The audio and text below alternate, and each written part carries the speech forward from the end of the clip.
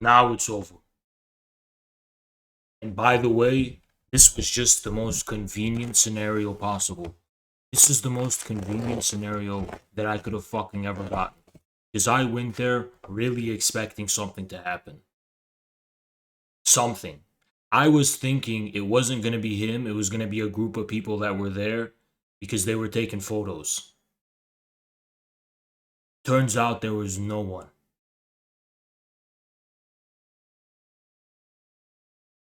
Now there can be no question about my character. Now there can be no question. It's as simple as that. All this talk they've been doing has been proven wrong. Everything they said about me was wrong. Every single thing they said about me has just gotten proven wrong. So we're done with the bullshit. We're done with the bullshit now. I don't want to ever see anyone try and test my character. I don't ever want to see anyone try and test me again using Twitter and doing this fucking keyboard warrior bullshit. Simple as that. So let me explain to you what just happened. I woke up this morning with someone claiming that they came to Lansing. I said, okay, I just woke up. So send me a selfie confirming you're there. They said I just drove back to Chicago. So what I said is very simple. I said, okay, I am going to sleep at 4 a.m. Thank you, Sue. Donated $10. Big W, brother. Today you have proven without a doubt all DGG has our lies. I know. They're fucking liars. That's all they're fucking are, is liars and bluffers. They're liars and bluffers. So he finally said he's going to come. And then I said, okay, when you get to the location, post a video of you being there with a selfie. And he said, no, Haz, you're trying to shift the goalposts. Why did I tell him to do that? Because I didn't want to waste my fucking time and go drive somewhere with a strong suspicion no one was going to fucking show up. You called the cops. I'm going to go ahead and,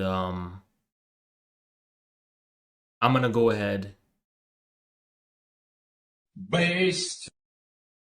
So this is someone who's Destiny's ally, Know Nothing TV. So he claims I called the cops, right? I'm not sure how that would have been possible given the fucking time window. Thank you, Vlogs. I just did a fucking stream when I was there. There were no cops anywhere to be found. Okay? So he posted this claiming that I called the cops. Okay? Claiming, I don't know why he would call the cops when we're just going to have a debate, in-person debate. But anyway, he posted this. He said I had the cops called on him, right?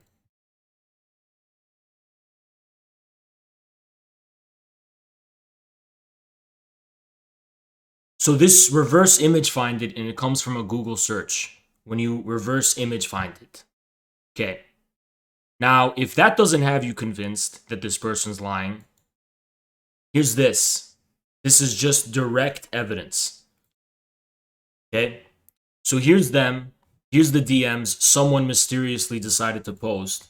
He said, hey man, I'm in Lansing. I'm going to stream it. And they said, give me the new place. And then he said, I don't really want you to waste your time. I'm not actually going. I never left Chicago and just want him to drive an hour to nowhere.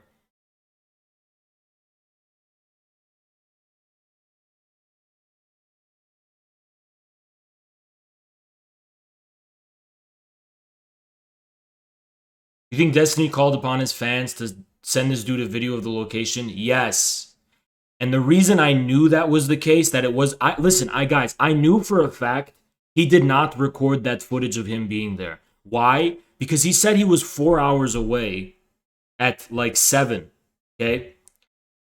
When he claimed that he was there, he had to have gotten from Chicago to Lansing in like an hour and a half or two. It's physically not possible, okay? So I knew he wasn't there. Thank you, Hugs. But I thought someone was going to be there at the very least to confront me. But thank you, Hugs. Yeah, he was lying. He was lying. And I could have saved my time and just said, he's lying, I'm not going to waste my time. But then they would have said, Haas, you're too scared. So then I said, okay, Destiny, give me $10,000 if I go there and he's not there. They were just trying to bait you. That's their new fucking cope. I have some good dirt on Destiny. I have literal career-ending dirt on Destiny. Be even more than that. And I'm really saving it. I'm really saving it. So whatever dirt you think you have on Destiny, I have shit that would end his career. His whole career. And there would be no way to get back from it. There's no recovery from it. Okay? No, I'm saving it. This is something I want to save for my career, to protect mine. Based. W.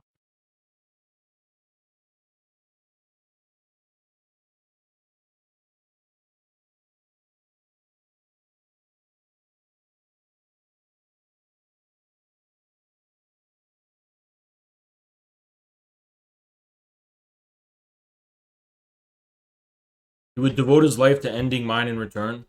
The problem is, I have a clean past.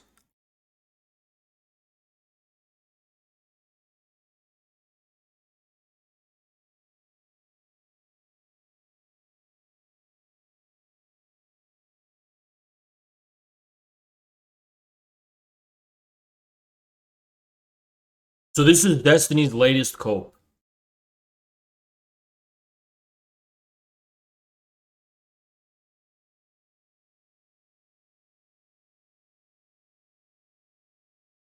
Okay, this is the cope from DGG. Ready? I don't even have the energy to address this. Do I have to go do more shadows? This is what they're saying now. The shadows look the same. So this shadow, we're going to compare the shadows. The shadows look the same. How? I'm pretty sure this is a fat, obese fuck. Thank God they didn't show their face. In what universe are these shadows the same? This is the dumbest shit I've ever fucking seen. This is any human shadow would fucking have this. This is their latest cope. Who gives a fuck? I went there. There's nothing else to say. They can try and shift the goalposts all they fucking want. Yeah, and that was there before I left.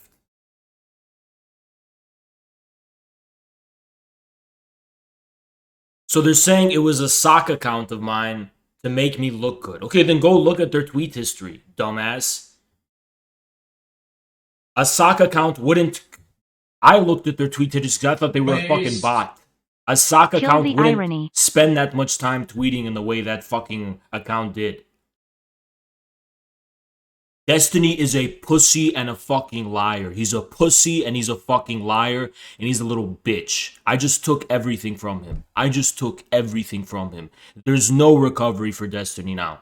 Or his fucking community. This is the beginning of the end of DGG and the rise of IGG. It's as simple as that. Every fucking thing they ever said about me has just proven wrong. Every fucking thing they ever said about me was just proven wrong. Even DGG people are telling me, yeah, I took the W on this. Even his own fucking disloyal community is telling me that. So what do you think that means?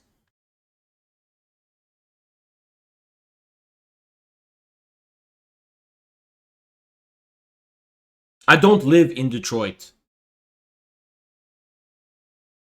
You probably know that by now.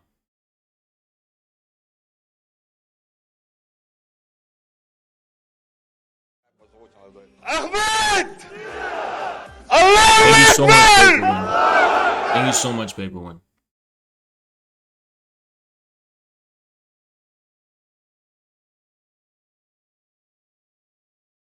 Yeah, they're now saying, you're falling for the troll. I don't care. Because that's not how you interpret this. You didn't see him as a troll. You saw this as a real guy who was going to test my manhood and see if I was going to bitch out or show up. So had I not gone, you would have literally, endlessly, you would have made viral posts and videos saying I pussied out and I didn't fucking show up. So what? If I don't show up, I'm a pussy. But if I show up, I fell for the bait. Shut the fuck up, you little bitch. What kind of fucking cope is that? What kind of fucking cope is that? Look at Destiny.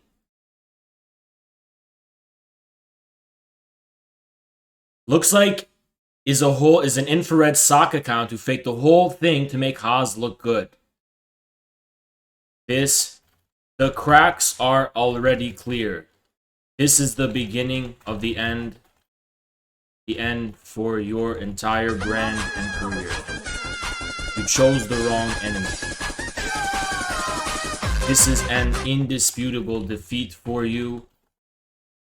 Even your best lie, cope, is being called out by your community as BS.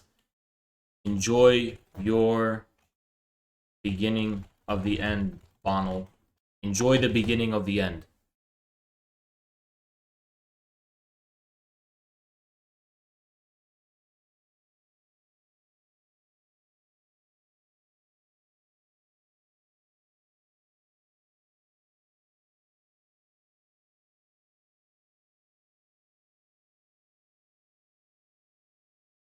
First, I faked it to make myself look good. So I look good.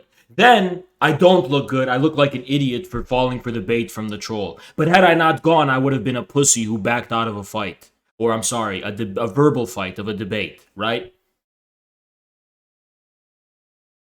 Nico San, you just proved that every single person who talks like you is a fucking lying, coping pussy bitch, and I'm not wasting my time with you anymore. That guy was your champion. He was the one who was gonna prove your community actually was about something. And he fucking did what? He bitched out and he fucking pussied out. That was your champion, by the way.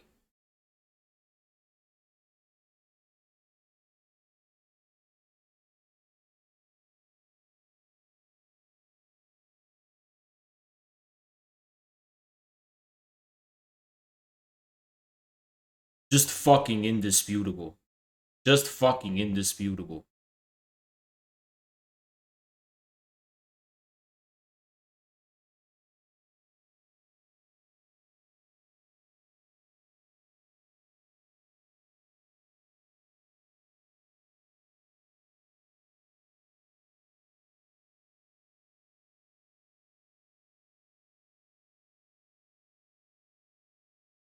They're now saying the guy was my fan, and he was faking it the whole time. And I set the whole thing up.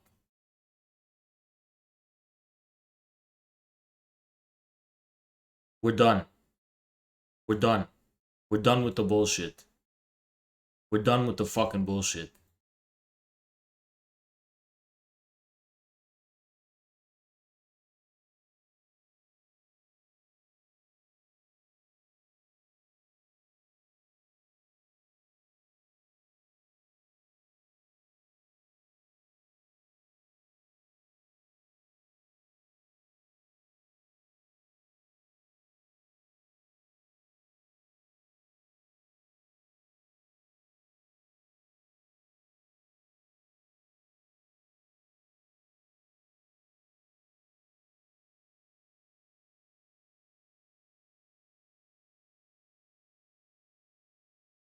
Huncho, I don't give a shit because this is the champion destiny. Listen, let me explain to you what happened. I'm just going to explain this to you.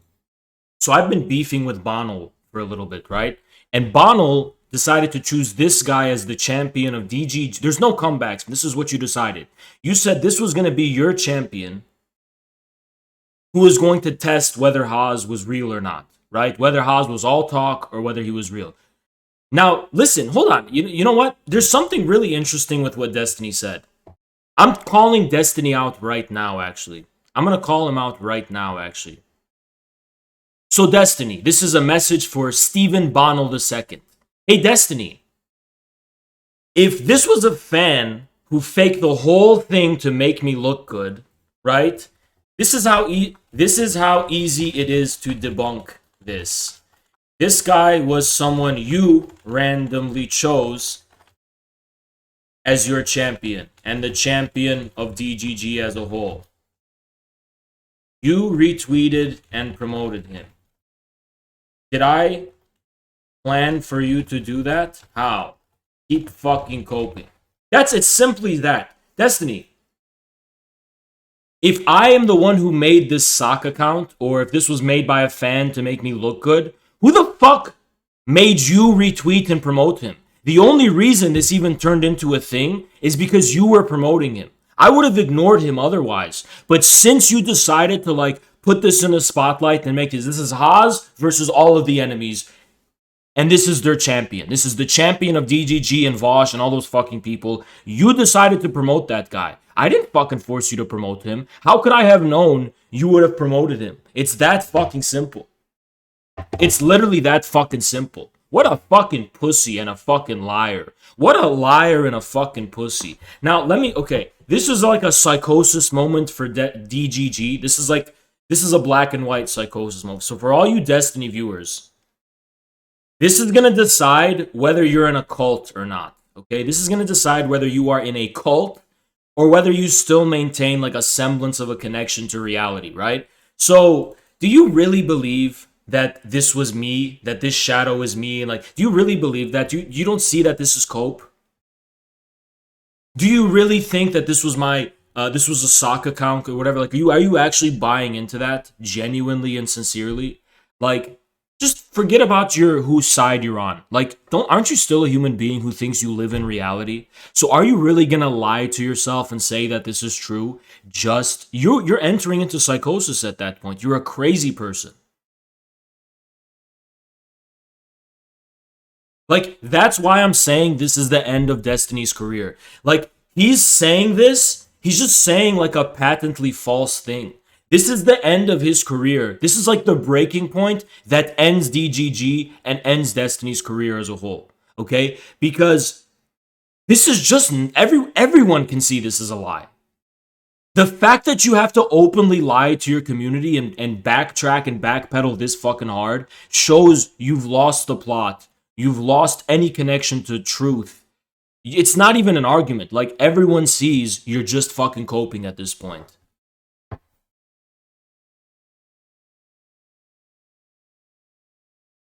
No, it's not a troll. This is literally the biggest surrender of Destiny's entire fucking career. Mark my words, this is the beginning of the end. This is the beginning of the end. He deleted this. Can someone save it? I'm saving a screenshot of it. I'm saving a screenshot of it because he knows. Because if he tweets this is the end of his career. So everyone say, and also save my VOD. Save this. Someone right now. Right now. Don't assume someone else is going to do it. Everyone save a VOD of that IRL I just did where I showed up and I went on, streamed it on Twitch. Can you save that too? Save that. Save it right now. Save it right now. Save it now. Log everything. Okay. Because if he deleted this... No, he didn't delete it. Okay, he didn't delete it. He did not delete this tweet. Good. Let him keep it up.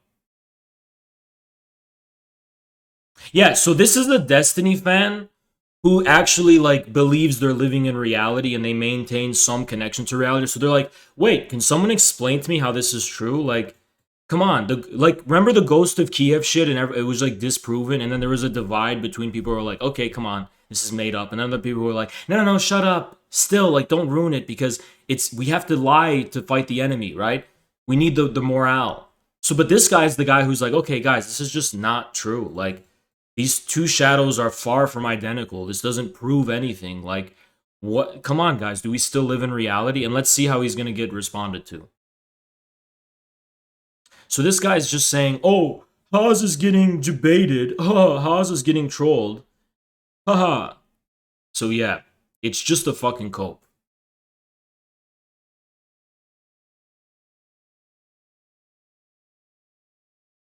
It's just a fucking cope.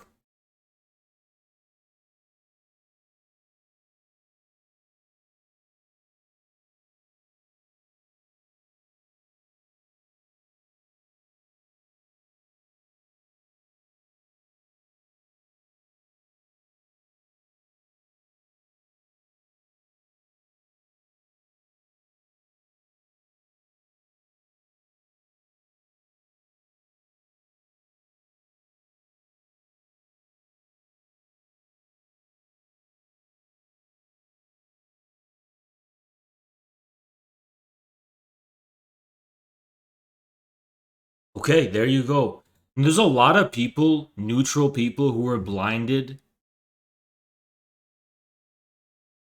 blinded by like all of the fucking fake narratives and shit. So like I specifically did this because it was worth it to me. Like everyone was watching, and I'm like, okay, guys, I want to show you who's right and who's wrong here.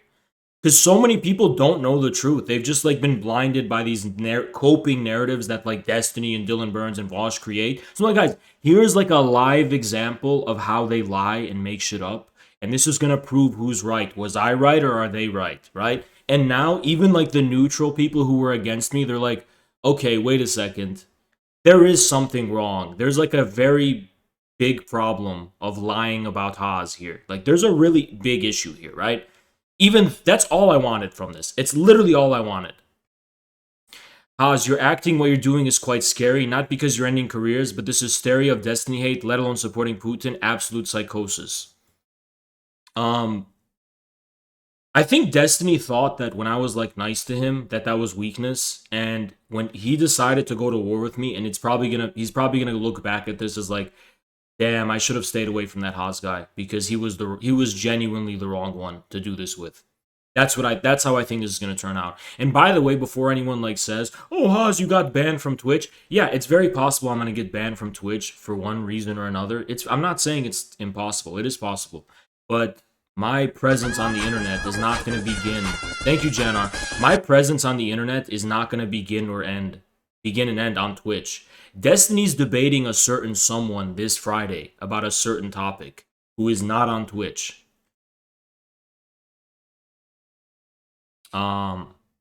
And that guy's community, let's just call who it is, Fuentes, his community will eat DGG for breakfast. Okay? You know me. I've critiqued the Fuentes community and whatever, all that kind of shit. But they are genuinely more vicious and more brutal than Destiny's community. They will eat Destiny's community for breakfast. Like, Destiny's community does not stand a chance compared to that one. And that guy's not on Twitch. So no matter what happens to me platform-wise, I'm always going to have a presence on the internet. I just follow the rules of the platform I'm on. When I'm not on a platform, I'm not bound by the rules anymore. Destiny earlier was calling you a bitch and saying you weren't man enough to show up. And now he's backtracking and saying that I just fabricated this entire thing. He now just backtracked and said I fabricated this whole thing and that none of it was real.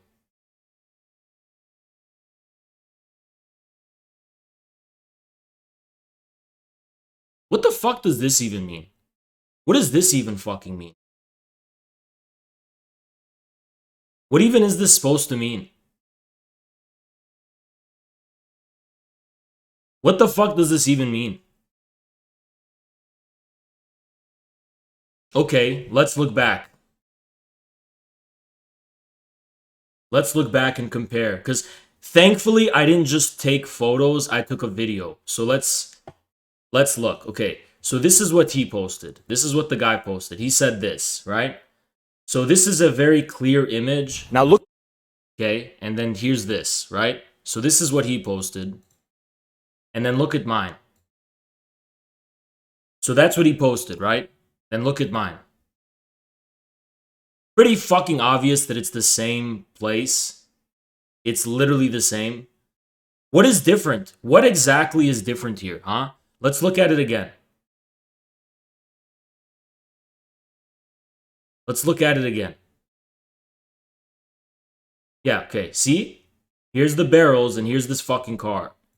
And there it is. It's the same fucking place. What a fucking cope. What a literal cope. He's referencing the car. The car is exactly the same and it's parked conveniently in the same place. What is he even saying? What is that fucking supposed to prove?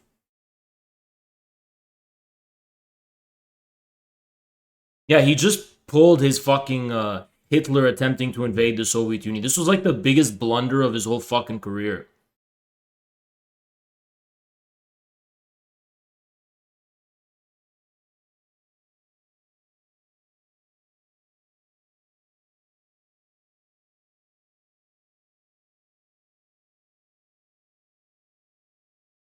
What does this even prove?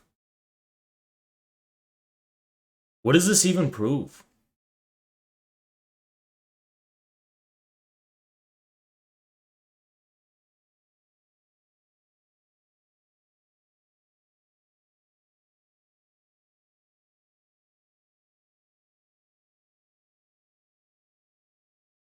Oh, I thought I faked the whole thing to look good.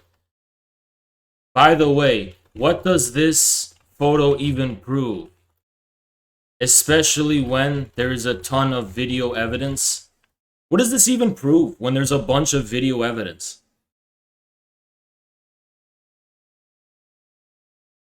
I think he's trying to say since the cars are in the same photos, it's a setup. Oh, okay, well in that case, well I'll show you what the setup is, okay? So this is 8:37 p.m. is when he posted these photos. 8:37 p.m. is when they were posted, right? So here I am, and this is at 9:02 p.m. 9:02 p.m. Okay?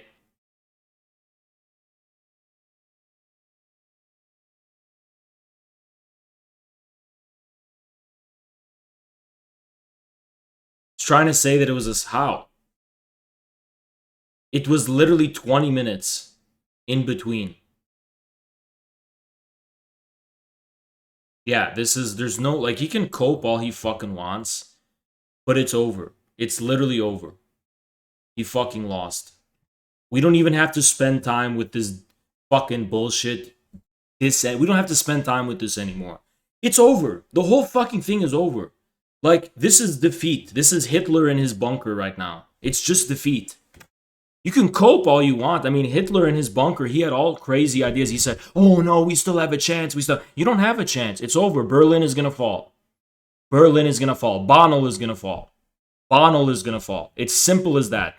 It's the delusions of Hitler in his bunker right now."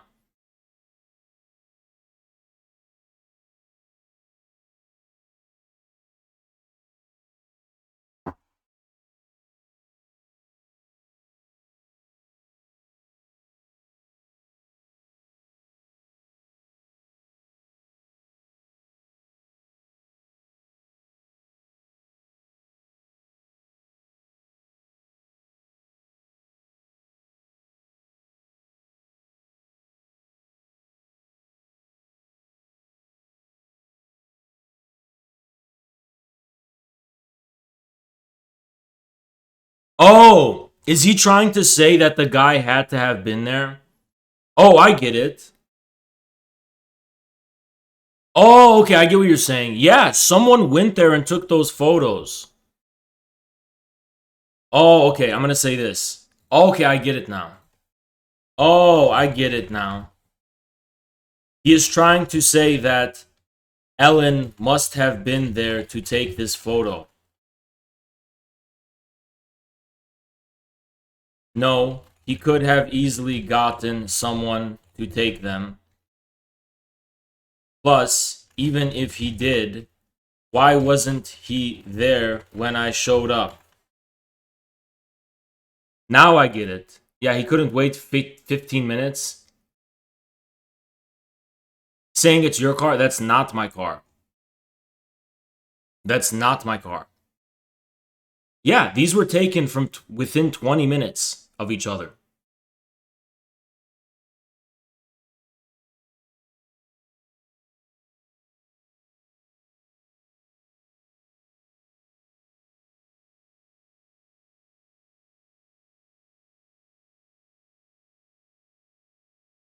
Here. Someone literally lives in the area who was coming to film it. It's pretty likely it was them.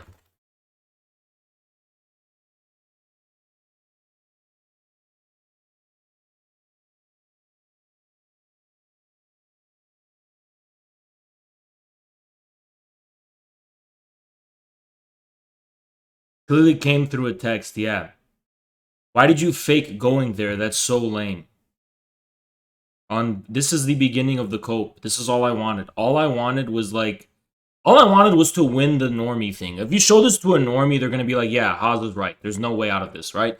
So whoever lives in a cult is like, if you're gonna agree with Destiny here, you're in a cult. You're like, and that's fine. You can have your cult. I don't want to win you guys. I just want the normies to know, the people who aren't allied to either of us to know who the fucking victory, who the W goes to here, and it's clearly me. You know, I don't really give a fuck what Destiny's cult copes about this. Yeah, who sounds like a conspiratorial tanky now? It's literally unbelievable cope.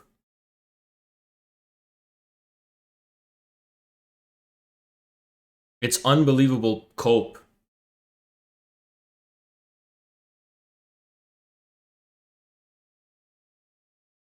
Here's Pogan. No, it doesn't. Actually, you know what? Guys, you go explain to Pogan. Go explain to Pogan, because I don't feel like I should have to do this. Go explain to him that someone else could have clearly taken that. Also, ask Pogan when he's gonna debate me. Right? I don't feel like I even have to interact with this peasant. So you go ahead and tell him. Go ahead and tell him someone else could have taken that fucking photo and when he's gonna debate me. That's Pogan, right?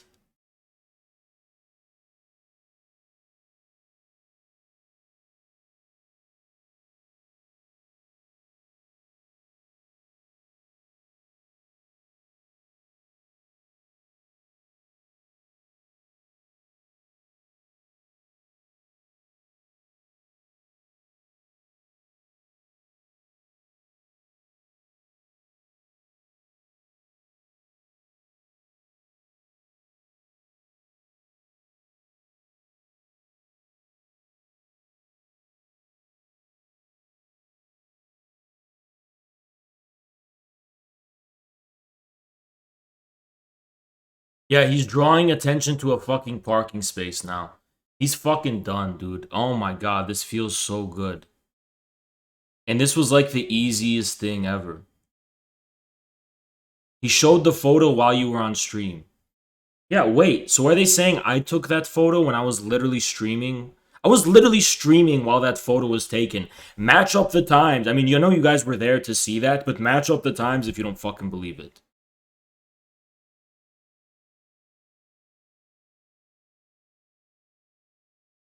Oh man, this feels so good. I didn't know what to expect tonight. I really didn't, and I thought this might end really badly actually. And it ended in like the easiest possible way for me. Like literally nothing even had to happen for me to prove them wrong. What an easy W. Holy shit.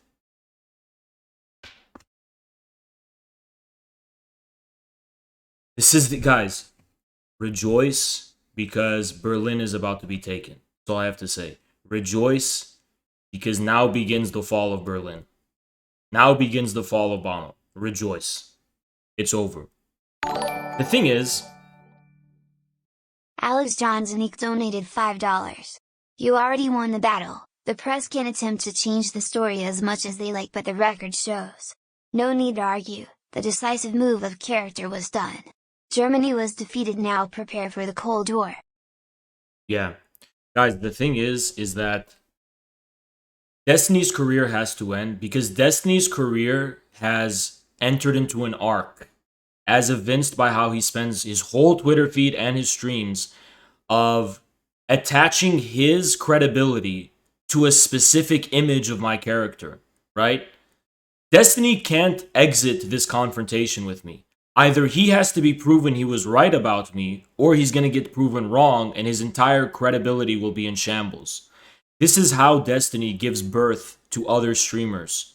And this is how other streamers steal his clout and surpass him. Okay? So, the thing that's happening right now is you're witnessing the precipice of an eclipse. Okay?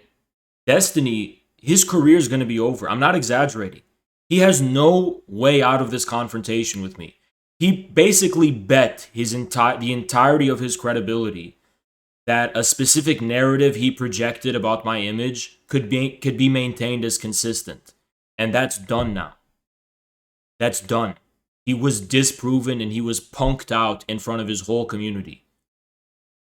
He has absolutely no credibility anymore.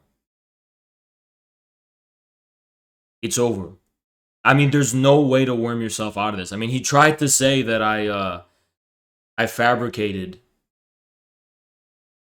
I fabricated the whole thing to make myself look good. Then he said, I don't know, he posted circles in the image for some reason.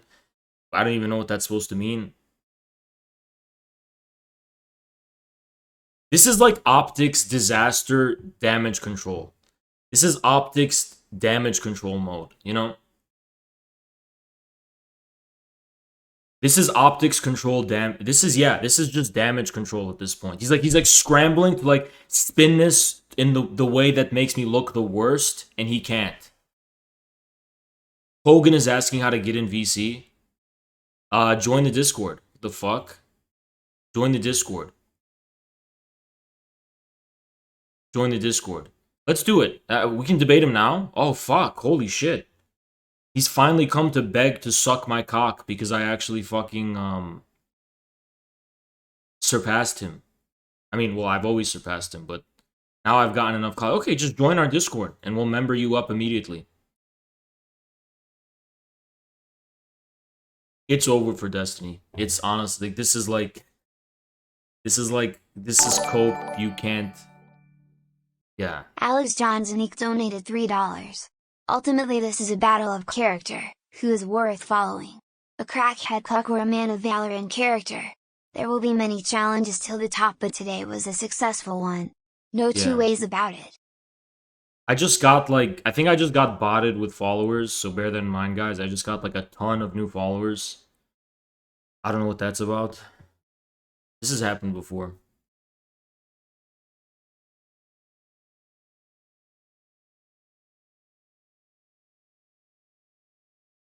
Yeah, that's the thing. He's living in Hassan's shadow, and now he just initiated the process. Like the die is cast. He's gonna be living in my shadow before you know it.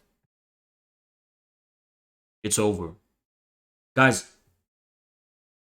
I'm so fucking happy. Holy shit. All I wanted was an opportunity to disprove them.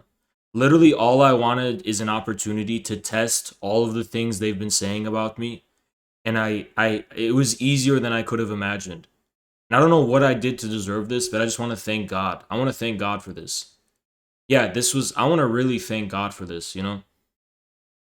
Most of all.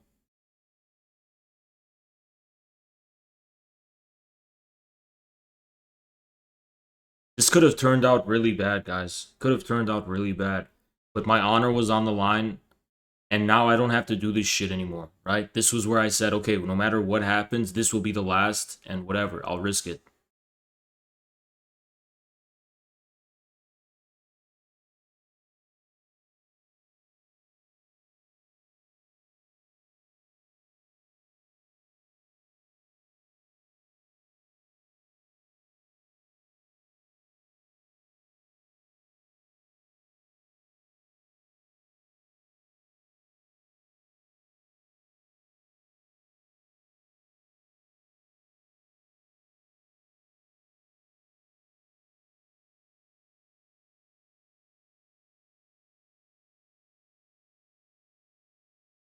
Now you guys know that everything they've been saying about me was wrong.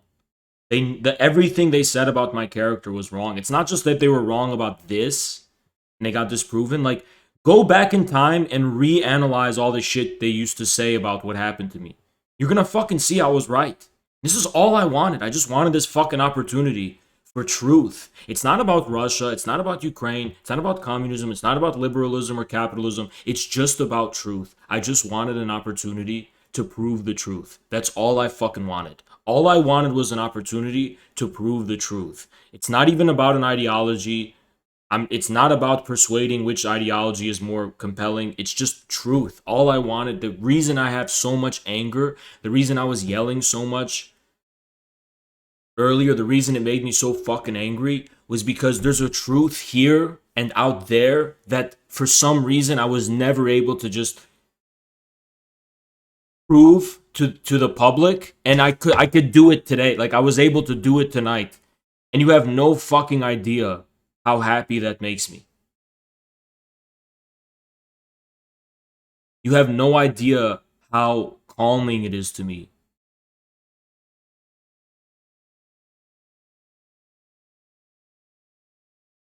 Same car at the gas pumps. The photos were posted within a 20-minute window.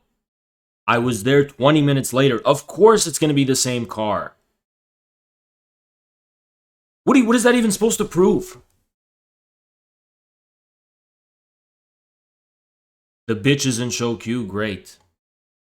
Great. Excellent. Excellent. Hold on. Let's get him in.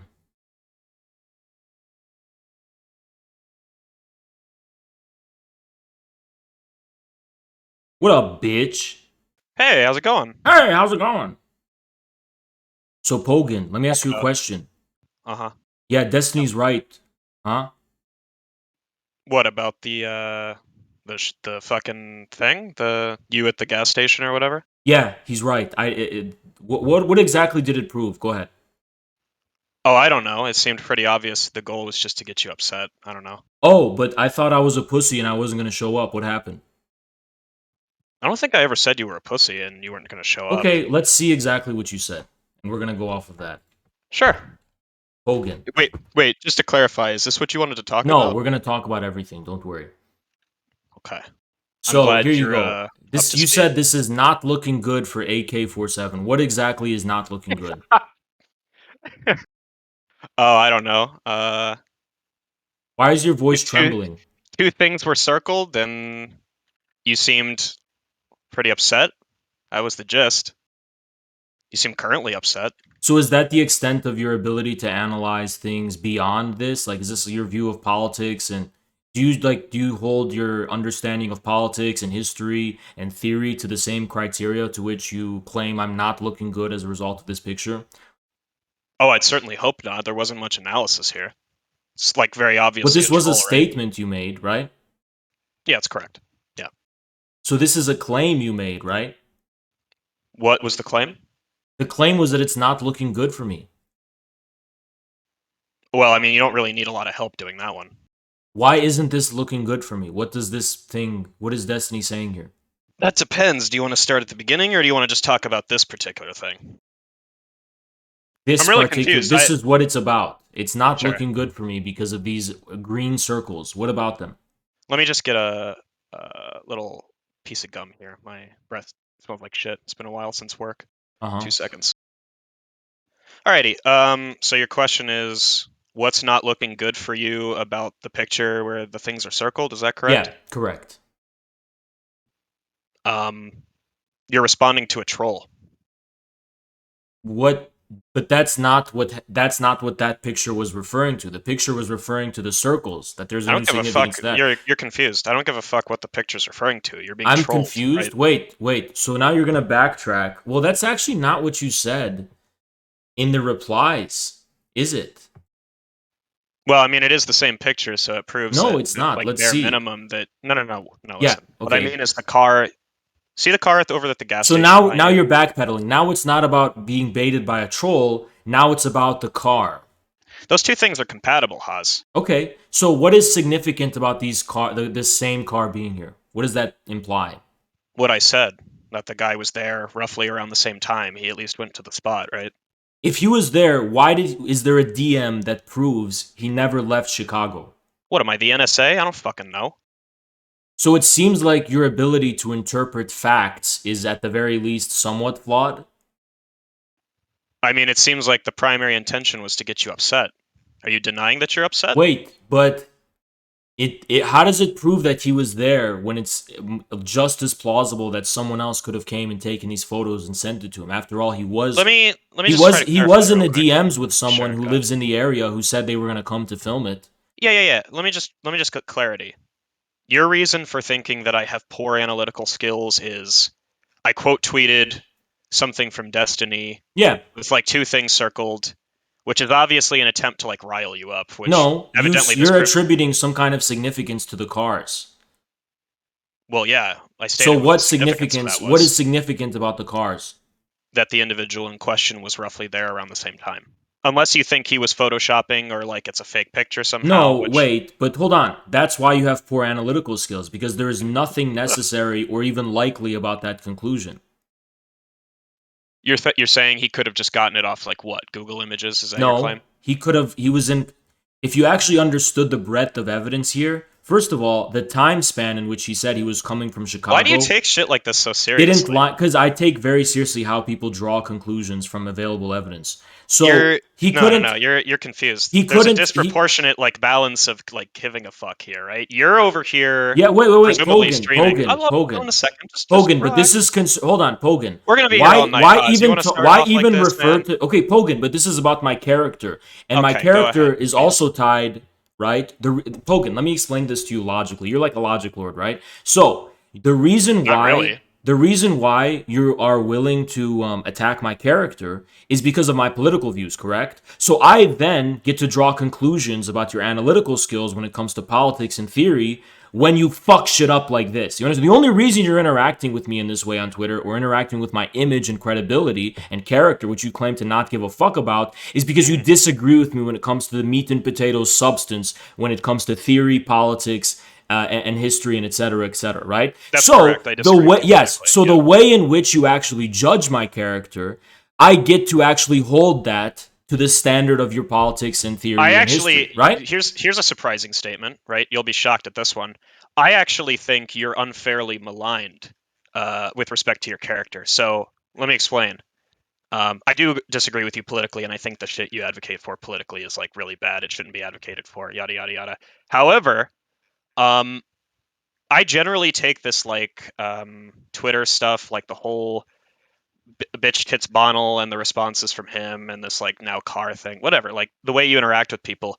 Um, unless you want to give me a reason to think otherwise. I kind of assumed you were always playing a character. Now, that's not to Okay. say that you don't have legitimate political views. I'm sure you're like a Marxist and you genuinely advocate for like, some flavor of socialism that you cooked up or read about, whatever. But I do think you play this up for like, views and subscribers. I Okay. think that's pretty transparent. Okay. So when it comes to issues pertaining to my character and you're wrong about them, you're willing to say you were wrong. What was I wrong about? You were wrong about the fact that there's anything significant that you were implying about the cars being there. You're wrong about the fact That's not true. that I stated but what was significant about the what picture. that well yeah, what you stated was significant about them doesn't hold up. It doesn't hold up that the guy took a picture of the same exact location at roughly the No, same not time. when you actually analyze the available evidence pertaining to the situation. He could not physically have possibly taken those photos. He Well, admitted wait, in the when I asked you if he got it off like Google Images or something similar, you said no. So where do you get right. them? Where do you get them?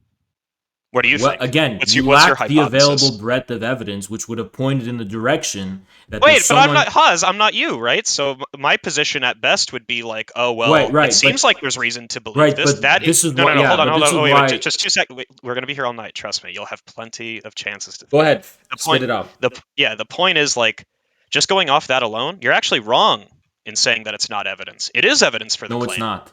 Yes, it is. It doesn't reflect the available breadth of evidence, which is what I said. The available Okay. breadth Do of you have reason evidence to think it's not evidence? The available breadth of evidence includes DMs in which he talked to someone who lives in the area who expressed the intention of coming here, but it doesn't end there. The person in question who was supposed to show up, the guy who wanted to confront me, he Yeah. even admitted in those DMs that he had no intention of leaving Chicago whatsoever and he just wanted to make me drive there. So, those are two pieces of like damning evidence that are available that are part of the available So you breadth of do think he got evidence. it off Google Images? No, Hogan, you are genuinely a stupid person. Did you just hear what I said? I'm sorry you feel that way, man. There is someone who lives in the area who took those photos and sent them to him. But doesn't that just confirm that the whole point all along was to troll you then? If you're going to go with this like conspiracy theory that Destiny reached out to somebody who he knew was in Okay, the area sure. to get This the was all to picture troll and me. Okay, then let's ask this question. Why did Destiny then say that this whole thing was faked to make me look good? Practically admitting that it does make me look good. I don't think I saw that one. Can you show me that tweet? It's right here.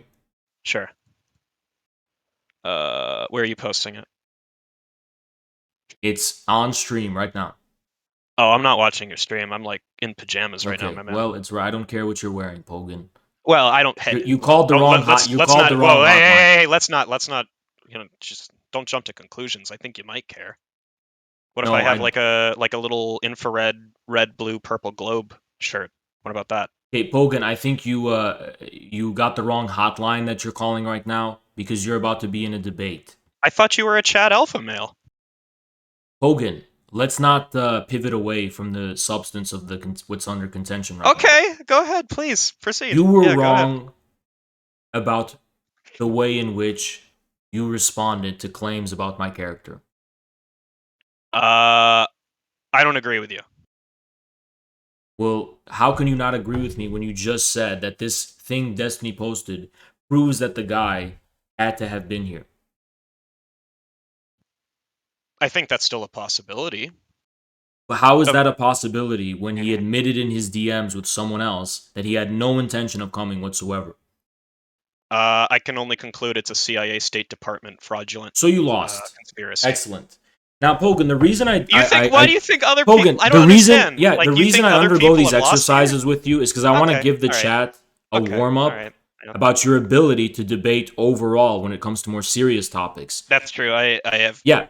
black mold brain damage. So we can You got me. express that if I actually corner you when it comes to a serious topic, you're going to respond in a similar way, right? I don't know, Well, Haas. that is what I'm about to demonstrate. Now, there's one more thing I want to get to really quickly before we talk about Okay. the substance of. Can I make one quick comment? No. If you don't mind. So here's what I'm going to ask you, Hogan. I distinctly recall that while I was suspended from Twitch for 30 days, you weren't a Twitch streamer, you were a YouTuber, right? You made YouTube videos. That's not an excuse. I actually challenged you to a debate multiple times. And how did you respond to those challenges? Are you referring to the combo we had in DMs? Yeah. What changed? I didn't get a clear position from you. That's my recollection. Well, nothing changed. So why are you coming here now? People asked me to be here, and I'm bored. Ah, so you weren't bored back then.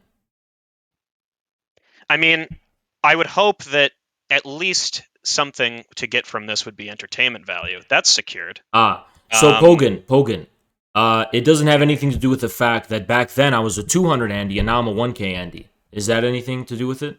I don't even know what Andy means. It means that's my average viewers. Congratulations. How's that been going for you?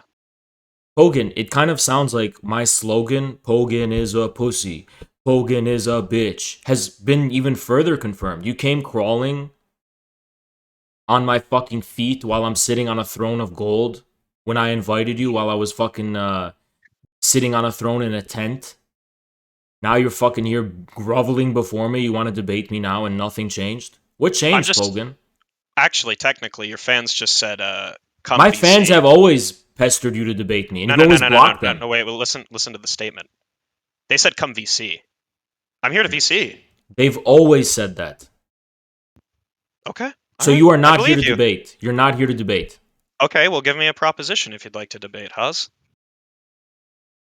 What do you want to debate about? It's up to you. Go ahead. I mean, my videos are public, so are yours. Pick a position. Go for it. Okay. I'll give you a proposition, but I will not afford you the ability to make assumptions about this proposition. Ready? Can you explain what that means? I'm not really... It means this. It means when I make this proposition, you can't make assumptions about what it means. If you can ask clarifying questions about its implications, but you can't draw the conclusion that it's loaded with all these other conclusions. Ready? So let's begin. Yeah, go for it. You are wrong about the details surrounding Russia's invasion of Ukraine. Okay, and what am I? Well, actually, you made a video saying that I lied about the situation. What did I lie about?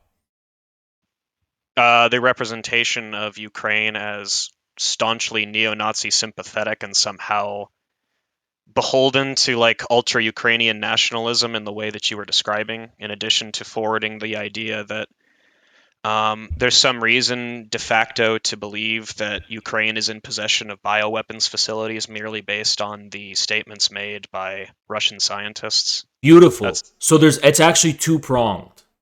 So the first prong refers to the overrepresentation of neo-Nazis in the Ukrainian government and in the Ukrainian state, as well as the overwhelming prevalence of Ukrainian ultranationalism in defining the state of Ukraine. Right. And the second thing is about the, as Victoria Nuland called them, research facilities within Ukraine. Can I So, ask a real quick? Can I ask a clarifying question? sure. Um, when you say like Ukraine is neo-Nazi, blah blah blah blah blah.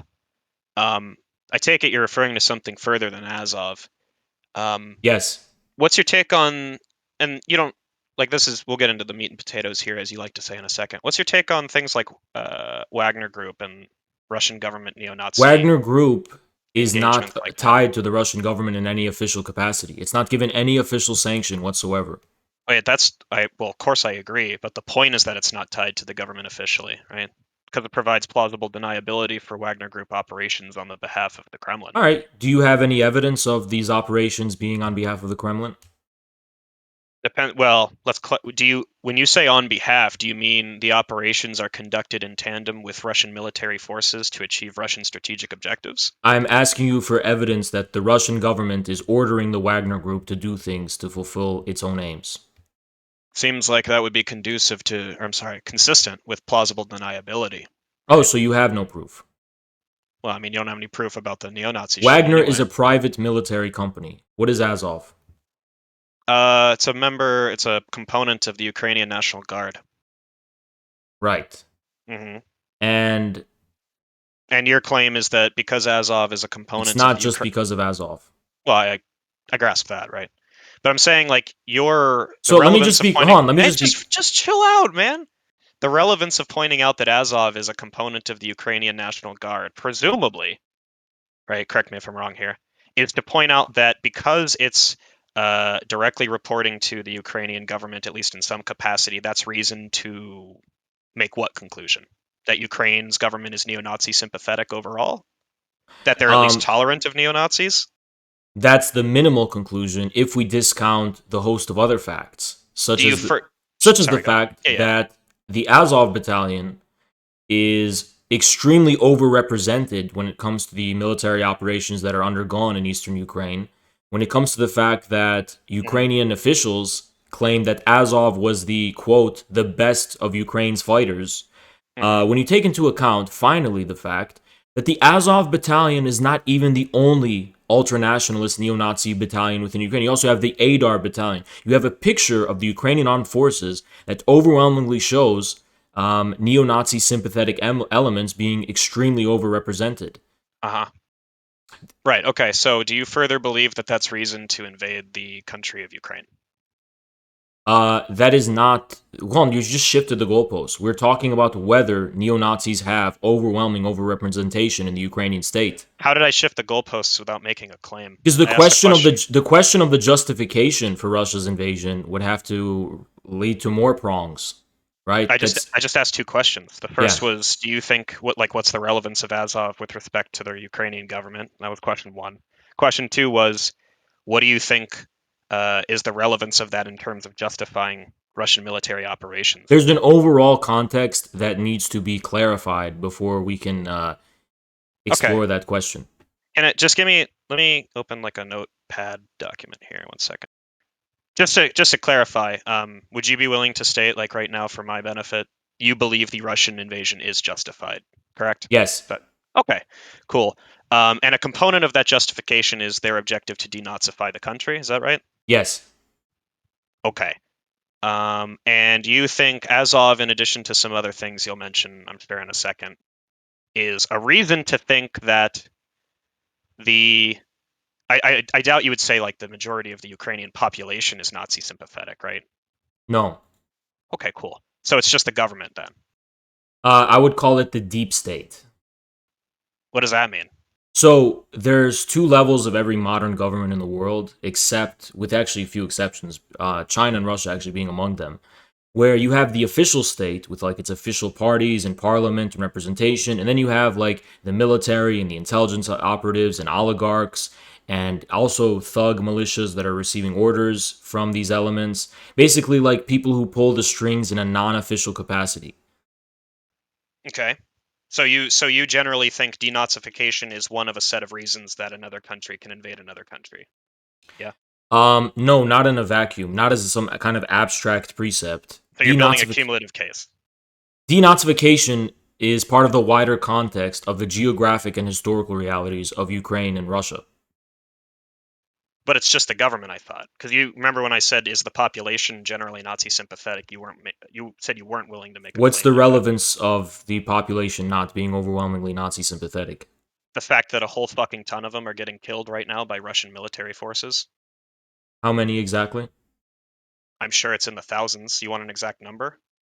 You're not like I doubting actually think civilians. there's Are a you doubting civilians have died? I don't no, I'm understand. not. Hold on, I'm not denying there's been collateral damage. Right. So what does the number matter? The The number point is, matters. The can I number explain? matters Just let me explain because my. All right, yeah, fine. Go ahead. Go ahead. the Just number go ahead. matters because if Russia's waging like a systematic effort to target civilians and engage in a genocide or something like that, then yes, your argument No. I didn't would make the claim stand. they were genociding Ukrainians. I made the claim that if it's the case that you think at least one component of the justification for the invasion is denazification, right? Then you'd have to further say something like, well, that's going to either alone or as part of a cumulative case justify the civilian casualties inflicted as a consequence of this invasion, right? I don't know the exact number. I'm pretty sure it's in the thousands. If you fucking really want it, I'll find it. Although those are going to be Western sources, so you'll probably just, I don't know, scream about it. The point So is, your point is not relevant. The Ukrainian population does not have to be neo-Nazi sympathetic in order for collateral damage of civilians. well, I By the don't even way, accept that the government is neo-Nazi sympathetic, but the point I'm making is if broader the than that. objective is to denazify Ukraine, Can I and finish? part of that objective means demilitarizing Ukraine and defeating the Azov battalion and these elements of the Wait, Ukrainian armed slow down, forces. slow down. We're getting ahead of ourselves. Now it's demilitarizing Ukraine? We were talking about denazification. Well, they're hand in hand because the Nazis in question are overwhelmingly represented within the military.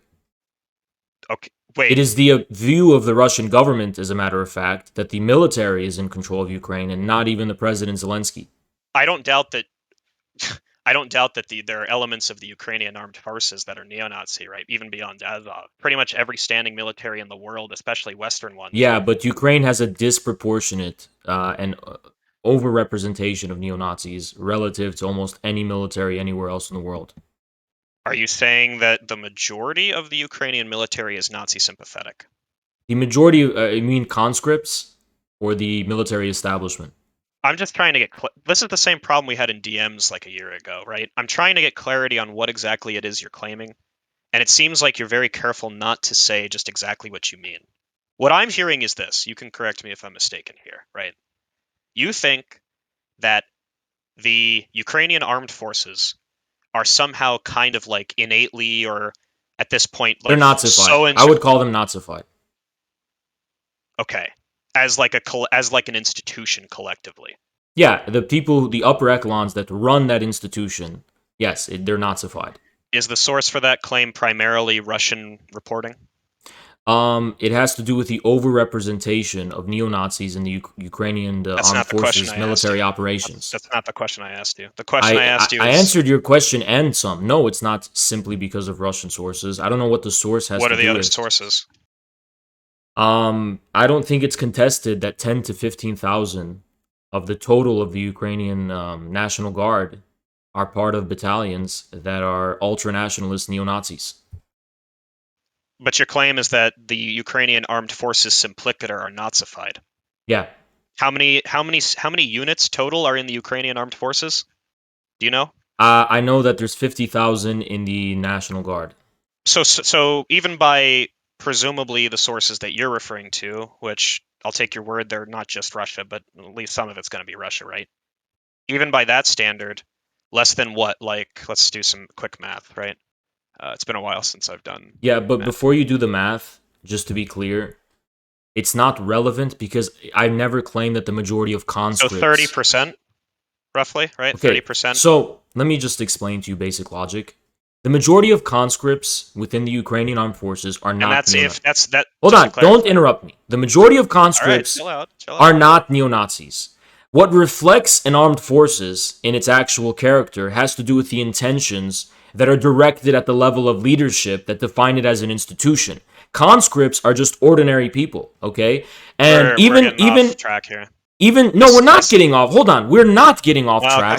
Because it is not it is not true that there has to be a majority of conscripts that are neo-Nazis in order for the armed forces to be claimed to be something that's Nazified. I didn't say it was dependent on the majority of the So standing why are you military pointing out that there's Nazis. I'll only, explain. and this Yeah, is yeah, on yeah. this is a really weighting only, because 30% is still a fuck ton. Well, that's again, yeah, I agree, but that's assuming the sources that you haven't provided to me are legitimate. But we'll just grant that they are because I like to be charitable in arguments Okay. like this. Let's According just to a grant it. BBC documentary, Okay, I'll let you go ahead. Go C-14 over runs topic the now. Ministry of Defense. Are you done? Well, say what you want to say. Yeah, so let's assume that the sources you're using for this 30% UKAF claim are legitimate. And I'd like to just stay on like one topic here instead of jumping all over the place. You are saying that the government of Ukraine, Zelensky as their president, is beholden to this military, and therefore the Russian campaign of denazification is justified. Now, that's going to depend on a number of things being substantiated. The first thing it's going to depend on substantiation for is that the number's that high. I haven't heard a source for that yet. The second Number thing of it's going what? to depend just real quick. The second thing it's going to depend on is a reason to think the government, in the way that you're describing, is actually beholden to these ultranationalist elements in the Ukrainian military, right? Which itself is a claim that requires evidence. So if you can show me both of those things, if you can show me the numbers are accurate, the evidence like checks out, there's no problems with methodology, there's no like very obvious like implicit bias in the reporting, and then you can also show that there's reason to think Zelensky's administration is really just subservient to like what'd you call it, the Ukrainian generals, right, the highest echelons of the military. That'd be cool. So why don't we just What get into the sources exactly for are that? you asking for? I just stated clearly what I was asking for. There was nothing clear about what you asked whatsoever. Give me something precise you want. What do you? I That's like insane to say. I asked for evidence for both of Evidence the of claims that you what? made. I just told you the first thing I want That the evidence for Ukrainian is that government is Nazified. Or I should say that's a deliberately unnuanced take the on what I Ukrainian just said. state is Nazified. Is that a question you're looking for? I Sorry. I just stated the two things that I'm looking for evidence for. You want evidence that the 30% claim holds? Yeah, I want evidence that the number of people who you described as Nazi sympathetic, like that's an accurate That's number not the for the number Ukraine. of Nazi sympathetic people, it's the number of battalions that are in their official, as organizations, are ultranationalists and or neo-Nazis. Okay. Yeah, so do you have a source for that one? And then we'll tackle the second one afterwards. Sure, someone get the source and put it in fact-checking. Wait, you don't have the source on hand? I don't have it on hand. Okay. Someone go ahead and put it in fact-checking. Put the combined battalions, which comprise 10 to 15,000. This based underscore superstructure gentleman posted something from the gray zone. Is that the one that you remember? I don't think it's here. Okay. All right. All right. Well, I mean, like, hopefully you can understand the point that I'm making because I like to pride myself as a relatively anti-Nazi person, and when this war first happened and everybody By was the like, way, "Hey, look." it being the gray zone is not going to be relevant, considering the fact that you have to question where these primary sources are coming from. It doesn't matter, like, yes, the gray zone I has didn't an do. agenda to present Yeah. primary sources in this way, but the primary source would still stand. I don't actually want you to be angry. Like, all I did was chuckle. I didn't say it was like bullshit or anything on its face. I just did a little Okay. laugh. You don't have to. Someone go ahead and Not post everything's like the end of the world. Just saying. post the combined numbers of all those battalions. All you really have to do is tally them up. Like, all you literally have to do is take all, like, you have to do two things.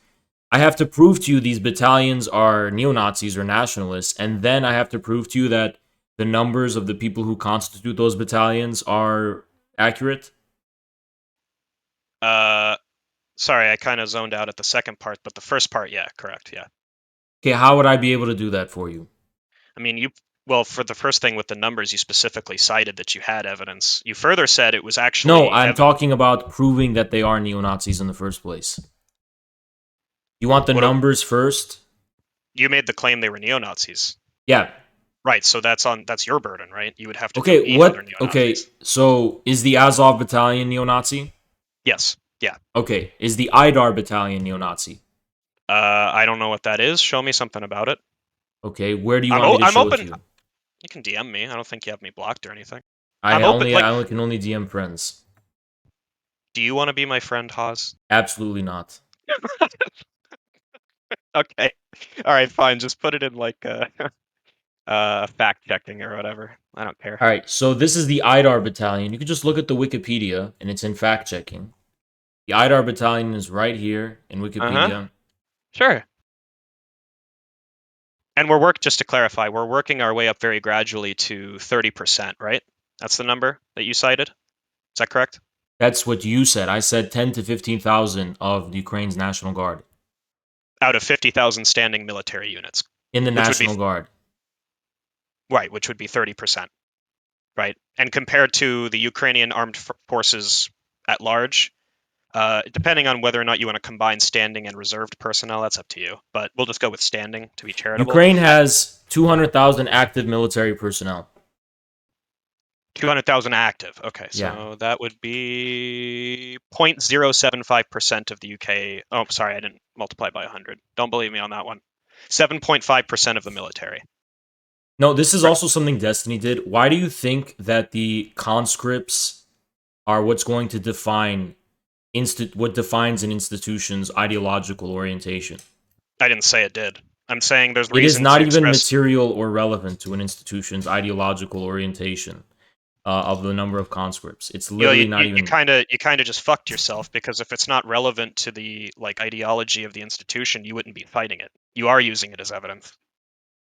But you're the one who asked for the conscripts in the first place. I never attributed to them significance. That's The 30 irrelevant. the If you thirty didn't think, percent thing, yeah, Pogan, go ahead, you go ahead, wanted go that. ahead. It doesn't even. I clarified to you even before we talked about it that it was like it doesn't even matter because that's not what defines an institution. Like that was very early on in our argument about it. You want proof of that it's the 30% or whatever.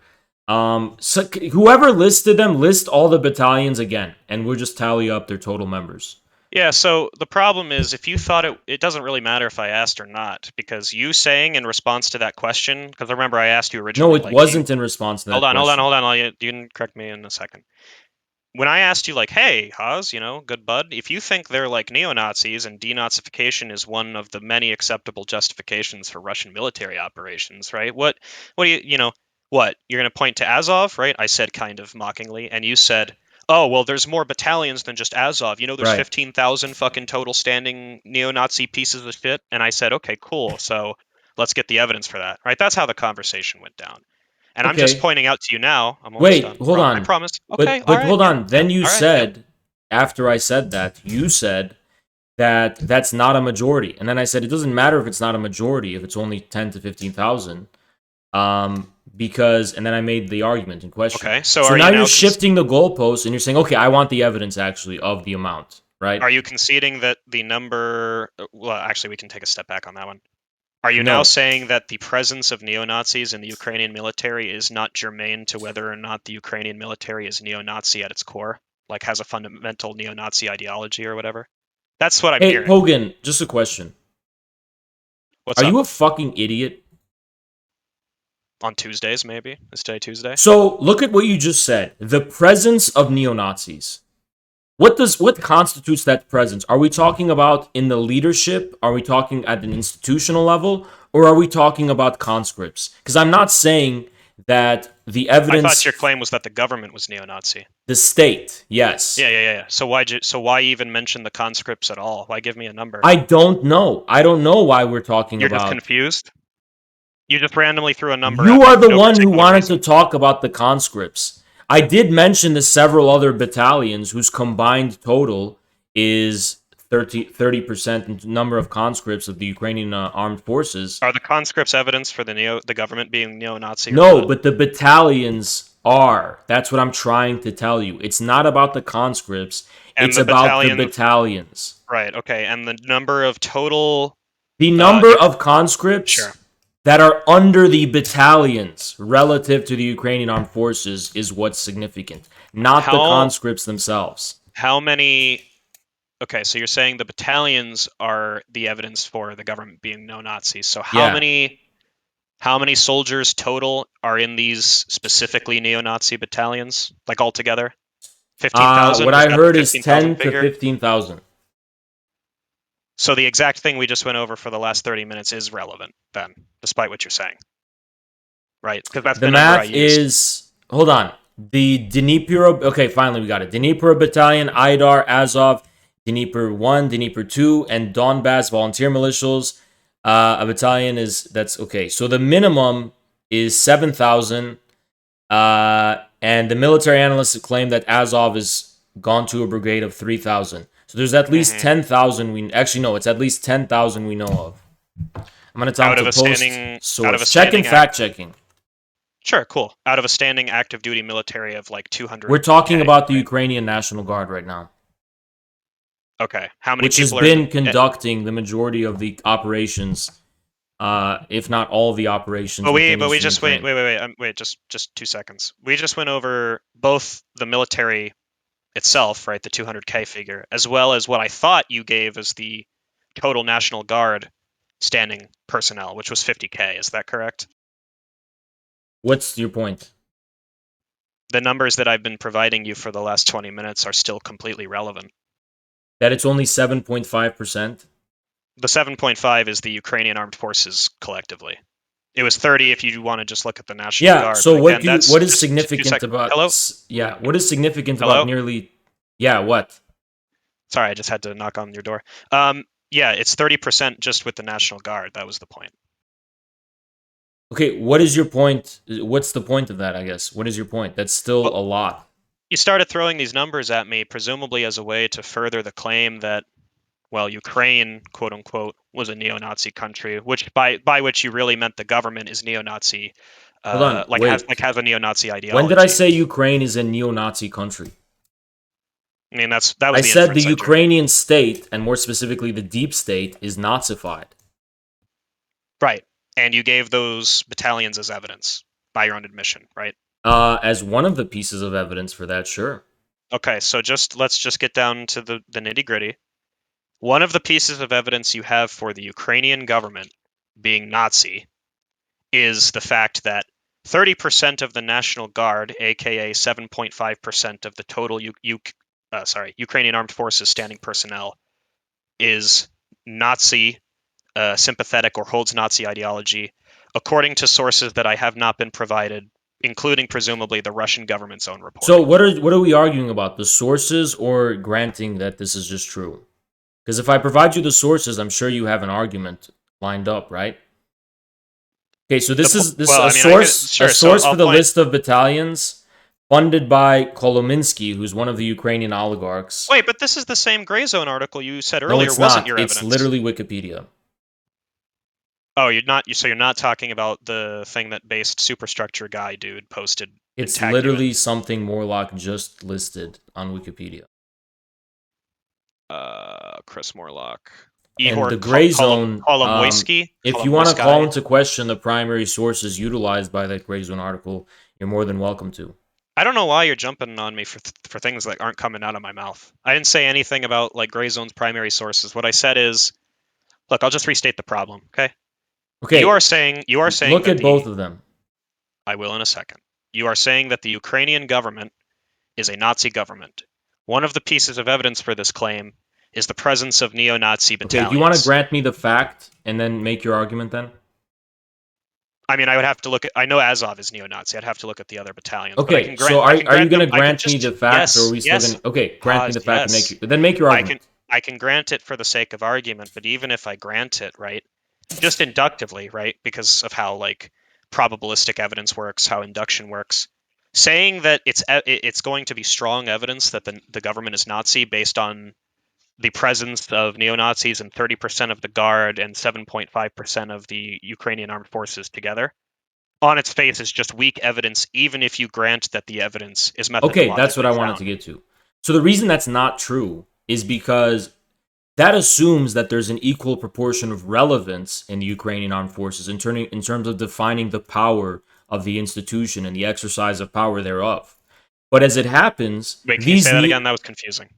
That assumes there is an equal. That assumes that there's an equal level of significance as far as like the number of battalions and conscripts are concerned in terms of how heavily they weigh in defining the institution of the Ukrainian armed forces.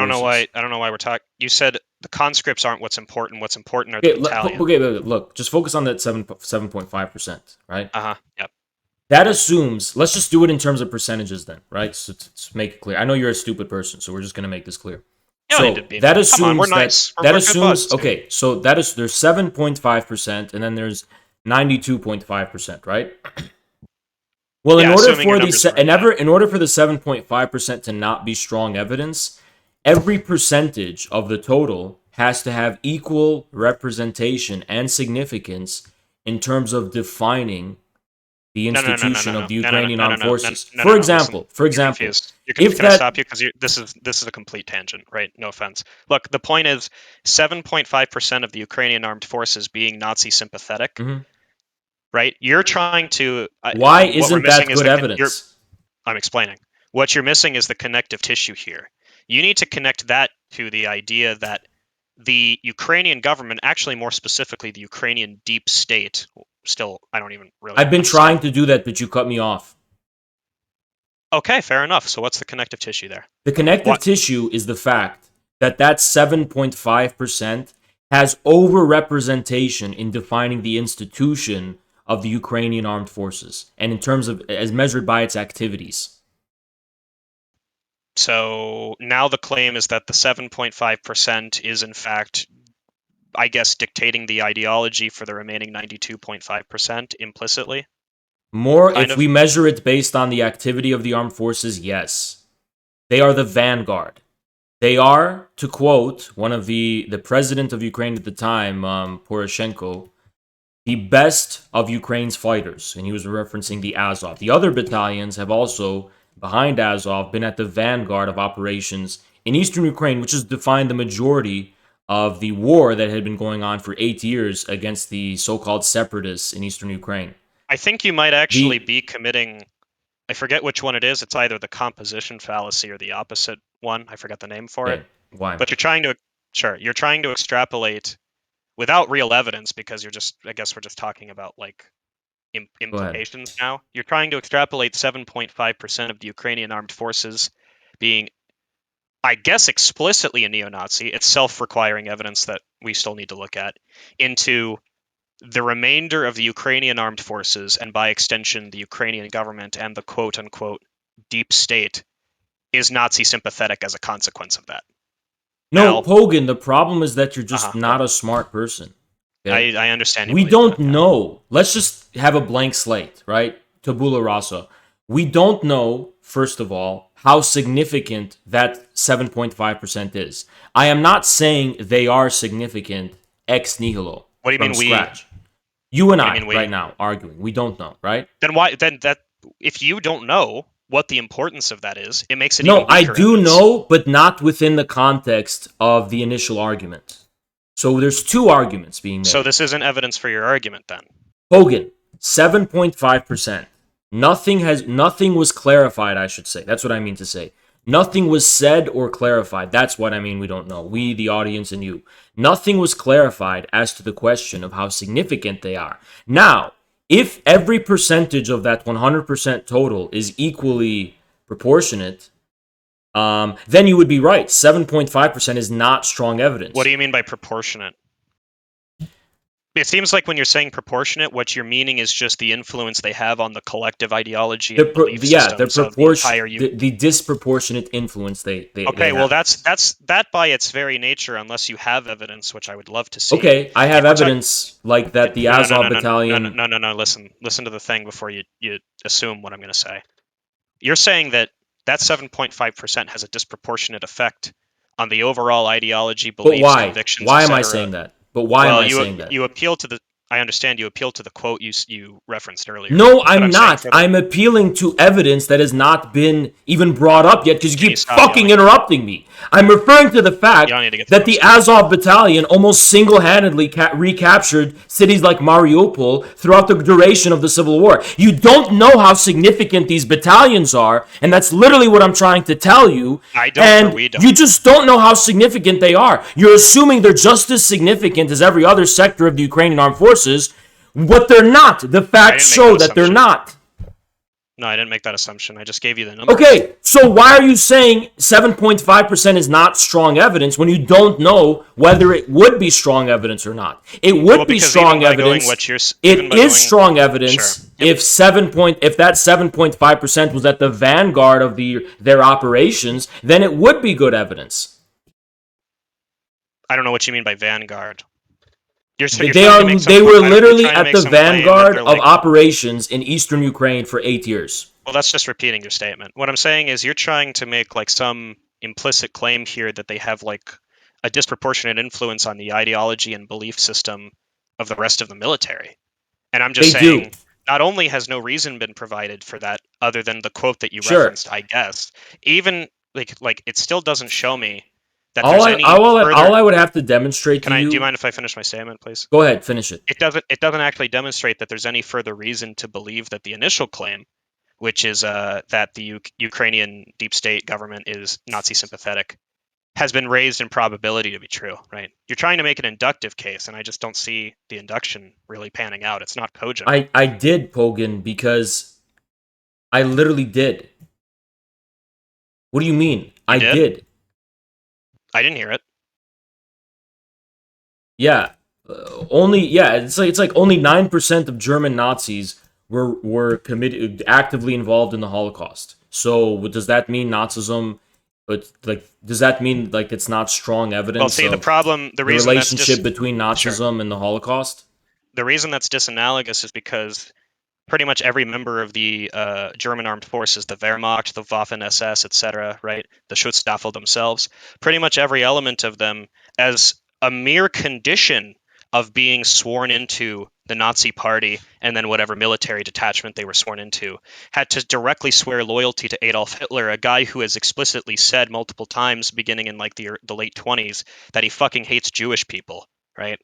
That's a complete disanalogy. But that just because he hated Jewish people does not actually mean that they were directly complicit in the Holocaust.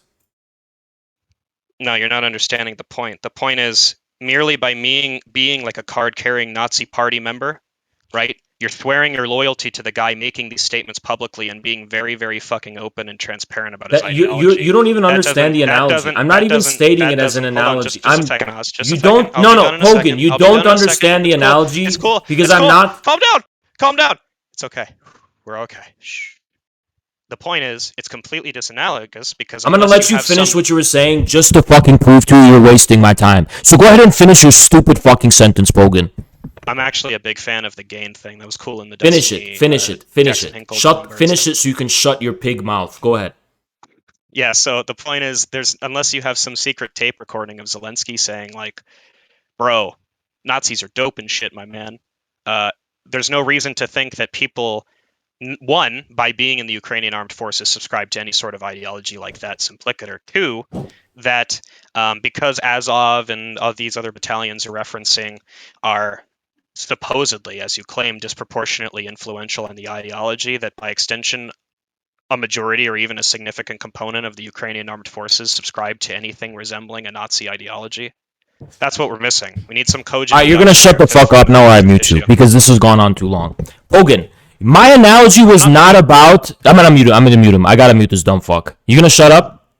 You gonna shut your pig mouth? Oink oink. You gonna shut your pig mouth, Pogan? You're my favorite streamer. Pogan, I wasn't trying to say that the situation with the German armed forces relative to Nazi ideology is the same in the case of Ukraine. I was saying only 9... Shut the fuck up! You're getting muted. You're getting fucking muted. There we go. Now the pig can shut the fuck up. Pogan, you have to very, very carefully listen to me. Like, very slowly. I know you're a stupid fuck. Your brain can't handle this. So listen very slowly. Trust me. You're going to feel really stupid after I say it. What I said is that if we assume 9% of German Nazis were actively involved in perpetrating the Holocaust, the analogy is to the 7.5% of the Ukrainian armed forces. But the object is completely different. One is about neo-Nazi ideology. The other one is about active involvement and culpability in the Holocaust.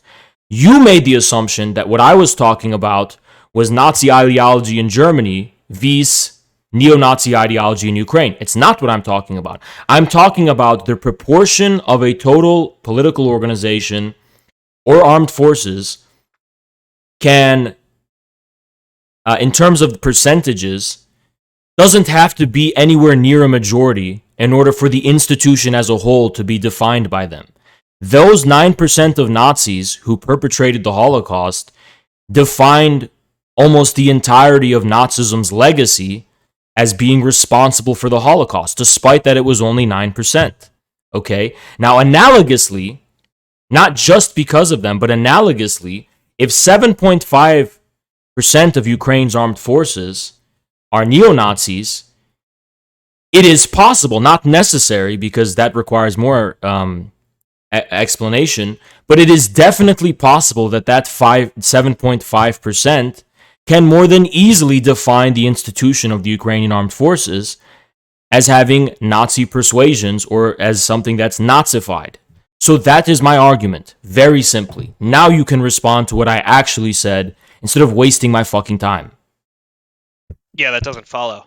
The reason it doesn't follow is because when you're talking about the 7.5% of Ukrainian armed forces that are like neo-Nazi or whatever, right? Let's grant it for the sake of argument. You're talking about people that, though they may be explicit in their beliefs and their political ideology, the further claim that you're making, the one where you're talking about how they're so influential on the rest of the military, is one that's just sort of being thrown in there without further cause or further explanation. So I'll explain why that's not the same as the Wehrmacht or like Schutzstaffel case. In the case of the Wehrmacht, the Schutzstaffel, the Waffen-SS, right? Those people, not only by being card-carrying Nazi Party members, explicitly subscribe to the ideology of Not Adolf relevant. Hitler. The ideology Well, is not relevant. It is perfectly relevant. No, it's not. I'm almost done. The Holocaust is what's relevant. Not only do they explicitly subscribe to the ideology of Adolf Hitler, right, by being in the party, they actually further were divided up into detachments specifically tasked with carrying out the objectives of the Holocaust, Okay. et cetera, et cetera. So what you're saying is that it wasn't only 9%. Well, I'm saying that, unless you want to disagree, I'm saying that because those people were card-carrying Nazi Party members, if they did not renounce their party membership, if they didn't like actively take a stand against their orders, I think pretty much every German military member is complicit in the Holocaust to a varying degree. Okay, then why didn't you just say that? You're just saying, then Haas, you were wrong about 9%. So let me actually rewind. Well, I that. did. You just didn't understand. Then let's rewind it by saving ourselves time and using a hypothetical. What if only 9% of Nazis committed the Holocaust and 91% had no clue it was going on? Would Nazism's legacy still be defined by the Holocaust? Yeah. Why? When only 9% were carrying it out? Because every member of the Nazi military swears allegiance to Adolf Hitler, the guy carrying it out. Okay, sure. So let me explain this to you analogously, okay? In the same way that in this hypothetical, that 9% is responsible for the Holocaust. You're not going to say Zelensky's like a Nazi. Zelensky doesn't lead the real Ukrainian state that I'm claiming is Nazified. Can we get to that? Well, that's important then, because I'm going to go off. Wait, but Pogan, initially I said the Ukrainian deep state. I didn't say the official Ukrainian state and Zelensky. So let's be clear. Can you show me that the Ukrainian military actually runs the government then? Please. Hold on. Before we get there, that was an initial premise of this entire engagement, which you knew about. So if you want to talk about that, we're going to have to finish this one first, okay? Because you seem to gotten us somewhere without contesting it. That's actually not true. What I conceded to was that the numbers you threw out regarding the number of Pogan, battalions was correct. My claim is that the Ukrainian deep state, and including the armed forces, was Nazified.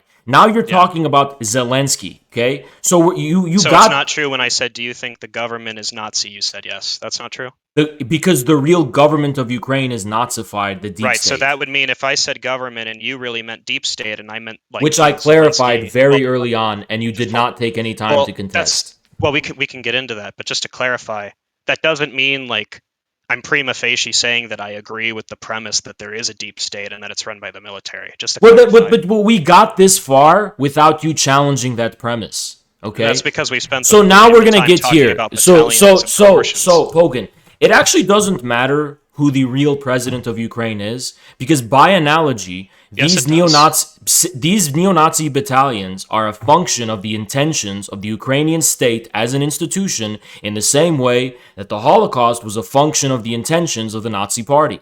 Right, in and my Adolf Hitler ran the German government. Right. What does it matter who runs the government of We've already Ukraine? explained the relevance. The Wait, relevance but it is doesn't. if Listen, Adolf, let's say okay. I thought that was a question. Let's say Kermit the Frog was the head of the Nazi Party.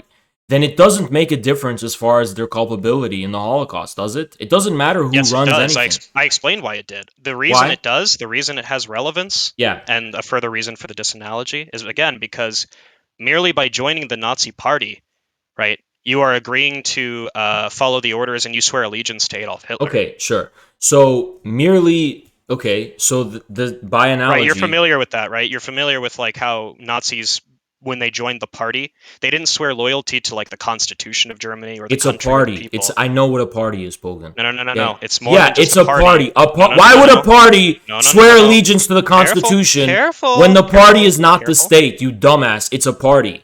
Because the Wehrmacht, right, when they become German soldiers, German infantry, whatever, they don't swear. Like, you know how when you join the military in America, you're like, I swear to protect and uphold Because the the Constitution, Wehrmacht blah, blah, blah, belongs blah. to the German state. You're not A listening. state and a party are not the same thing, you dumb fuck. That you're not listening to me.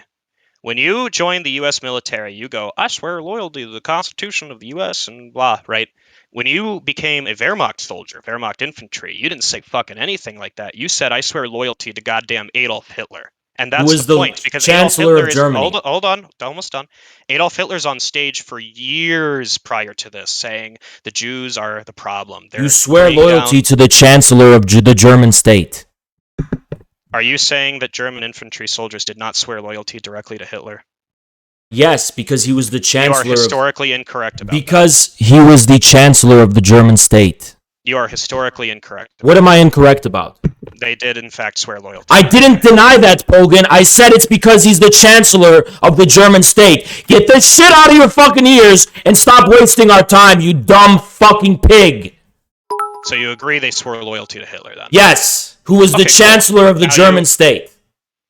Whatever. But you agree they swore loyalty because he was the Chancellor of the German state, yes. And he was an anti-Semite.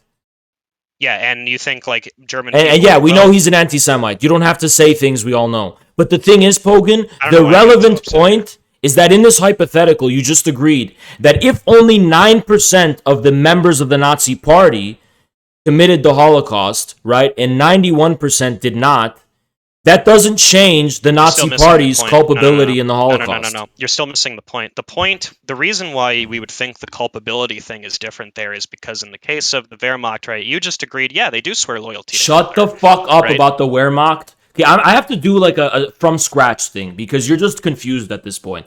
Let's do the Cookie Monster genocide. We're gonna do the Cookie Monster genocide. So Elmo has an army of 5,000 people.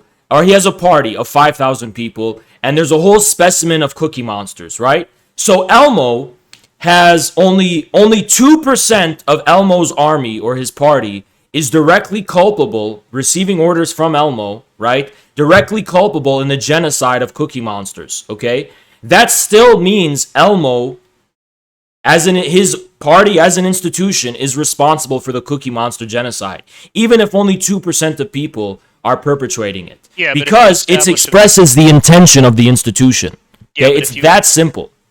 If you establish an analogy between that and a situation where not only do you explicitly swear loyalty to, I forget, was it Elmo or Cook, whatever. Well, Elmo, sure. You explicitly swear loyalty to Elmo, and Elmo has been spending the last like 10 years really fucking railing on this particular about Cookie Monster, right? Yeah. Yeah. That's not going to be analogous to the situation that you're describing. But the thing is, Hitler did not make the mass extermination of Jews public. Well, he certainly said that it was a problem that would have to be solved, right? I don't. No one knew it. Nobody knew that was going to be extermination. Oh, come on, man! What? It's not that everyone knew that was going to be extermination camps. Hey, let's use your example, right? He gets on stage, Elmo, and says, We need to answer the the Cookie Monster question.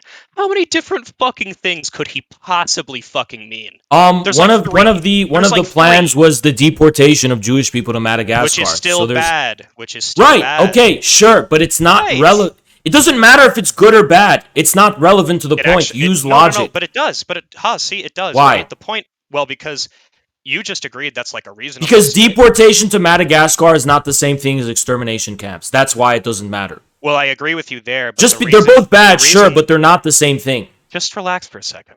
The reason it's disanalogous is because you're trying to make an analogy between that and like Ukraine and these battalions, but there is no similar situation in Ukraine. There's nobody in the Ukrainian administration saying we need to get rid of Cookie Monster. Okay, you would have that's to. That's the disanalogy.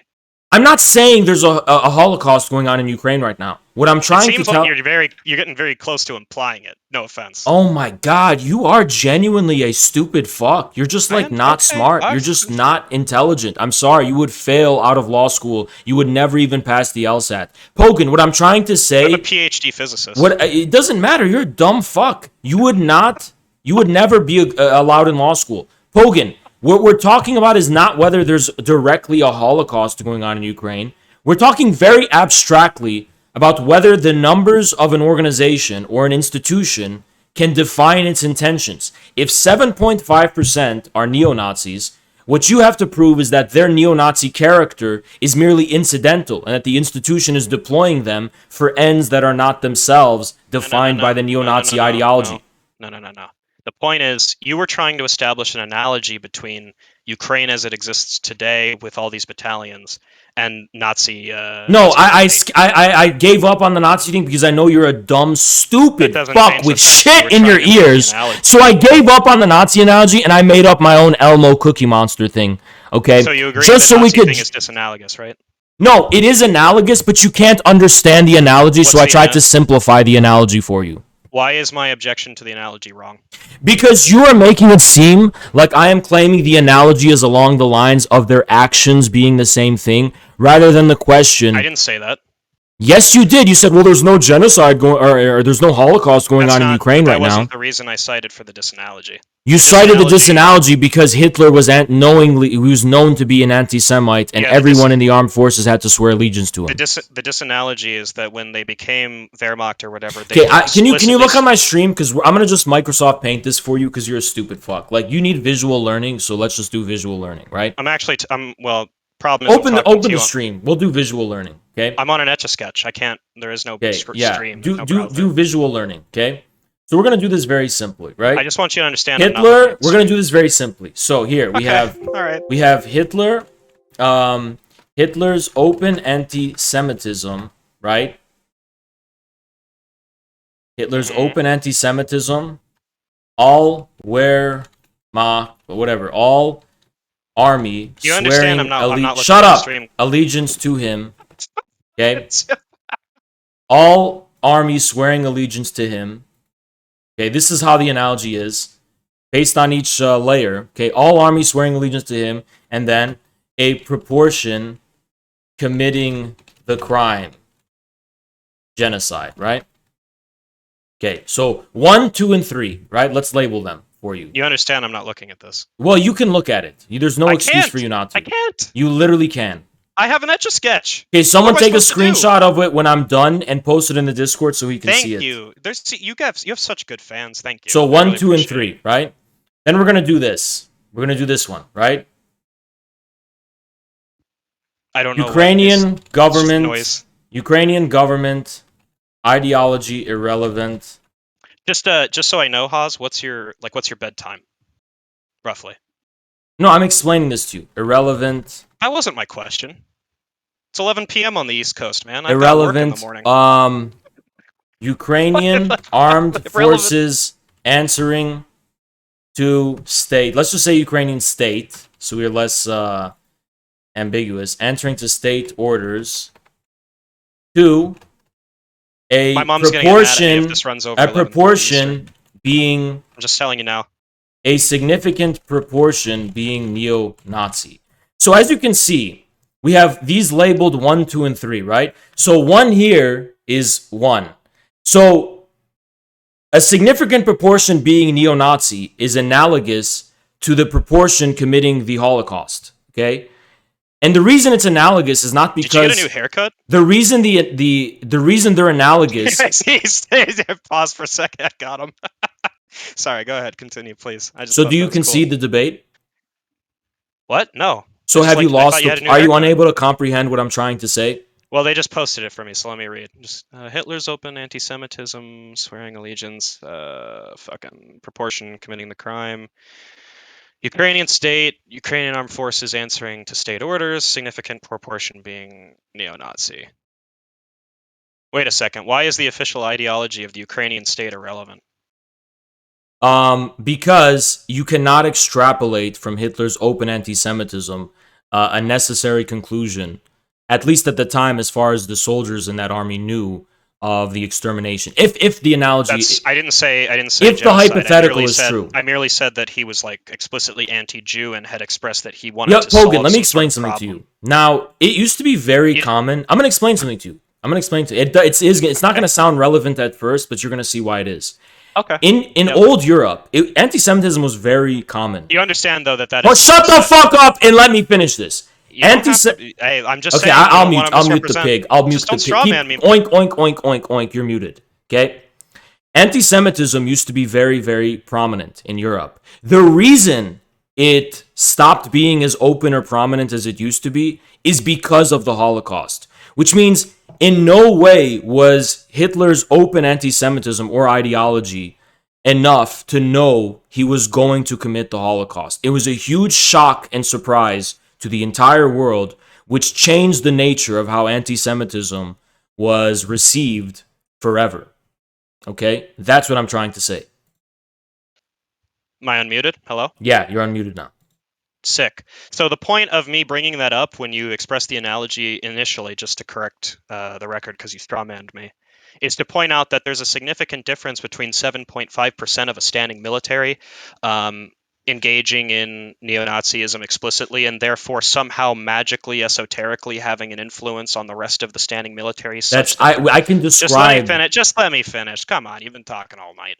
And such that they're partial to the ideology of neo-Nazism, right? Versus a military that is very explicitly subscribing to the ideology because the guy they're fucking directly swearing loyalty to has been saying for like years that the Jews are a problem that they need to get rid of, right? That's the reason to think it's disanalogous, because if you'll recall, your initial claim at the outset of all of this was something to the effect of, well, I think the Ukrainian Ukrainian government / deep state is a Nazi institution. And the reason I think that, at least one reason, is that at least one. Well, sure, fine. But one of the many reasons that you supposedly have to believe that is that there are these battalions which are neo-Nazi and they're somehow influencing all these other elements of these other 200,000 okay, there's two prongs. Just so you understand, right? You see why that would be disanalogous if conditional, right? If the claim is that somehow we're supposed to believe that at its core, the fucking Ukrainian deep state government, whatever you call it, is an explicitly neo-Nazi institution. You understand why that's a problem if you're doing like an induction. Okay. It doesn't follow. It's not cogent. Can you actually Pogan, I've listened to you very, very carefully because I want to rip you apart. You don't listen to anything I say, so listen very carefully, Pogan. How is CPI? Can you tell me There's two prongs. Listen very carefully. Two prongs. Listen very carefully if you want to even have a chance in this debate. Two prongs. The first one. It is not true that I claim that they magically influenced the Ukrainian armed forces as the 7.5%. I've been trying to explain how they do, but you keep cutting me off. I would be more than happy to give you more examples of how this influence and how the mechanism of this influence is concerned. But the only thing... Shut the fuck up! Because I let you talk, Pogan! I let you fucking oink, oink, oink like a pig for a long time, so let me talk now. All I wanted to do is prove that them being 7.5% alone does not discount the possibility of that influence. I was more than happy to name you examples of that influence. Okay? The second point, with respect to the analogy, though. The second point with respect to the analogy, there's two prongs to this. The second point is that is making the assumption that Hitler's anti-Semitic ideology was known to be the extermination camps of the Holocaust, Did you know which I'm it 6'3"? wasn't. Did you know that? What? I'm 6'3". Did you I know don't. that? So Don't you're say you don't conceding. care, because you absolutely do care. Wait, so Don't you're fucking say- conceding. Hold on. So you're didn't concede. conceding. I didn't concede. I just gave you my rebuttal, and that's how you respond? You're refuting a straw man. What do you want me to respond What to? is the straw? How is it a straw man? The straw man is saying that I ever at any point was talking about just genocide explicitly, when I merely said all that's necessary for the analogy to break down is that in one case they're not explicitly subscribing to some X ideology, and in the other case they are. That's sufficiently. But the analogy was not along the axis of the cowboy. ideologies, Whoa. which I even muted you to Easy, clarify. cowboy. Hey, easy, cowboy. This isn't fucking modern day debate, okay? Just chill out. The point is, that's sufficiently disanalogous to make the point break down, because you're trying to say... Let me know when you shut the fuck up. Let me know when you shut the fuck up. Oh, I'm happy to. Yeah. That you're trying to say that's reason to think that, like, we can conclude that the Ukrainian deep state is somehow explicitly neo-Nazi, but you haven't actually presented some sort of analogous reasoning to make that conclusion probabilistically. You fucked up the whole thing. The analogy was not, you just saw the Microsoft Paint, look at it again. I am not comparing the subscription to neo-Nazi ideology in Ukraine to the subscription of Nazi ideology in the German army. Are you going to tell me how CPI was ever? Looked like a so are you, Pogan, the more snide remarks you make, the more you're admitting you lost this debate. I'm waiting for you to respond to the point I actually made. Do I have to mute you? If I mute you, will you listen to what I say? I mean, you're attacking a straw man. You didn't even hear what I said. How would you know if it's a straw man or not? How could I not hear you? You've been fucking screaming into the mic. So, Pogan, I'm not comparing ideology of Nazism to the in Germany to the ideology of the neo-Nazism in Ukraine. I'm comparing the Holocaust, just as an abstract analogy, about how a minority of the people in an institution can do things or have That's positions. Not the minority in the German case. That's the point. Okay, but hypothetically, if it was, you already conceded that it would define the institution's intention. Hold on, Pogan. Even if it wasn't a minority of the Nazi party or the institution of the German state, whatever you want to call it, if it was a minority in a hypothetical scenario, you yourself conceded that it would make the Nazi party and define the Nazi party as not only culpable, but it would be defined by that action. Yeah, but the point is, even in the Elmo Cookie Monster, whatever the fuck case, you tried to present the same exact analogy, just with different pronouns, right? It's the same exact setup. And right, because I was trying to... because it's an abstract hypothetical. What is this fucking... What is this, breakfast? Pogan, how many times have you interrupted me in this? If you want, Pogan... Hold on, Pogan, I can let you talk uninterrupted if you can commit and promise to do the same to me. How about that? Sure, yeah. Okay, then don't interrupt me again. I won't interrupt you. Go ahead. Yeah, I think I've explained several times what the disanalogy is. I'll go over it again because I think the audience is like kind of paying attention just a teeny little bit. So here we go. You're trying to say that there's this 30% component of the Ukrainian National Guard, 7.5% of the overall standing military, and this is supposed to be representative of the Ukrainian deep state being explicitly neo-Nazi, right? And in order to present this argument, you did analogical reasoning with Nazi Germany, and you were appealing to like the Wehrmacht and the military and whatever. But the problem is this, right? Unless you have some other piece of evidence you'd like to supply, in the Ukrainian case, merely having these 7.5% of the overall military be neo-Nazi does not implicitly or explicitly mean, barring a further argument, that the rest of the Ukrainian military is neo-Nazi sympathetic. In the case of Germany, not only are they like obviously in an environment where the entire regime and government and everything has been cultivated such that they're subscribing to Nazi party ideology, they actually explicitly swear allegiance and loyalty to Adolf Hitler, a guy who for like 5 to 10 years has been railing against the Jews very publicly and very violently and very explicitly, which means in the German case, we do have reason to think that the German standing military would very, very, very likely be sympathetic to the ideology of Hitler. In the Ukrainian case, we don't possess the same reasoning. Hence the disanalogy. Please proceed, Haas. Go ahead. Okay, so I want you to actually listen carefully because you just looped again, and I'm going to explain to you why you looped. It's very simple, okay? Now, first of all, I am not saying that just because 7.5% are there, without any further details or context, that this means the Ukrainian armed forces as a whole is neo-Nazi. The context of that 7.5% is what's decisive to the argument here, and what they actually do and what they are for in regards to the Ukrainian armed forces, okay? That's what I made that very clear from the very start. Second of all, I never actually discounted that the whole of the, let's say, German army during World War II was anti-Semitic or was sympathetic or subscribed to Hitler's ideology because they swore allegiance to him. What I made very clear, though, was that subscribing to Hitler's ideology at that time was not necessarily the same thing as committing the act of the Holocaust and the extermination of Jews and the camps, okay? Now, even if it was, as a matter of historical fact, just refer back to my hypothetical in which this wasn't the case, and in which it was only 2% and 98% had no idea. It is not true that... See, what your issue, Pogan, is that you're trying to make it seem like I'm saying that the German military vis-a-vis Nazi ideology is the same as the Ukrainian military vis-a-vis Ukrainian neo-Nazi ideology. That's not what I'm saying. What I'm saying is that the perpetration of the Holocaust relative to the institution of the Nazi Party, assuming only 9% were culpable, or directly perpetrating it, I should say, is relevant vis-a-vis the 7.5%. And the reason I'm saying that is not to draw the conclusion that it's necessarily true that just because there's 7.5%, that means the institution is going to be defined in a certain way. The point is, it is more than easily possible for 7.5% of an institution to define the nature of that institution. Not even just the ideology, but even when it comes to moral culpability in actions.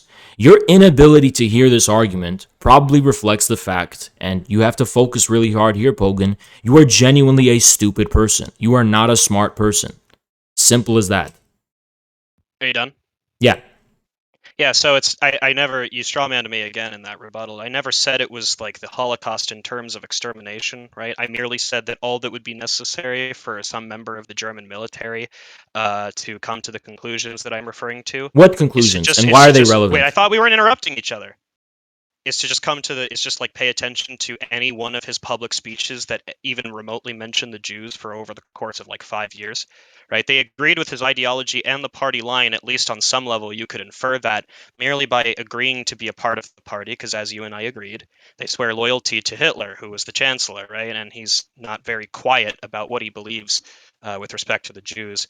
And the problem there is exactly what I've been pointing out as the disanalogy this whole time. The Ukrainian armed forces, you can't make the same inference that they agree with the ideology and the party line merely because of the evidence that you presented, which was just the 7.5% or 30%, right? You have to supply a further argument to think that Ukrainian deep state is a Nazi institution. If you're using the existence of these battalions as evidence for that, you haven't given an argument. That's the disanalogy. You strawmanned me again with the Holocaust extermination thing. I never fucking said that. Pogan. You're 4'7", I'm 6'3". Pogan. What else do you want from me? That's okay. It's okay. You conceded. Pogan. I'm going to repeat this. Conceded to what? Yes, you did. You did concede to me because I made it very clear that no one denied that the German military was anti-Semitic or agreed with Hitler ideologically. It is not under contention. What is under contention is the question of their culpability in the Holocaust in this hypothetical. And it's a hypothetical, Pogan. Stop talking about the direct thing, because the direct thing doesn't matter.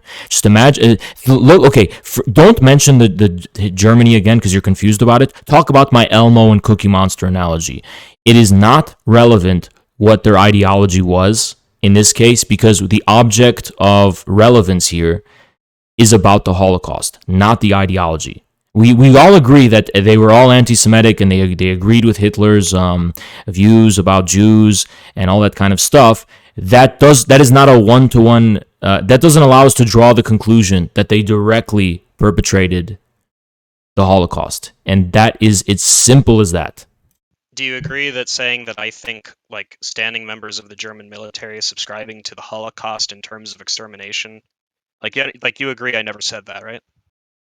If you're not saying that, then you're not saying anything relevant to the. If you concede to me that, then why are you bringing up that they agree How with is it a Hitler? concession to get you to clarify that I never Because said that something? was the crux of that was my analogy. My analogy No, it was wasn't. with regard to their proximity to the perpetration of the Holocaust, not their ideology.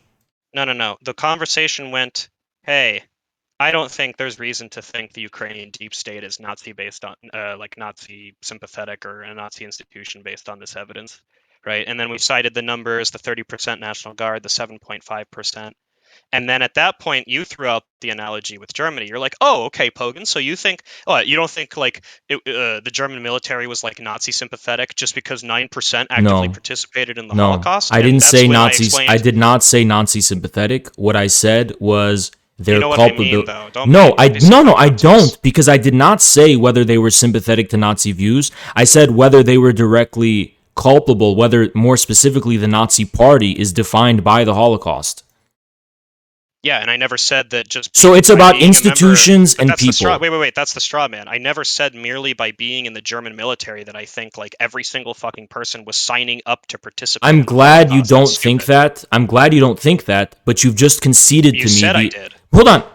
You Because said you. I did. That's the straw man that I've been pointing No, out for no, 20 that's minutes. not what I said you did. I think Yes, you you're did. I can no look at the recording. Pogan. What you were saying was that they weren't signing up for the Holocaust, but that they were signing up for Hitler's ideology, which is true, but that's not relevant to my analogy. I just don't So understand why you're so upset when I'm the one trying to tell you what I actually said, and you seem so like befuddled about because the what statements you I made. said does not address my analogy. Yes, it does directly. No, it I've doesn't, explained because how it hold does on, three Pogan, you just times. contradicted yourself. Nowhere in my analogy am I equating perpetrating the Holocaust with subscribing to the Nazi ideology at the No, you're time. still confused. The disanalogy is the difference between making some sort of inference about 7.5%, 30%, whatever, having a neo-Nazi ideology, and the Ukrainian deep state being an explicitly Nazi institution, versus people participating in an institution that is not only open about its political ideology and Yeah, but beliefs, but in order, I'm almost done. Remember, we're not going that's to not interrupt on. each Just other. don't finish that because I know what Wait. you're gonna I say, thought the rule. Pogan. It's not I thought we were going relevant to to the interrupt each other. analogy. Haas, why can't you follow your own rules? Go ahead, waste our time, Pogan. You're a very forgiving person. I thank you for that. The point is, by joining the German military, by being in the Wehrmacht, the SS, whatever, by being like a card-carrying member of the Nazi Party, what have you, there are two relevant differences there that are not going to work in the analogy. The first is that you know damn well, right, what Hitler thinks about the Jews. The second is you are explicitly swearing loyalty and allegiance to that very fucking guy. Okay. Neither of those things, right, exist in the case of Ukraine, yet you're trying to say that this is some sort of analogical reasoning that you can use to conclude that the Ukrainian government slash deep state is an explicitly neo-Nazi institution. It just doesn't work that way, my friend. Okay. I'm gonna be very quiet and careful with you. That is not my analogy, Pogan. My analogy is not about Nazi ideology. It's not, the ideology thing is not relevant to anything I've said. I said, if 9% of the Nazi party committed the Holocaust only, that's still going to define the Nazi party as an institution, as a Holocaust committing institution. Okay? If 7.5% of the Ukrainian armed forces are neo Nazis, that has the possibility, and I'm not saying by default, because again, you may make the argument that the neo-Nazism is incidental to the overall aims of the institution, but it has the possibility, definitely, of defining the institution of the Ukrainian deep state as Nazified. That is literally that is what I said from the very start. You talking about the ideology of the Nazi party and the ideology of the Wehrmacht is not relevant. It's Pogan. Before you loop in like an NPC, say the same thing. You've said the same things dozens and dozens of times. What you said is not relevant to my analogy. And my analogy has nothing to do with the ideological loyalties of the Nazi party or the Wehrmacht. It has to do with their actions relative and in regards to the Holocaust. Are you done? Yeah. when you throw out evidence like there's X% neo-Nazi battalions, whatever, right?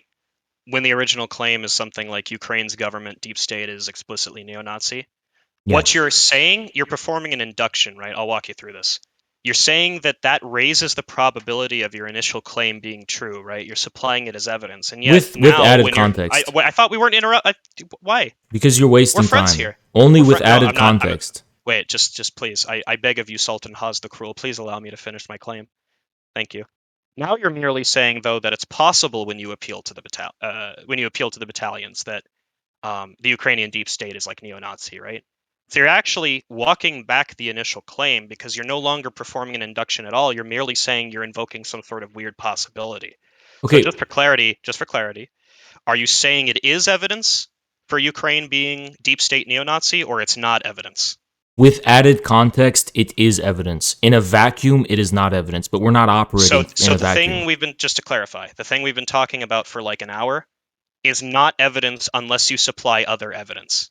No, I don't need to necessarily just supply other evidence. I need to address the context of that evidence. If you are not comfortable supplying this as evidence on its own, like in a vacuum, as you said, why not merely invoke the other evidence instead of arguing with me because about it's an not about analogy other that doesn't evidence, work? it's about knowing about the actual context of the evidence. So Pogan, you claim you have a PhD in physics, so you're used to working in vacuums. I was joking. Okay, well, sure, but that's not how real life works. Real life is not like physics where it's all just vacuums. Real life is actually not everything. It was a joke, Haas. I was joking. Real life isn't evidence in a vacuum. All evidence in real life is oversaturated with context. And that context is crucial to the very structure of that evidence. Okay? Yeah. So, in the case of, well, okay, on its own, 30% being neo Nazi isn't enough, but when you add the actual context of that 30% or that 7.5%, it does actually add to my argument. It does add right, to so the it's like I said, the evidence it is adds to something the outside overall evidence. picture. Hold on. It adds to the overall picture that I'm painting, which you haven't even let me discuss more details about that because you've been focusing on the 7.5%.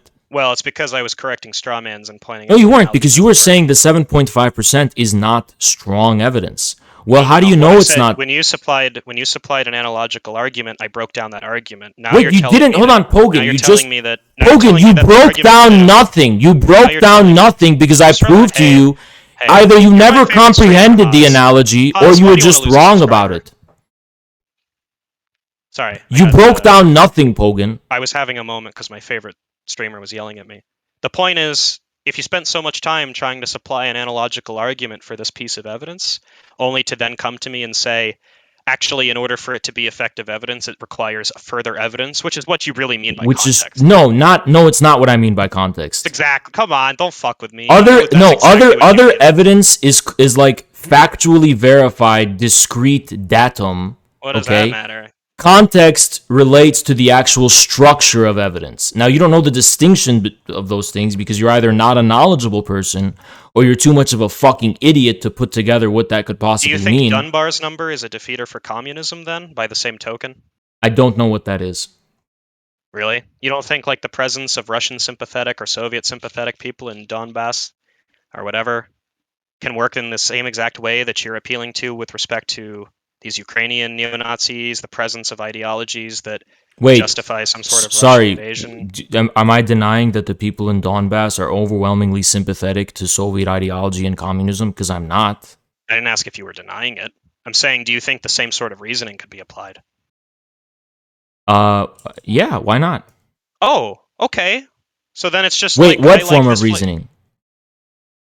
Well, presumably Ukraine doesn't want them to, like, secede or be Russian. I think that in the same way that Ukraine is neo-Nazi, the Ukrainian state is neo-Nazi, by the same... That's a claim that hasn't been defended. Okay, but by the same standard, you could also say that the Donbass is sympathetic to Soviet ideology. I would never deny that. No. That's you can't say that, like, the statement one, the Ukrainian deep state is neo-Nazi. Whether it's proven or not is irrelevant. Hold the train. Statement 2, Donbass is possibly, or sorry, Donbass is like Russia Soviet sympathetic rather than being explicitly Soviet. Okay, then let me rephrase it. Then that's actually okay. In the same okay. I think we should rename the stream Infra Disanalogy. That's more fitting. I got to be honest.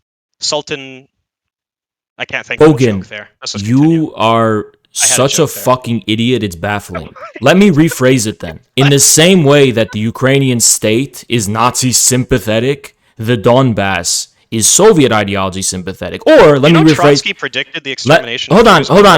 Shut the fuck up. Let me even predict it even further, right? In the same way that the Ukrainian deep state is Nazified, that the Donbass republics are Sovietized. I have no problem saying that. So what you deemed as like an essential, what you deemed as an essential component of my analogy, which was the keyword sympathetic, proved itself to be entirely inessential. Pogan, you would fail the LSAT. You'd never be allowed in law school. You are genuinely a almost naturally stupid person. I mean, you still provided an analogical argument that doesn't bear out or raise why not probability. Well, we've explained that for the last hour. Wait, but hold on, Pogan. You asked the two factors that I presented in the case of Germany, right, are absolutely were not relevant. Crucial. The ideology thing was not relevant. Wait, don't say that because that's sorry, burp. That's dishonest. They're absolutely crucial and relevant because you're talking about whether or not we can come to some sort of justified conclusion about the ideologies held by each respective regime. No, I'm not.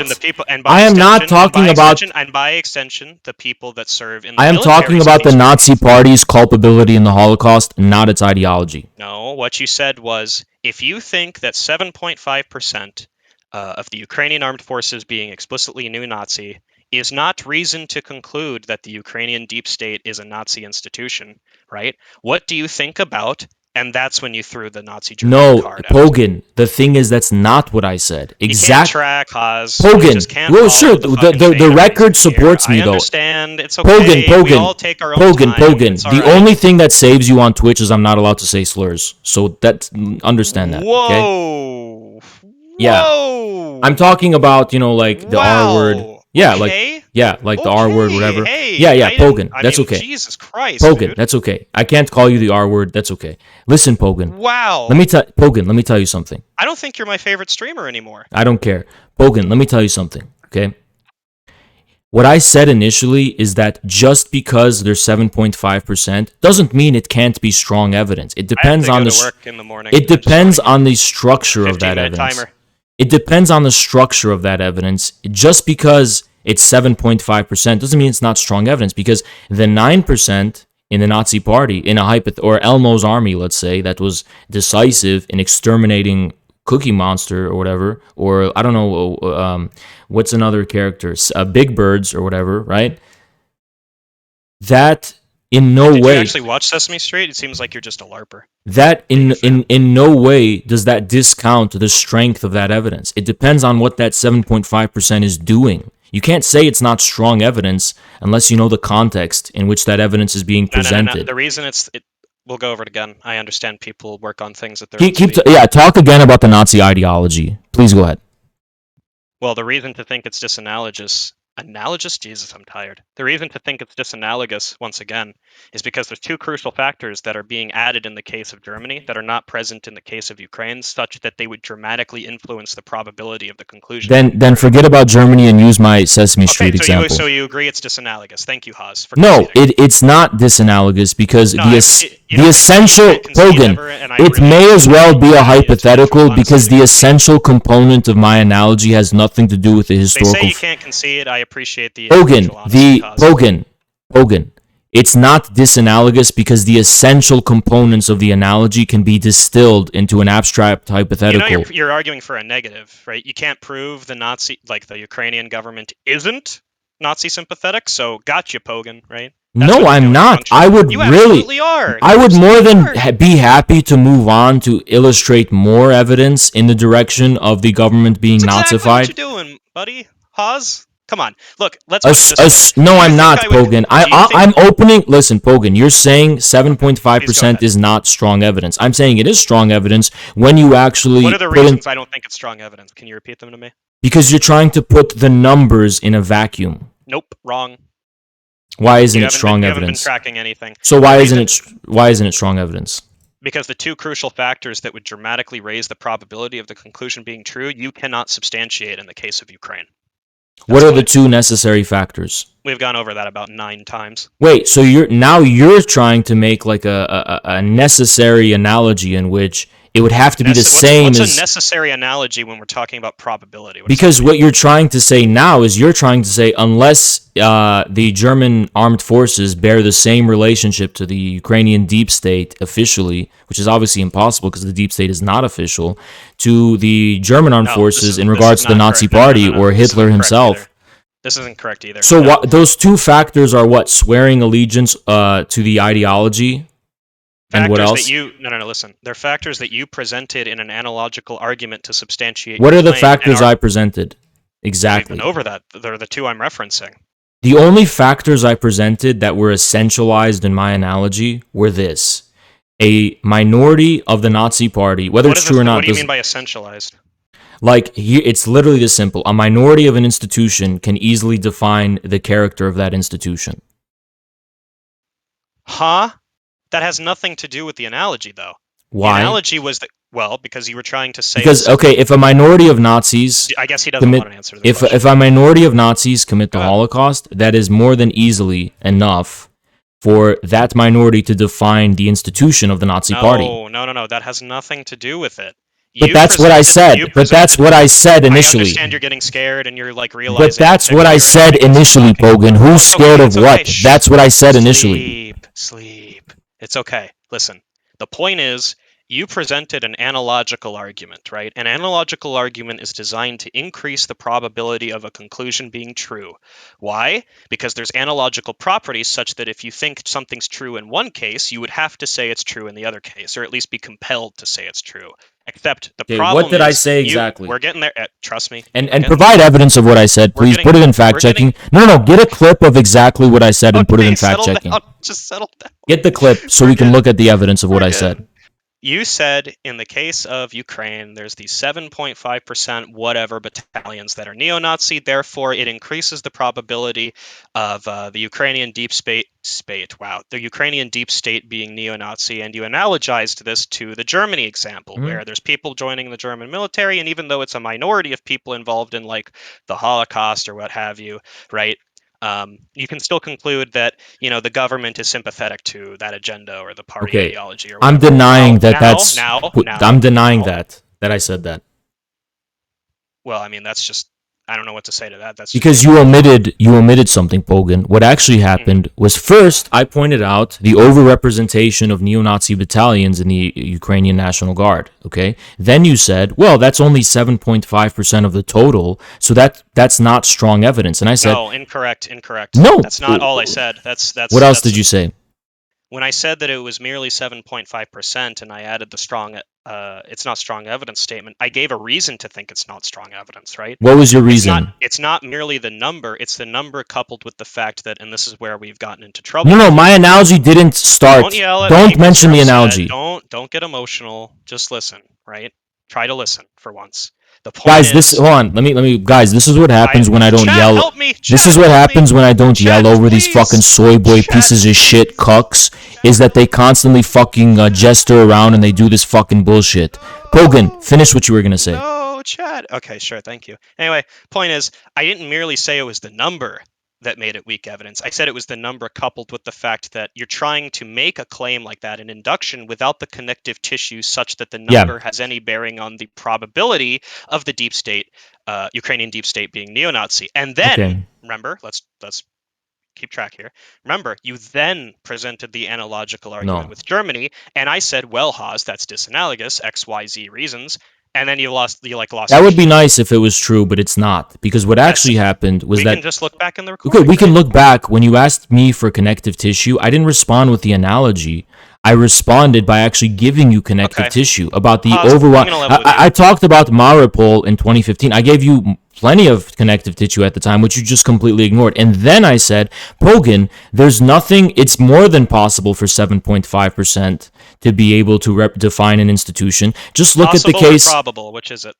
It's Because more than there's a it's. fundamental Hold on, difference between hold those on. two statements, right? No, it's about possibility because it's more than Oh, so possible. it's possible. Okay, well, congratulations. Yeah, it's more than possible. It's possible a Victoria's Secret model is going to walk in the door right now and blow me. Is it more probable based on some evidence that you're supplying, or is it just possible?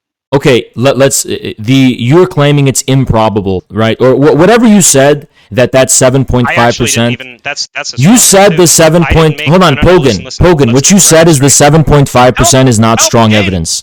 Where's James when you need him? Go ahead. You said the 7.5% is not strong evidence. That's correct. Yes. Yeah. But I didn't make. But Then you starting to asked say me I for made a- connective tissue. I gave you connective tissue, and I coupled that you connective tissue by you saying there's nothing didn't. about it being 7.5% that indicates that this is not as The proportional. connective tissue that you offered was an analogous. No, it wasn't. The connective tissue that I offered was the Azov taking Mariupol in 2015. Don't get emotional. Pogan, you are a fucking liar. The connective tissue I offered was the overrepresentation of these neo-Nazi forces in the Ukrainian armed forces. Help! Don't get emotional, please. All right? Are you okay? Pogan, Twitch TOS is the only thing that saves you. It's the only thing that saves you. Pogan. Are you implying a death threat or something? You're a pig. You're a pig. Oh, You're a he's fucking mad, pig. boys. This is You're the a maddest fucking I've seen pig. this guy in a while, You dude. fucking Holy shit. squeal like a pig, like a little Oh, fucking no. bitch. Oh, Every time I easy. fucking corner you, you sound like a fucking laughing hyena, little bitch, Pogan. You've always been a little bitch, Pogan. Ever heard of that? Huh, you fucking fat pig? I gave you connective tissue. You ignored it.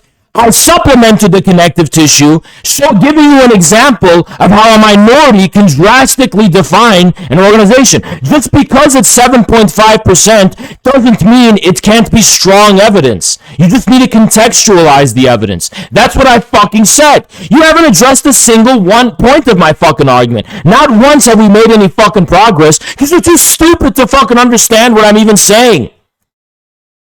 Pause. Chat. Infrared. It's been a fantastic evening.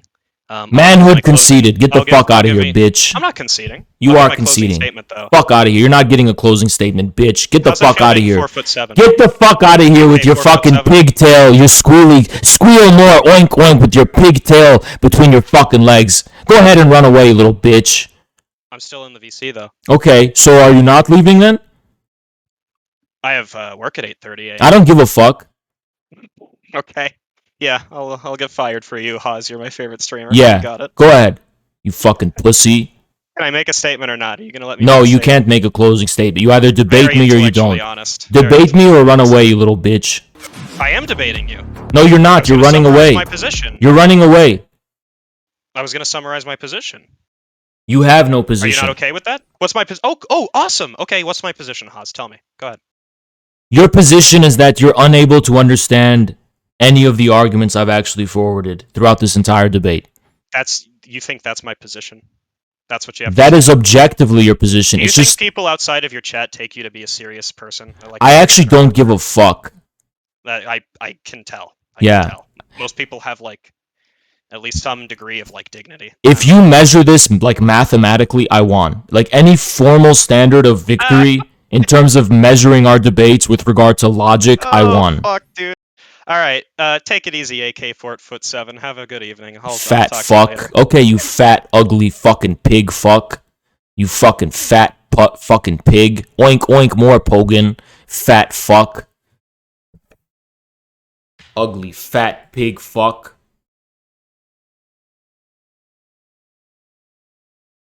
Imagine fucking getting destroyed that badly. Don't try to fucking out-lawyer me. Don't try to get in the weeds of arguments. I'm sorry, guys. I took the LSAT cold. And got in a pretty good law school. And in this fucking law school, I didn't study once. I'm built for this shit. Don't fucking come and get into the weeds of a fucking argument with me, you dumb fuck. Especially if you don't have a lawyer brain. Yeah, all he could do is his fucking MCU Reddit quips. That's all he could fucking do. Such a pussy. Such a fucking pussy. By the way, guys, all that fucking bullshit they do, all the entirety of that fucking bullshit is because of shit like this. I dissect and tear apart viciously my opponents. Viciously.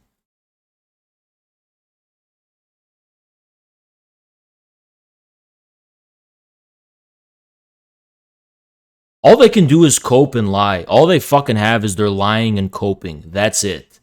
That's all they can fucking do. Cope and lie.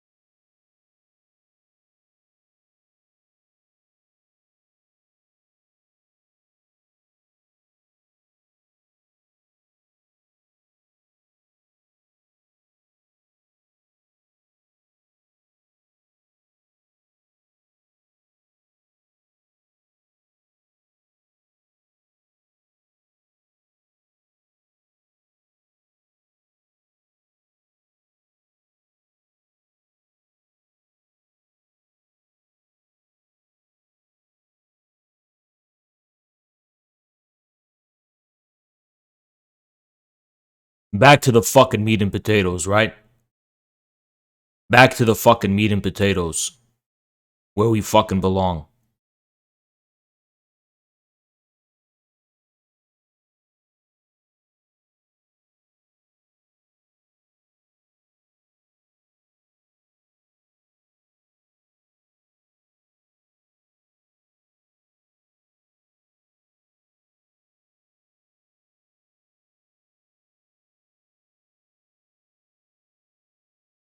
Based. Thank you, Alex. Appreciate you.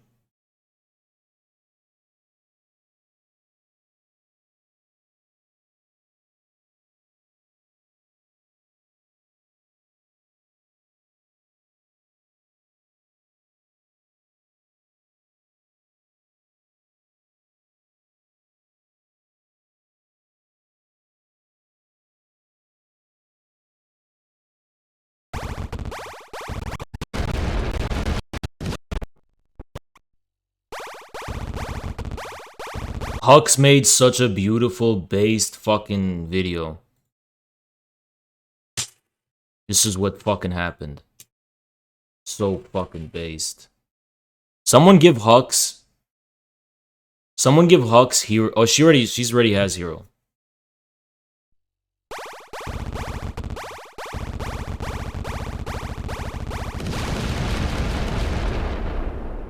Fucking based.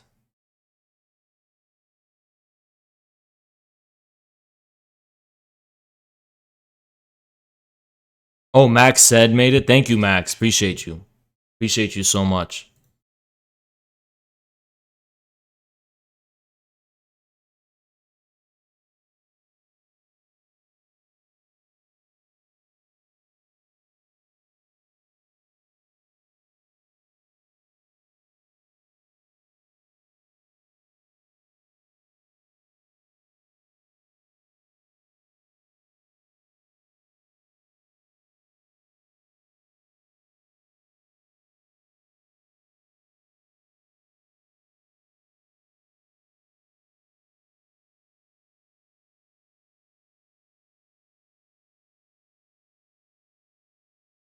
Fucking pussy. Absolute fucking pussy.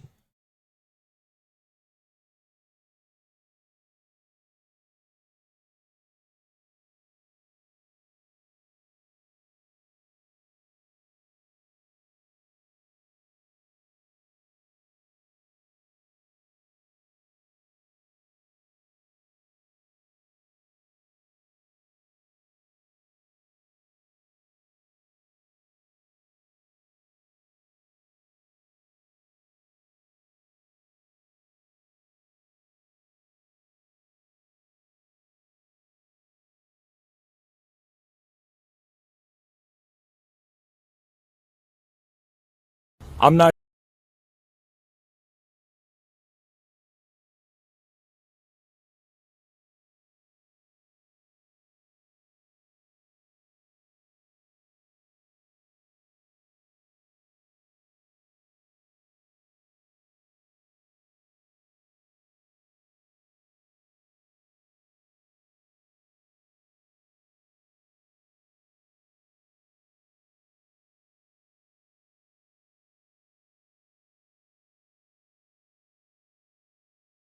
Yeah, we're gonna continue. We're gonna continue.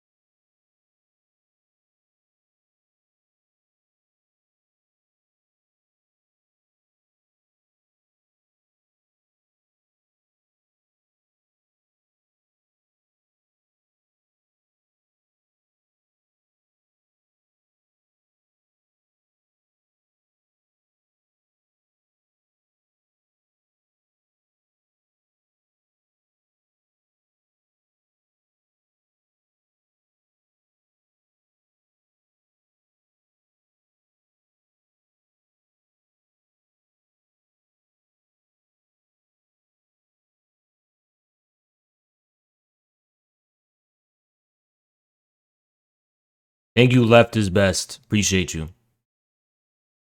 Yeah, I know there's a lot of news we have to cover about the conflict. A whole fucking lot. 2 W's in one night. We fucking destroyed, we set in motion the end of Destiny's fucking career, and Pogan's fucking got destroyed too, which, you know, which is old shit. Easy as fuck, though.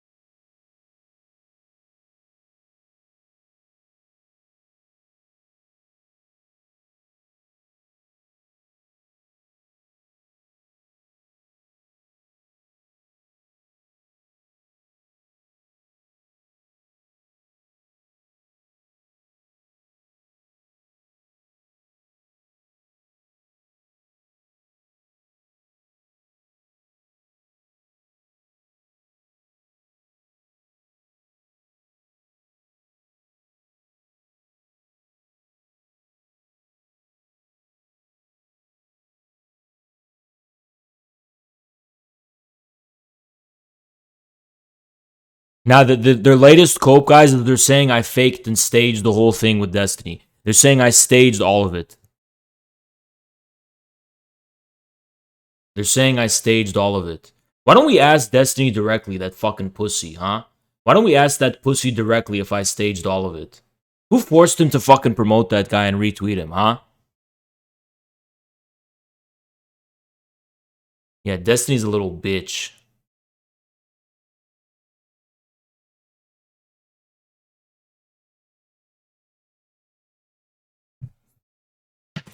Remember what Putin said? Empire of lies. Empire of lies. There's a lot of shit we have to cover about the news. Last time I checked, Mariupol was about to fall.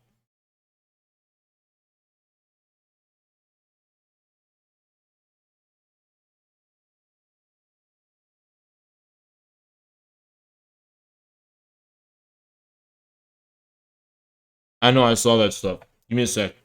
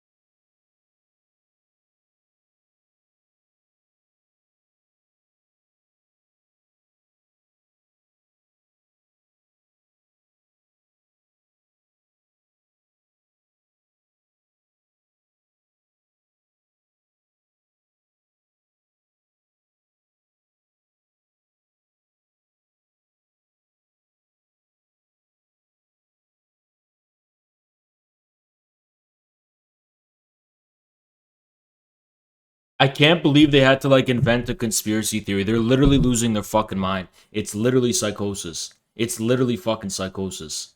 Unfucking believable.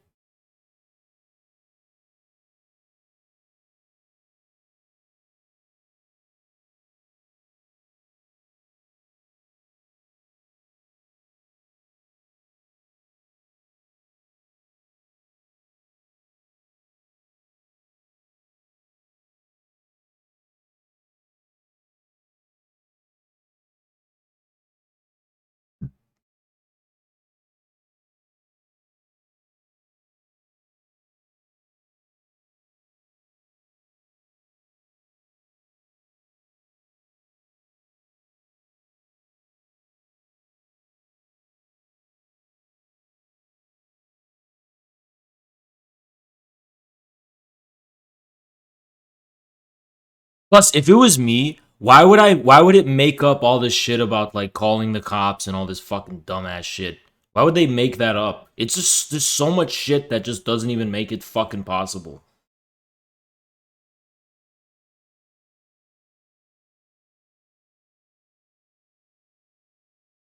Yeah, when one of these bees strays from the hive, they're fucking losers.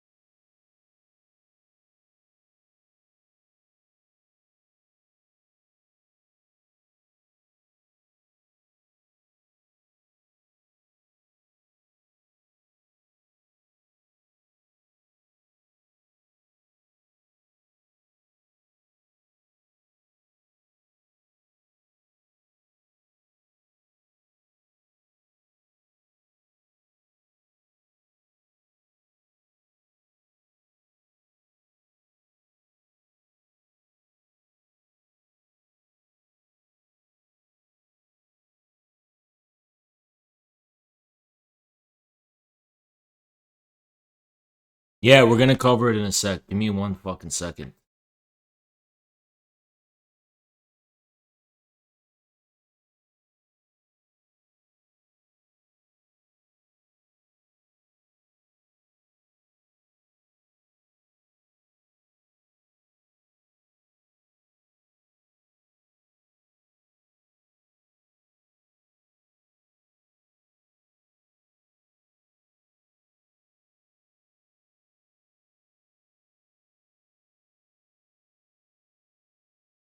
Plus, why did I say it's gonna take an hour if that was the case? I was like making up this whole thing. You know, this is the fucking smoking gun about Destiny's conspiracy theory being wrong, right? This is the fucking smoking gun of this shit being wrong. I'm just gonna dedicate one last thing to this, and we're gonna go cover the Ukraine shit. Let me tell you why. When that guy said he was there, all the timing was wrong. He said he was 4 hours away, right? He said he was 4 hours away. Then he changed it to being 2 hours away in a matter of 20 minutes. And then he finally said he was there. When he said he was there, I was so shocked. I ended my stream and I went immediately there. I wanted to say, I wanted a 1 hour window before I get there to say, oh, I'm an hour away, right? Why would I do that? Why would I have done that? The timing doesn't even fucking make sense. If I'm the one responsible for faking this, why did that guy give completely wrong times about when they were going to show up? And why did it take me as such a surprise when they showed up there immediately? Like, if I was lying, because I did initially lie about something, I said that I'm an hour away. I am not an hour away. I'm much closer to that place than an hour, right? I said I'm an hour away just because I don't really want people to know where I live, But I'm not an hour away. Why would I like do that, I just proved I'm not an hour away, right? Why would I have done that? Doesn't make any fucking sense. He would have posted the photos after an hour passed or something, right?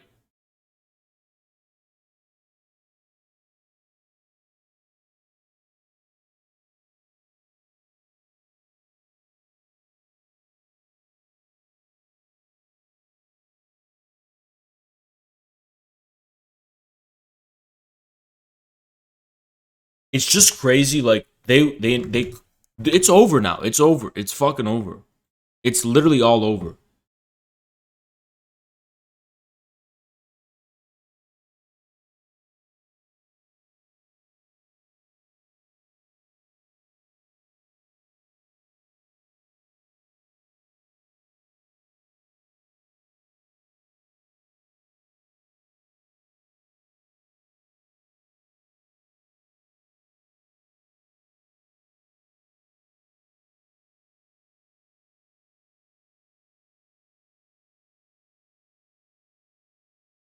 Hold on, hold on. No. This is so fucking absurd. Okay? Yeah, we're gonna move on. I'm just trying to wrap my head around how fucking stupid this conspiracy theory is. He knows he's lying. He's lying on purpose because he's a fucking lying little bitch, right? This is how fucking stupid it is. If I was the one who set it up, how could I have taken that photo when I was streaming when it was posted? I was streaming when it was posted, and I actually streamed live from that location. In case people wanted to say, oh, all these photos were taken yesterday, someone download the VOD too, by the way. I streamed live from that location onto Twitch. So I was there at the time in which I said I was there. How could I have been there? Well, this is the fucking smoking gun. The smoking gun to immediately destroy this stupid fucking cope narrative. How could I have taken those photos when they were posted while I was live? How could I have? I also was live from that location on Twitch. The cars being there at similar... The photos... You know what I mean? Indisputably a fucking lie.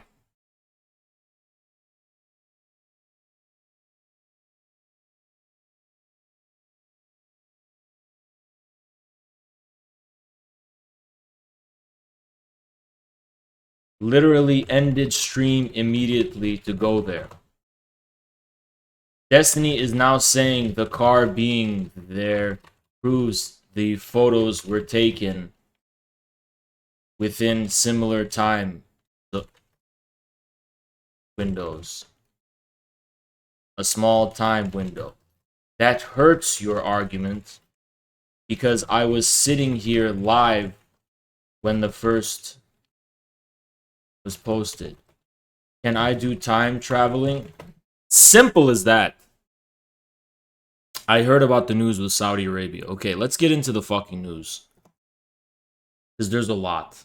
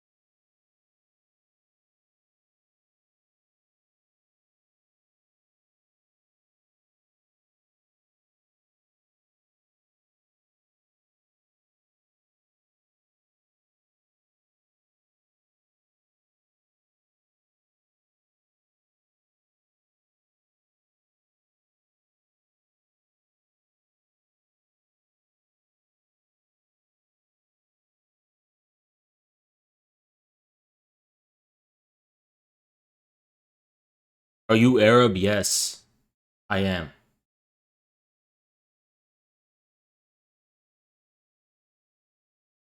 Destiny's a fucking pussy. He's literally a fucking pussy forever.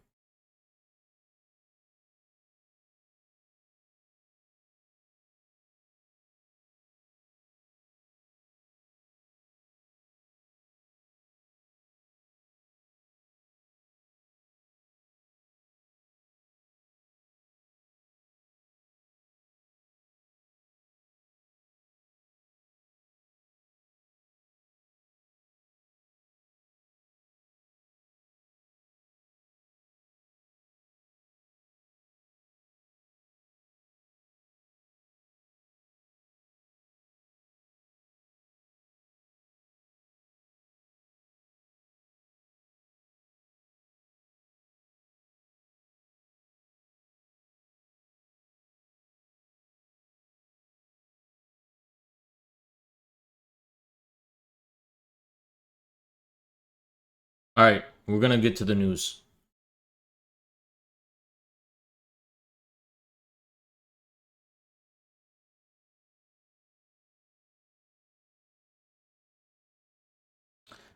So, this is the Azov battalion. I can't show that. Hold on. So, speaking of arranged fights, and it's just like a little funny thing to lighten the mood a little bit. Kadyrov responded to Elon Musk's challenge to Putin. He said, Elon Musk, a word of advice. Don't measure your strength against Putin. You're two different leagues. And it's not even about martial arts or judo. How do you see it? Are you in a red quarter of a boxing ring, a businessman and Twitter user, and Putin in blue, a world politician and strategist who inspires all in the West and the US? He'll look unsportsmanlike when he beats the hell out of you, a much weaker opponent.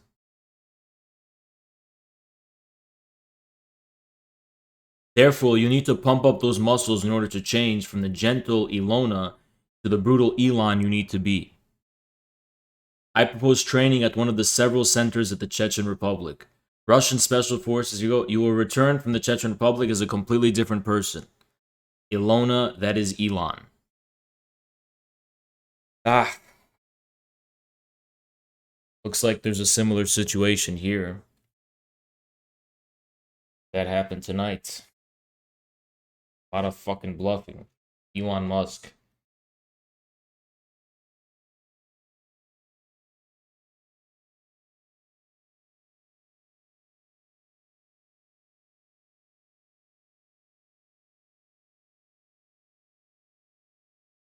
Keep up the lighthearted news. I'm going to show you something kind of funny. So, check this out.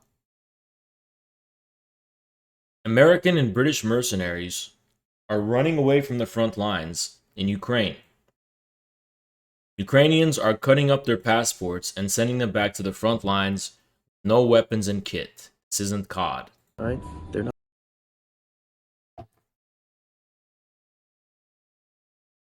Oh fuck, my phone broke.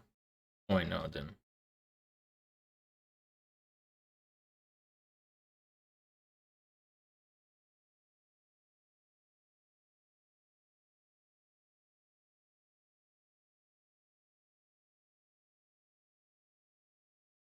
What? Hold on. Look what he's saying now. Look what Destiny's saying now. Hold on. This is so fucking weird. So you have to fucking explain what this means.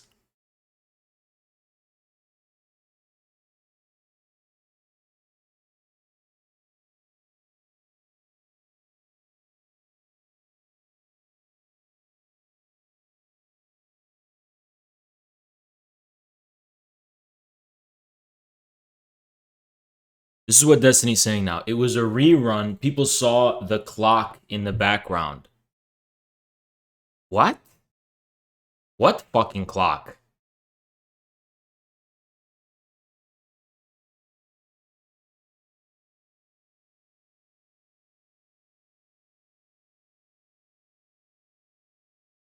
What is this? What fucking clock? What is he fucking talking about? My clock?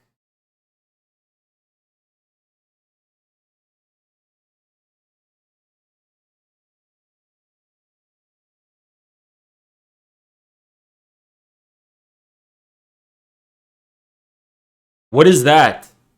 What does that mean? What does clock mean?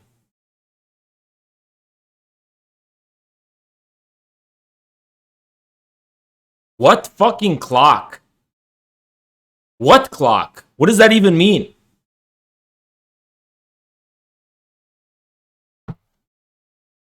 And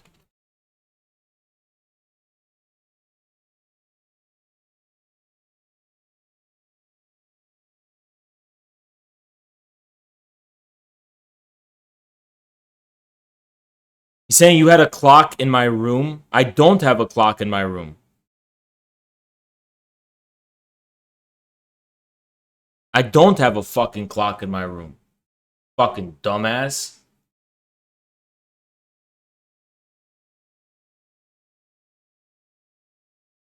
This is the last tweet I'm gonna make. Beta male Bonnell. All the fairy tales I claim about Haas are wrong and lies, but are needed for morale, just like the ghost of Kiev.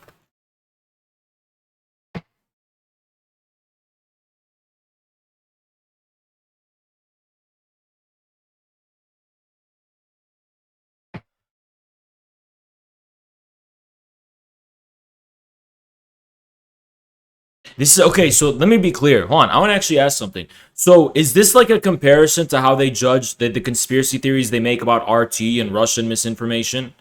Is it the same thing? All this shit that they make about fucking RT is the same?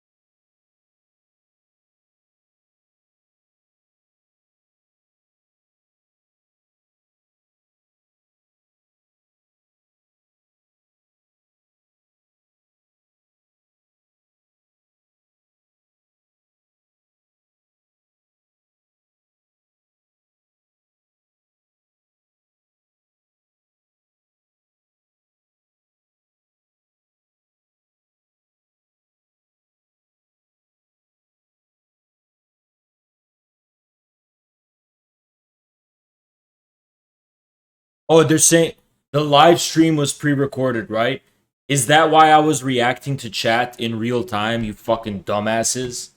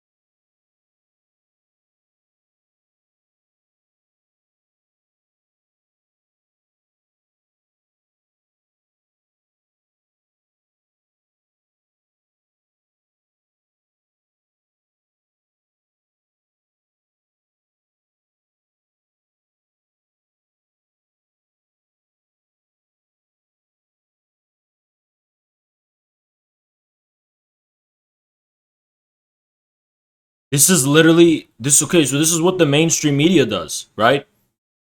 This is what the pro-Ukraine people do. They just fucking lie and make shit up. That's what they fucking do.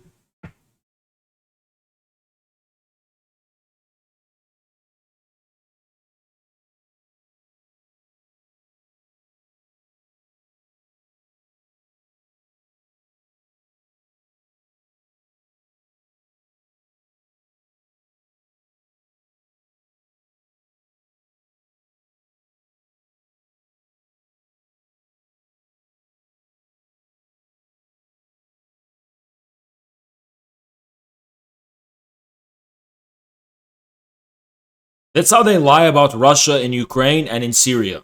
Same shit. It's the same tactics. The way they fucking lie about Russia in Syria and Ukraine. Let's continue. This is actually funny shit. So these guys wanted to show up for a fight in Ukraine, right? Where they went to Ukraine believing all the headlines that the Russians are totally getting wiped out and the Russians are being defeated and they're being routed and the ghost of Kiev and all this fucking dumb made up bullshit. Thank you, Marndog. They believed all that bullshit, right? So they actually showed up to Ukraine to fight the Russians, where they thought, oh, this is going to be easy. The Ukrainian military is crushing those Russians, right? The Russians are stalled and they're routed and they have all these, it's a big disaster. You know, despite that the Russians are claiming everything's going on schedule and that, you know, it's a pretty fine situation. The Western media is claiming that it's a really bad time for Putin in Ukraine, right? So these are the volunteers who firsthand witnessed the situation. I wonder what they have to report to us. For any of y'all who are wondering what is going on, alright? We were part of the Georgian National Legion, the 102nd Ukrainian Territorial Defense. Okay? Our base got fucked up. The base right next to us got fucked up. Americans, British, tons of British dead. Alright? They're not saying nothing. They're counting our dead as their dead. They're trying to send us to Kiev with no fucking weapons, no kit, no fucking plates. The people who are lucky enough to get weapons are only getting magazines with like 10 fucking rounds, okay? When they wanted to send us to Kiev, we said no. Our whole group, a bunch of Americans, Canadians. They're calling him a Russian asset? Really? It's like they're turning into conspiracy theorists. They have no connection to truth anymore. It's complete fucking psychosis. British. So they told us we had to get the fuck out or they were going to shoot us in the back. Alright? So me, this British guy, and another American, we fucking hid in the back of an ambulance to get out. We got to the border, and it was a whole nother mess. When you get to the border, anyone who has kit, anyone who has any military shit, they're fucking pulling you out of the line and they're sending you back to the front. We got dropped off about 5 clicks from the fucking, from the border, and we walked. And we get to the border, and this humanitarian group with a bunch of ex-SF veterans from England pull us to the side and say, you need to get, like, pulled us out and fucking, like, hit us. And they were like, you need to dump all your kit. They're pulling people out, cutting up passports, sending them back. So we dumped our shit. We got, like, in all of our fucking, we got in, like, Red Cross vests, and they had, like, fucking humanitarian passes to get us through the Ukrainian border. People need to stop coming here. It's a trap, and they're not letting you fucking leave. The best way to leave is, like, in a Vic or a car. Guess what? I don't give a fuck about these people. I don't care anymore. I don't feel bad for them. Fuck them. Fuck you. You want to go to a foreign country and wage someone else, you know, fuck you, you piece of shit. I don't give a fuck what happens to you. I really don't. Fuck this guy. Fuck him and all his fucking friends, too. You go to fucking Ukraine to fight the Russians, you're a piece of fucking shit scumbag in my eye. I don't give a fuck what happens to you. And that's the extent of what I'm allowed to say. I don't give a fucking shit what happens to you.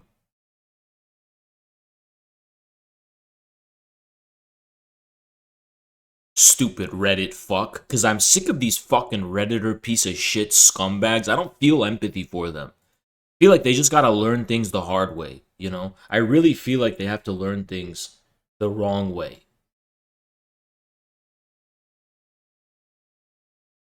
They have to learn it the hard way. Or something.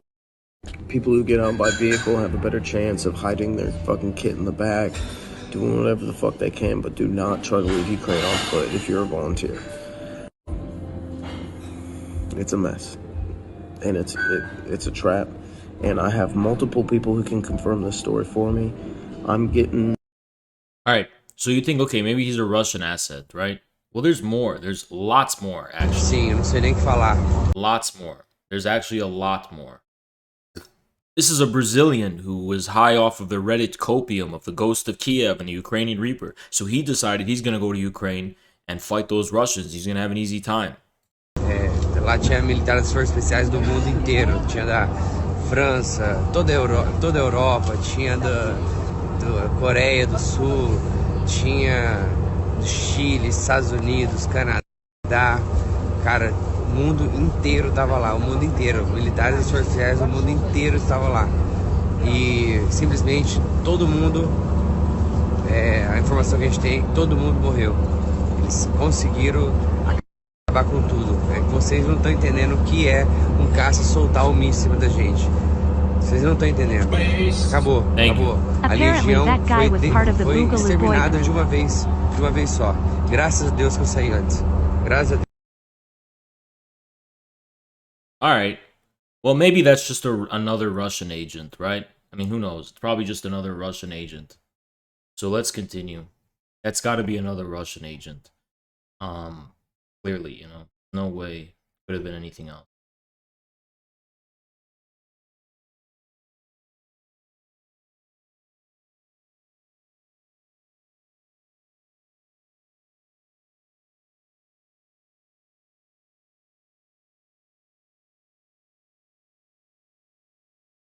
There's actually so much shit I want to show you. Okay, here, yeah. So that's got to be a Russian agent, right? Except, oh god, there's also more. This is just like Syria when people went to go join ISIS, except it's the MCU ISIS. It's coming to Ukraine. No offense, but I'd really prefer if you left my country immediately. No offense, but what are you doing to help our country? Telling dumb fucks like you to stay home. I'm a Ukrainian Russian, you dumb motherfucker. The dirty, yeah. So there's that. I have family in Ukraine. I'm half Ukrainian. My family's in danger right now. Go fuck yourself. They're telling you to not come. I guess these are all Russian agents, right? All Russian agents, we presume. It's all Russians. Russia, Russia, Russia. It's all fake. I like this new, like, vibe change where it's like, they have to start becoming the crazy conspiracy theorists. We don't have to do that anymore. Like, reality's on our side, right? There's more stuff from Reddit, right? You weren't expecting missiles in a war? Hold on, let me just... No, just that base at the particular time. Shit surprised all of us, including the Ukrainians. You guys are idiots. Of course they'd attack a training base. Thanks, man. The cannon fodder term is what was coming out of a lot of volunteers for months. This is the real shit in people's expectations of being utilized as a unit with operational capabilities versus the reality of basically being bodies in front of the advancing Russians. Morale is pretty bad. I mean, the whole damn base was destroyed, and the Legion is just kind of shoving guys with little training to the front.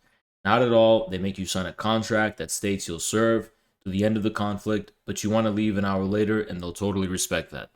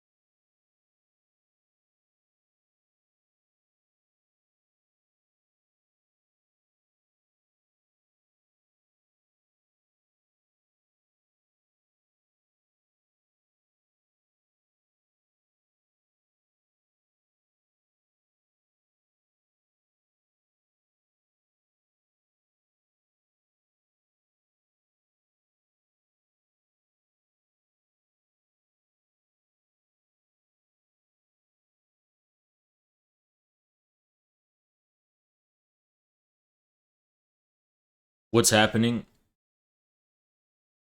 I'm looking at what to show first. Okay, this is something I did want to show.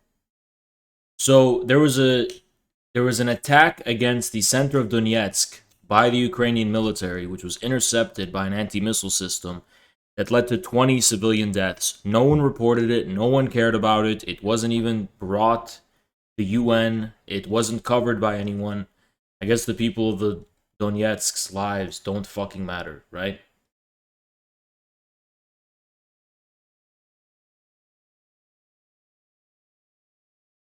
It was a war crime.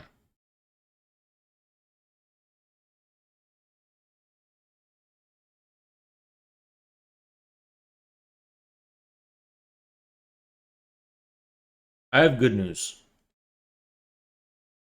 I actually have good news. Actually, I don't know. I have to be neutral about reporting this news. So this is from Midas Touch. And this was a MAGA rally, right? So this is a MAGA rally. A rally in support of Donald Trump. And I want to show you what happened. Got a good idea what's going on in Ukraine. When they went into Ukraine and they found these labs, they believe that maybe that the deep state is possibly going to use a bioweapon on Russian people.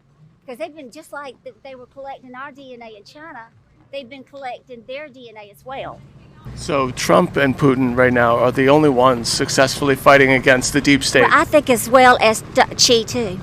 Who? Xi. Oh, in Xi China. Jinping? Mm-hmm. So Xi Jinping is Oh, fighting well, against he's a good guy. Oh, so he's fighting against the... Why? Because think about it. He's not part of the CCP.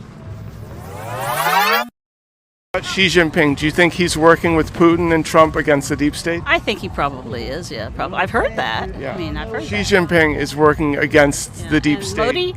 Modi Modi. also in India. Yeah, I've heard that. Xi Jinping, Modi, Vladimir Putin, Donald Trump are all working against the deep state. Right, and then you've got the White Hat Alliance, which is a lot of countries, Canada, France. He is part of the good guys. The reason I think that is because he's fixing. Remember all those fucking Bisel MLs who were like, oh, they'll always hate China. Look what's going on, guys. There's a change in the wind. The wind is changing. What did I tell you about MAGA? What did I tell you about Trump's people? Why did I always defend them? Why do I call them brothers?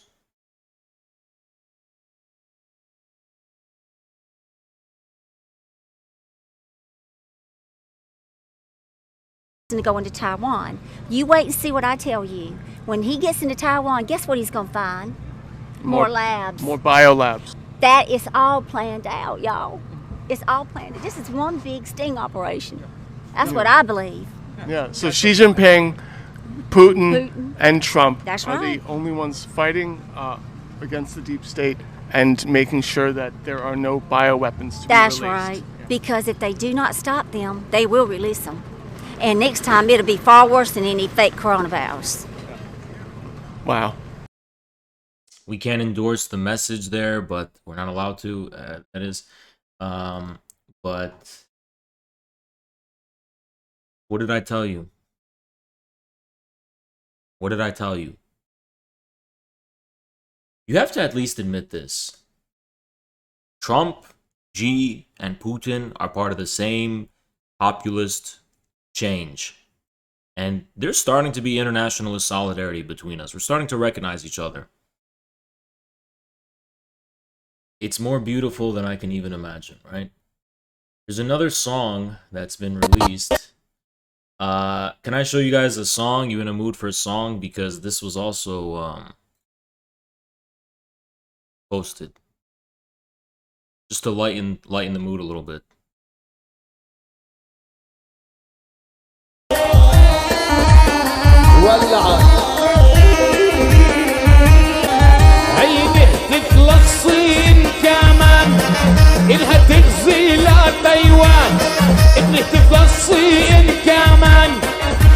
Shuckles, you're a little bitch. But by the way, you guys remember how Fuentes was pretty tame when he was on Twitch? As soon as he got banned from Twitch, his community became monsters.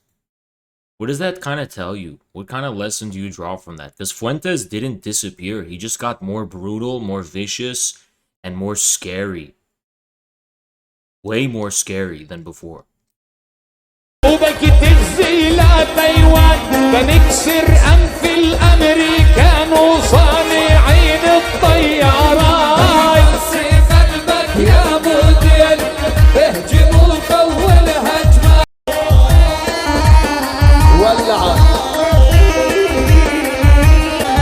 عينه تفلسطين كمان إلها تغزي لا تايوان إنه تفلسطين كمان.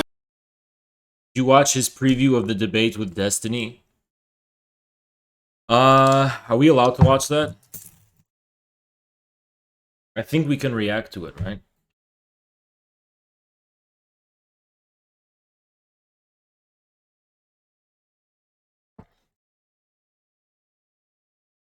No, I didn't see any preview. I didn't see any preview.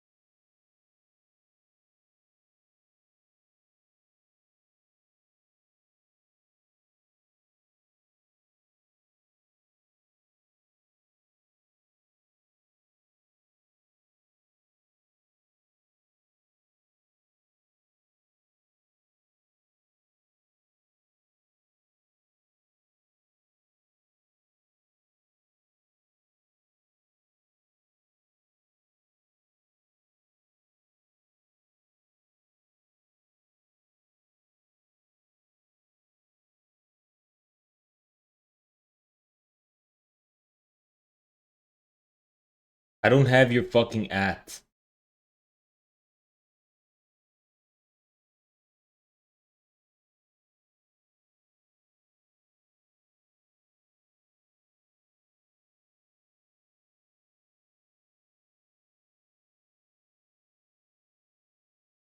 I don't have any at.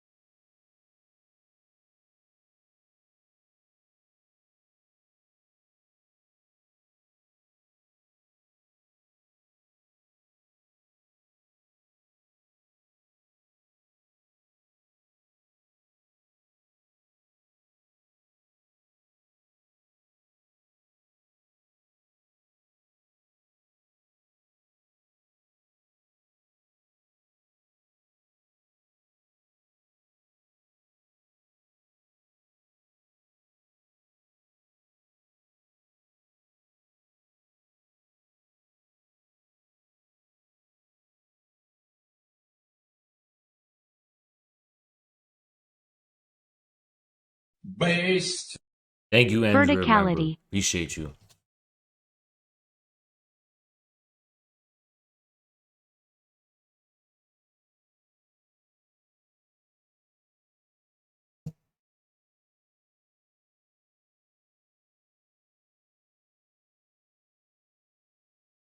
Okay, there's a lot more I have to show you.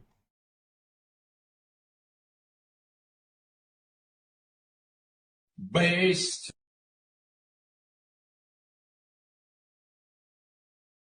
So, if you didn't know, Russia has sanctioned Biden and Blinken. Both of them are sanctioned now. Which is interesting. Based. Thank you, Rising. Maximilian. Appreciate you. Both are sanctioned.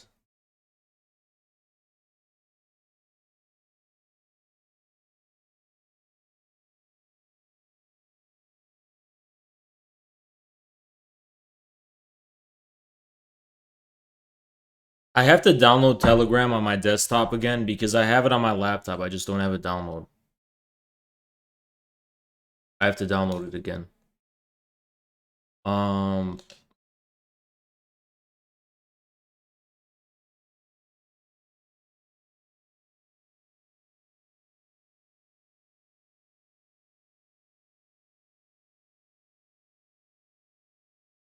Okay, so this is also something interesting. Okay, hold on a sec.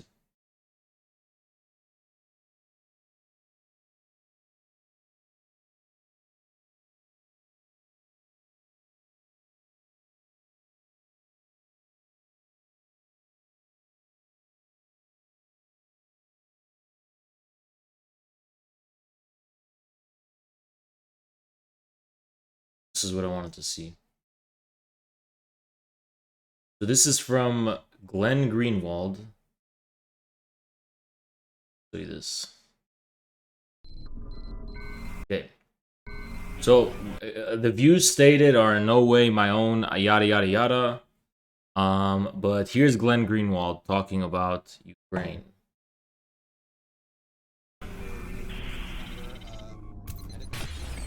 Hey everyone, it's Glenn Greenwald. Welcome to a new episode of System Update here on our home on Rumble. There is a major controversy that has emerged out This is in regards to the research facilities in Ukraine.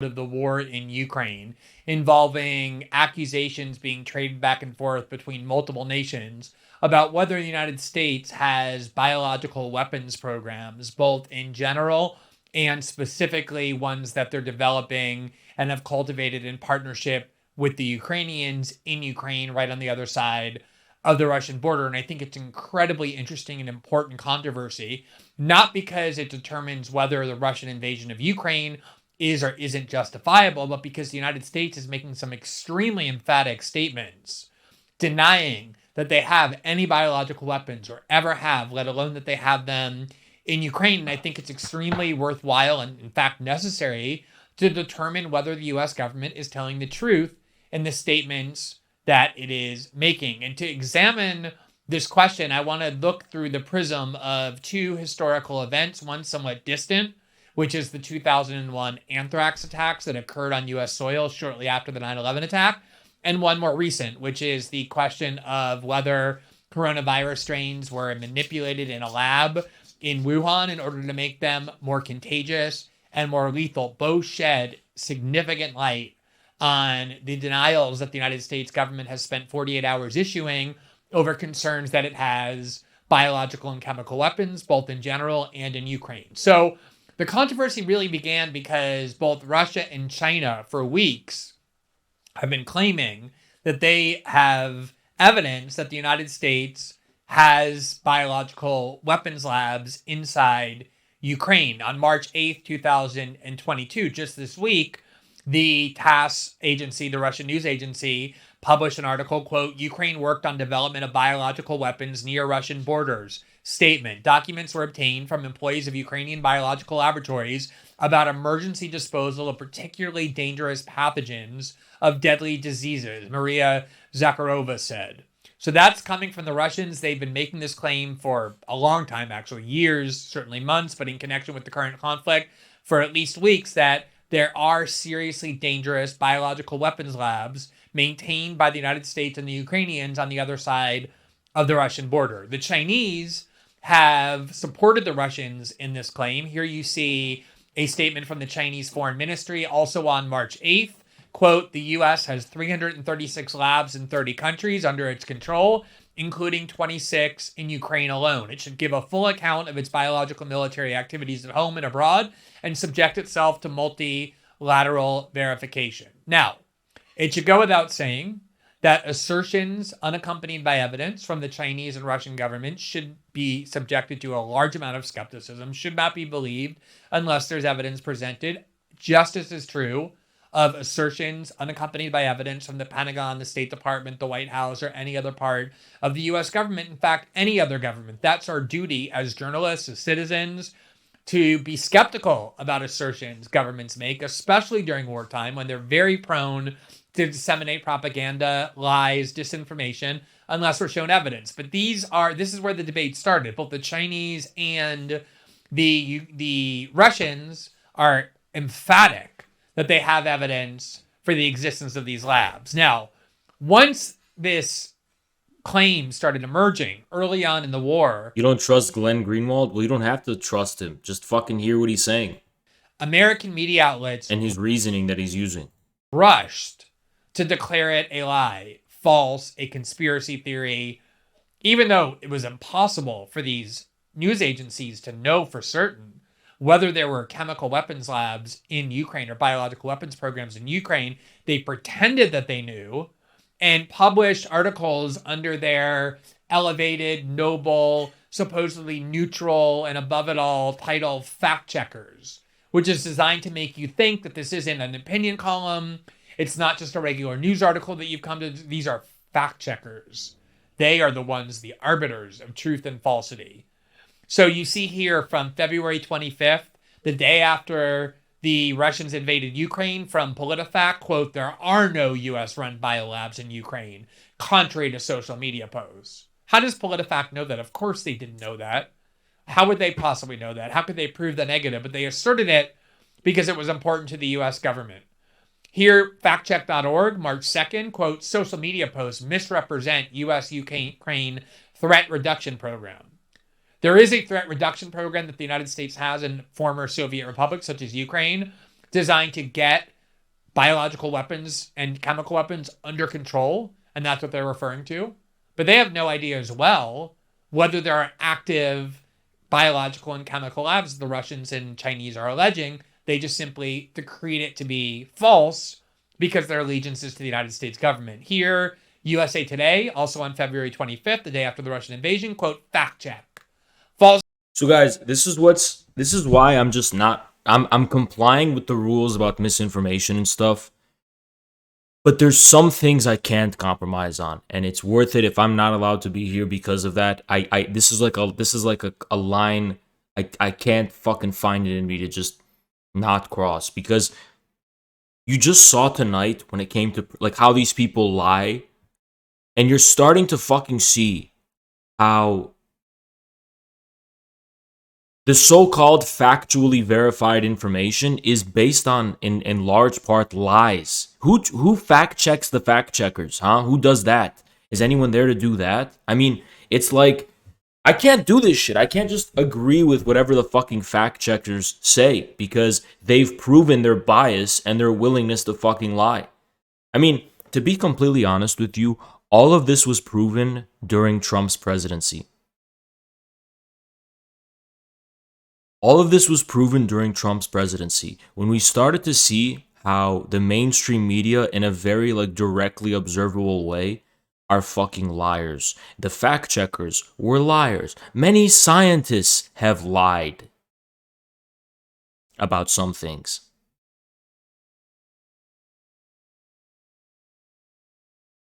I do believe in truth. I genuinely believe in truth. I just can't bring myself to lie, so I can't bring myself to just shut up, about some things. I can't. I just can't. False claims of U.S. biolabs in Ukraine tied to Russian disinformation campaign. I get it. There's a lot of misinformation. I debunk a lot of that misinformation. But there's also misinformation that comes from fact checkers who are supposed to fact check the misinformation itself. Let's remember that right before the 2020 election, when the genuine documents from Hunter Biden's laptop emerged concerning Joe Biden's activities in pursuit of business opportunities in Ukraine and China, with Hunter Biden and Joe Biden's brother trading on his influence, this is the same claim they made. Oh, those documents are Russian disinformation. This is what they always say when they want you to disbelieve a story. They actually have no idea. Here, from Foreign Policy, March 2nd, you see how they're all doing it at once. The first week of the war, quote, false claims of U.S. biowarfare labs in Ukraine grip QAnon. The conspiracy theory has been boosted by Russian and Chinese media and diplomats. Why was it so crucial for these quote-unquote fact-checkers, which are just journalists and reporters, pundits, pushing an ideology, masquerading as something more elevated and noble, fact-checking? Why was it so important for them to definitively assert, not that there was no evidence for these claims, but that these claims were false, when they couldn't possibly know that? Obviously, any biological weapons programs in Ukraine, in partnership with the United States or otherwise, would be highly secretive and classified. They would never tell the media. The U.S., of course, would falsely deny it if it were true. So they had no way of knowing, and yet look at them. They all, like herd animals, united and rushed to proclaim it false. Now, I didn't talk about this issue or mention this issue because I had no way of discerning who was telling the truth or lying with these competing claims, the Russian and the Chinese on one side, the Americans and the Ukrainians denying it on the other. I began talking about it. In fact, I wrote an article yesterday at Substack. I'm now doing this video only because the top official at the State Department in charge of Ukraine under both the Obama and now Biden administrations, Victoria Nuland, who notably, before working for Hillary Clinton's State Department, also was the Deputy National Security Advisor to Dick Cheney in the early part of the War on Terror, and then became George W. Bush's ambassador to NATO. She's a classic Washington neocon and warmonger and hawk. And yet you see she just kind of mutates from one administration.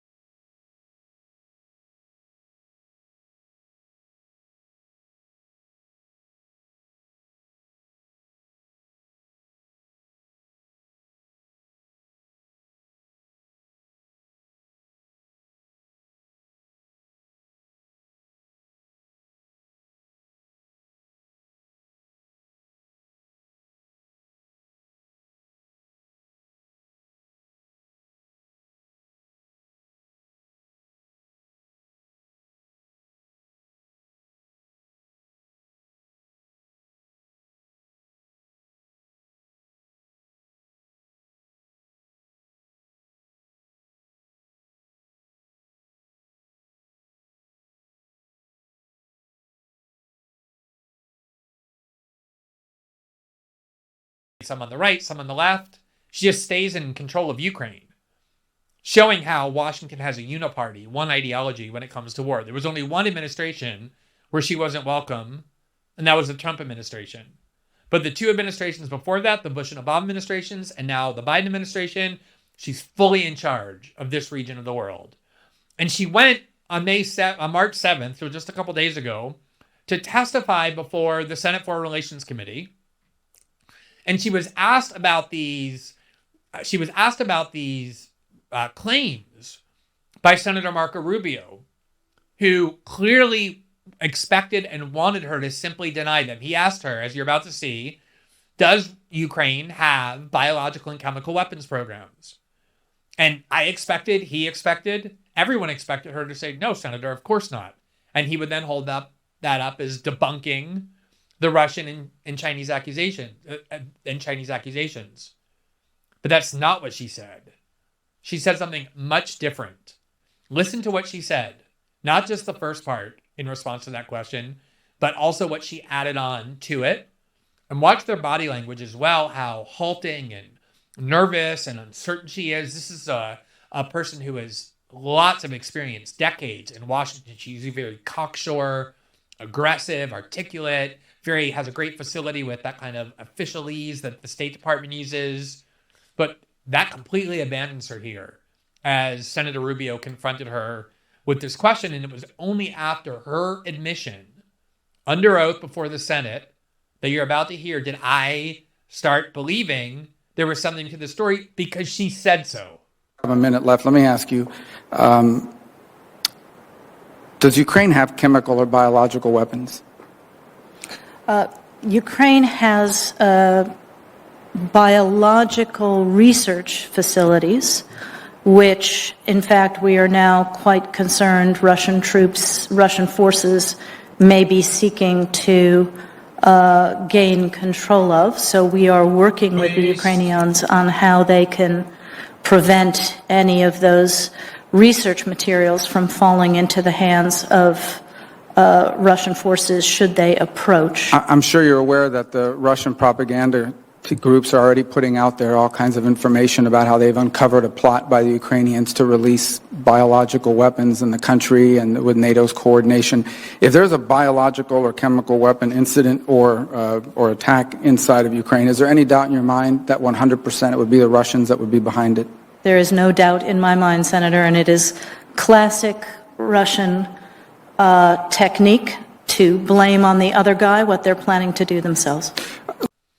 First of all, it's so almost hilarious how often they make these claims about Russia. They take extremely common human behaviors, such as whataboutism, which is nothing more than if somebody accuses you of doing something, you point to the accuser's bad acts as a way of equalizing you to them, or just everyone does that. That's very common in international relations and human behavior.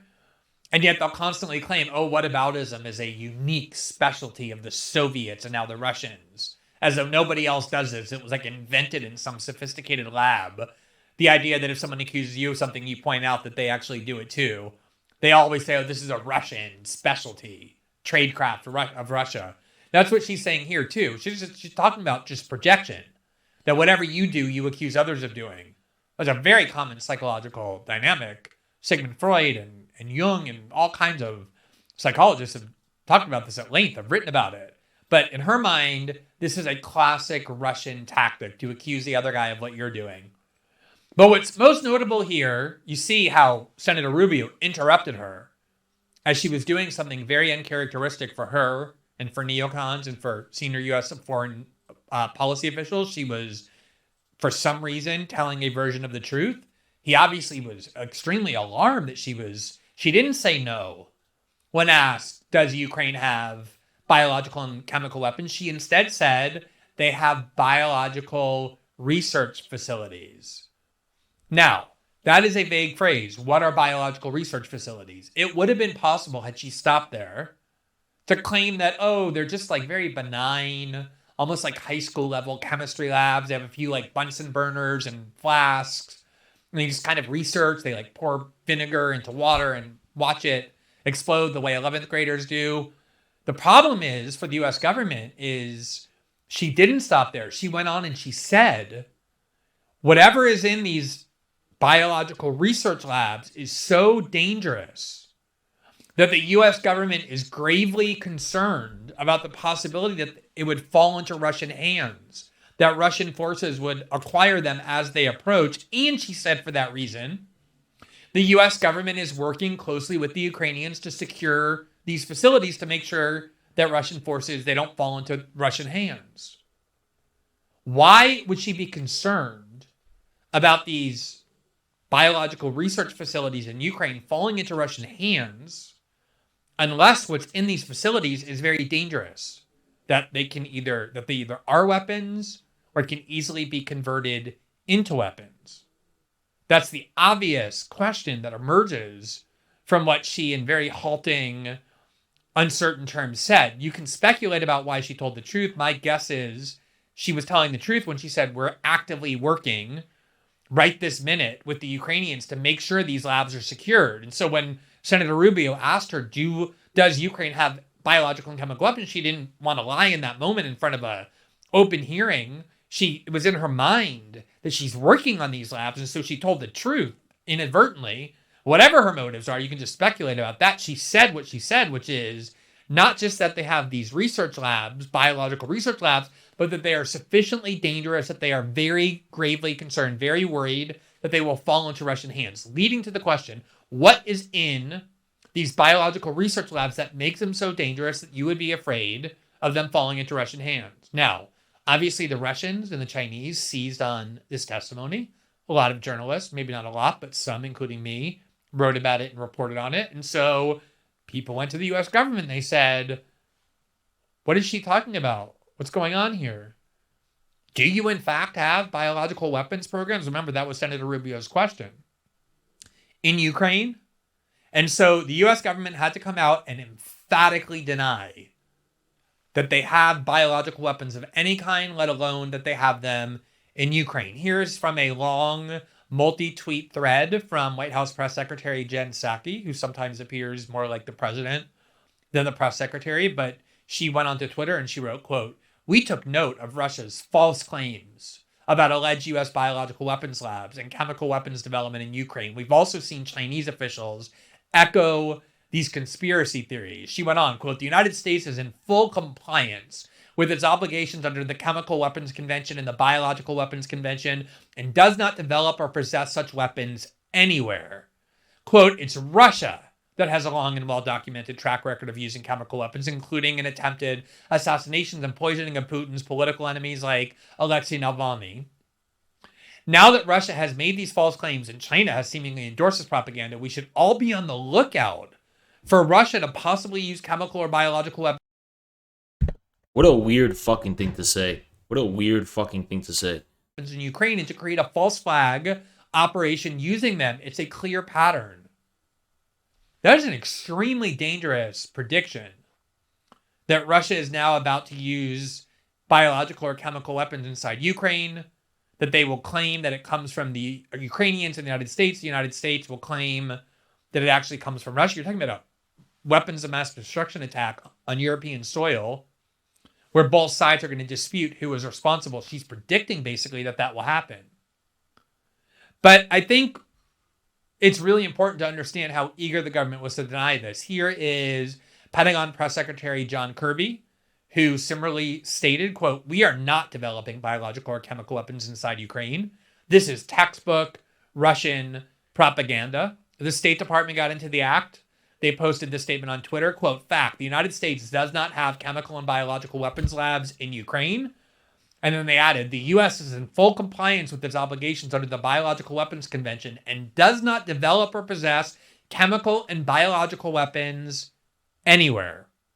Here's the State Department, the Kremlin's allegations of chemical and biological weapons laboratories in Ukraine.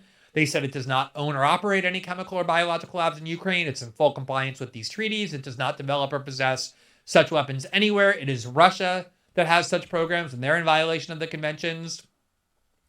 So that's the U.S. government's position. We do not ever have chemical or biological weapons. We're in full compliance with the treaties that ban any country from developing chemical or biological weapons, and it's Russia, the Russians, that do that, not us. Now, is the U.S. government telling the truth? We don't know. Possibly they are, and possibly they're not. And that's what I want to examine with you.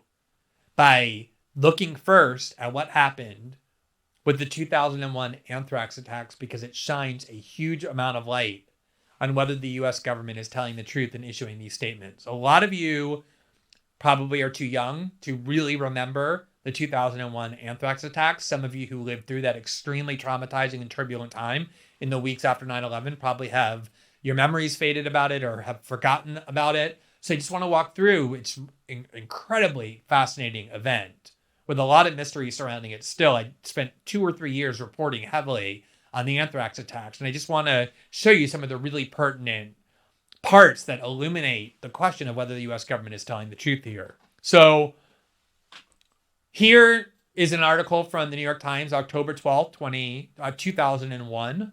So just a month after the 9/11 attacks. Quote, "Anthrax found in NBC News aid. An assistant to the NBC anchor, Tom Brokaw, has tested positive for anthrax infection more than 2 weeks after she opened a threatening letter addressed to Mr. Brokaw that contained a white powder," officials said yesterday.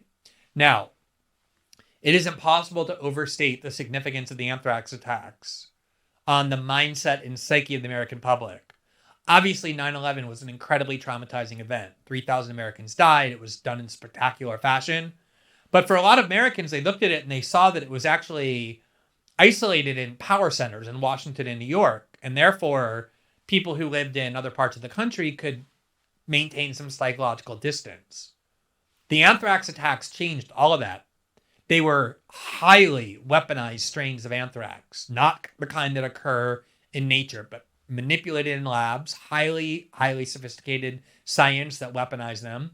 And they were sent through the mailboxes to numerous prominent figures like Tom Brokaw, like Senator Tom Daschle, and many others. It ended up killing 5 people, people who worked at the post office, people who just ran into the anthrax in the course of its travel. And it convinced people, this is like James Bond stuff now, and it's not just people who live in New York and Washington. It's actually coming right through our mailboxes. Like I didn't say if the Russian military was still in Ukraine. I said if they completed their operation by then. And yes, I'm a man of my word. Those sacred place of American suburbia, everybody felt threatened by this, really unsettled. You cannot overstate the importance of the anthrax attacks. And what was so alarming about them was that the U.S. government was saying this is not naturally occurring anthrax. Somebody manipulated it into a weapon, into a biological weapon. That's what made it so scary. Here was the letter that accompanied at least several of the envelopes containing the anthrax. Here's the one to Tom Brokaw. Quote, it's dated September 11, 2001, obviously intended in the public mind to link it to 9/11. This is next. Take penicillin now. Death to America. Death to Israel. Allah is great. Obviously intending to create the impression that the same people who perpetrated 9/11 were the ones behind the anthrax attacks. Now, here is a video clip from ABC News on October 15, 2001, just to give you a sense for what was in the air about these anthrax attacks. For those of you who don't remember it, those of you who didn't live through it, look how terrifying this was. From where that was mailed. Also today, anthrax was discovered in the Boca Raton post office in Florida that handled mail for the American Media Company, where one person died from anthrax. A senior federal health official told ABC News the strain of anthrax found in Florida is confirmed as the so-called AIM strain, a strain originally cultivated in Iowa but used in research laboratories around the world. Leading. Can you guys fucking believe how much we're lied to? You fucking believe how much lies there are? Authorities on biological agents say the AIM strain strongly suggests a sophisticated operation. But it's all for morale, right? It's ultimately serves a good ends, right? At the White House, President Bush was asked if there is a connection to Osama bin Laden. We're making sure that we connect.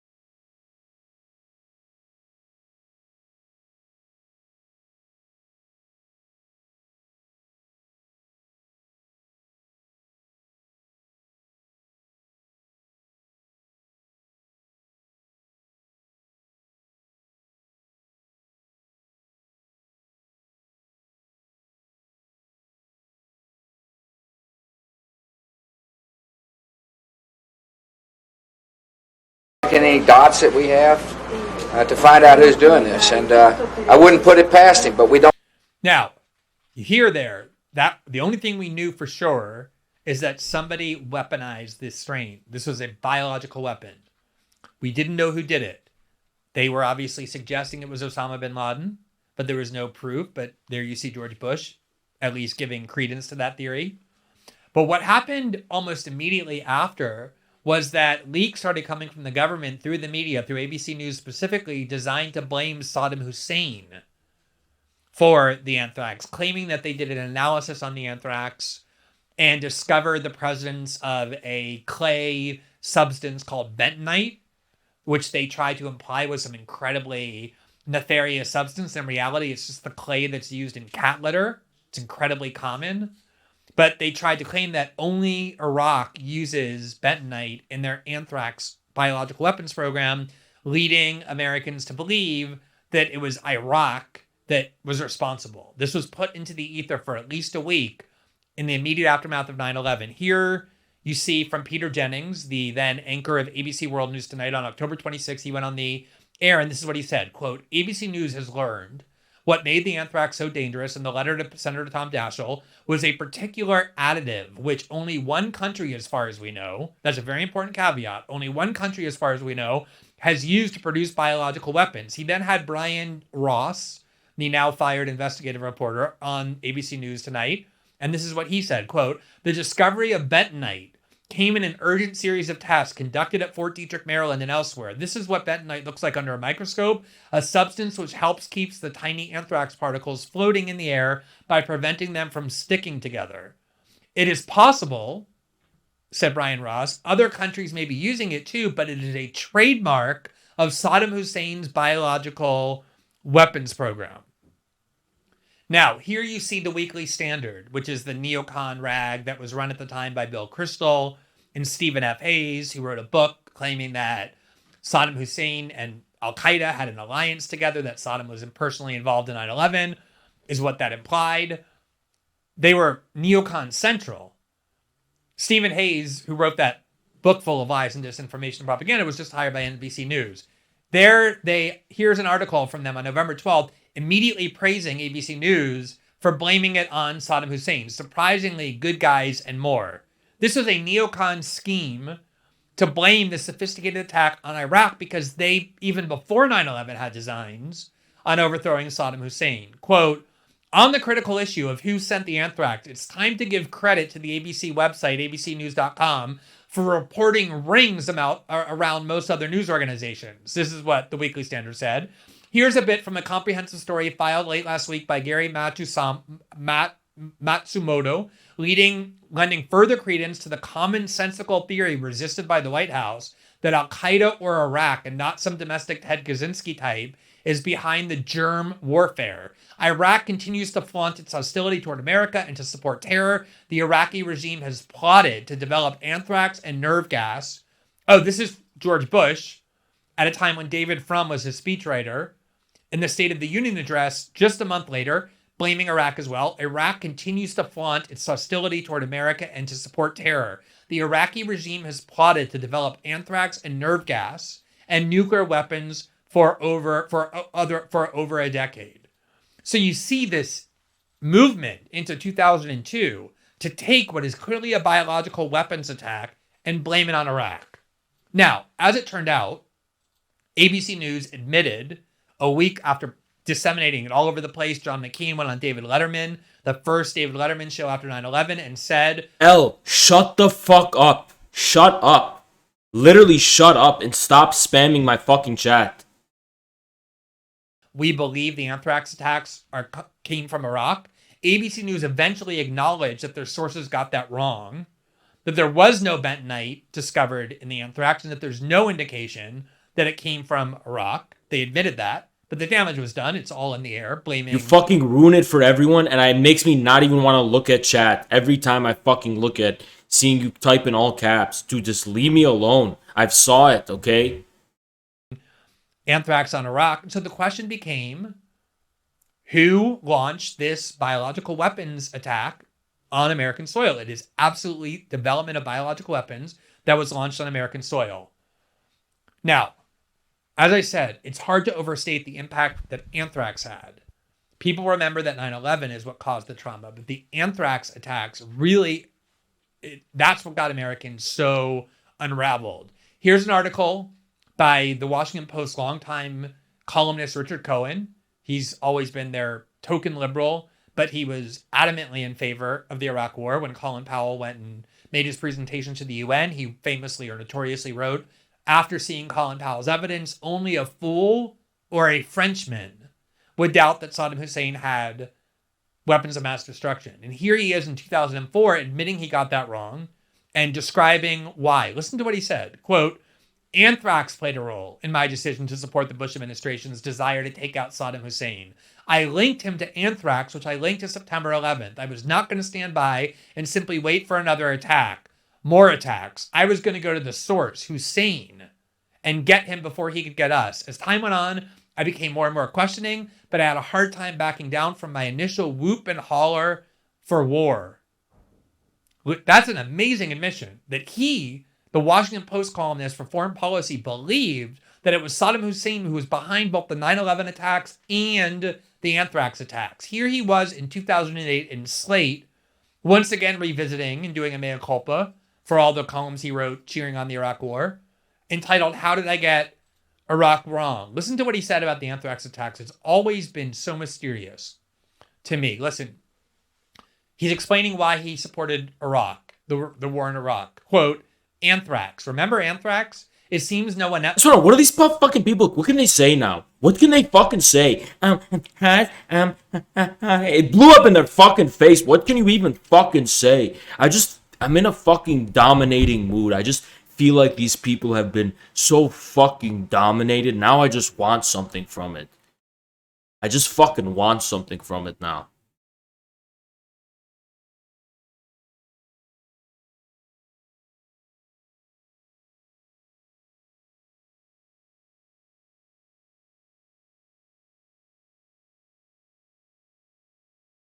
Holy fuck, this was the biggest miscalculation from that piece of shit. Biggest fucking miscalculation.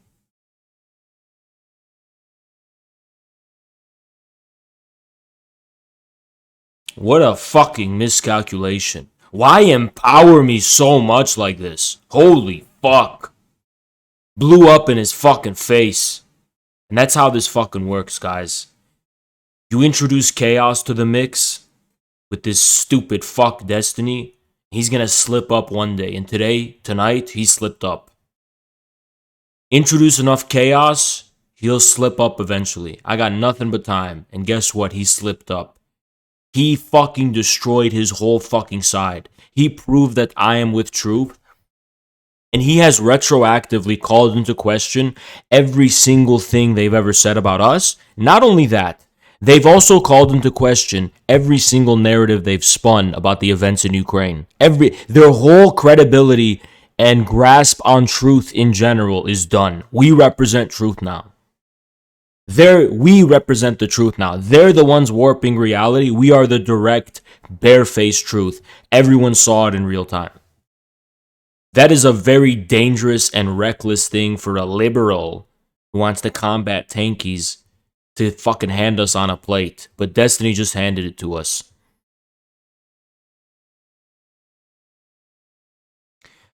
I'm going to war with this fucker till the end of time. Until their career is all but over.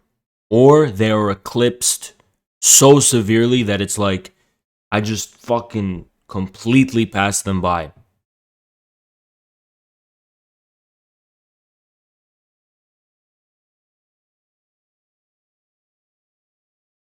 Again, this was the wrong enemy.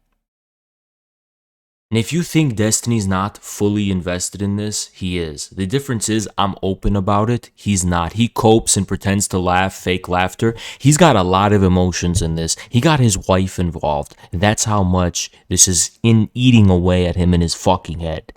And I am not going to fucking blink or flinch. I'm going to do this until the very end. Keep in mind, guys, I'm nobody. He's been here for 12 fucking years. I came out of nowhere. And I'm gonna bring this Destiny. I'm gonna bring his fucking career on a roller coaster ride, which is gonna end with the end of the brand for him. And I have nothing to fucking lose, and he has 12 years of a career to lose, and there is no escape. There is no escape from this war with me. None. I am not giving up. I think he's done this before, and he's like, well, eventually Haas will be bullied off the internet. That's what I was told, that this is the tactic they do. No. I have unlimited tolerance for hatred. Unlimited tolerance for hate comments. Unlimited tolerance. By now, there's nothing. It doesn't even matter. The threshold of hate does not matter. It's gotten as big as it'll ever fucking get. It makes no difference. It's for a long time it hasn't made a fucking difference. You think this makes me not want to stream anymore and makes me want to quit? I would rather not.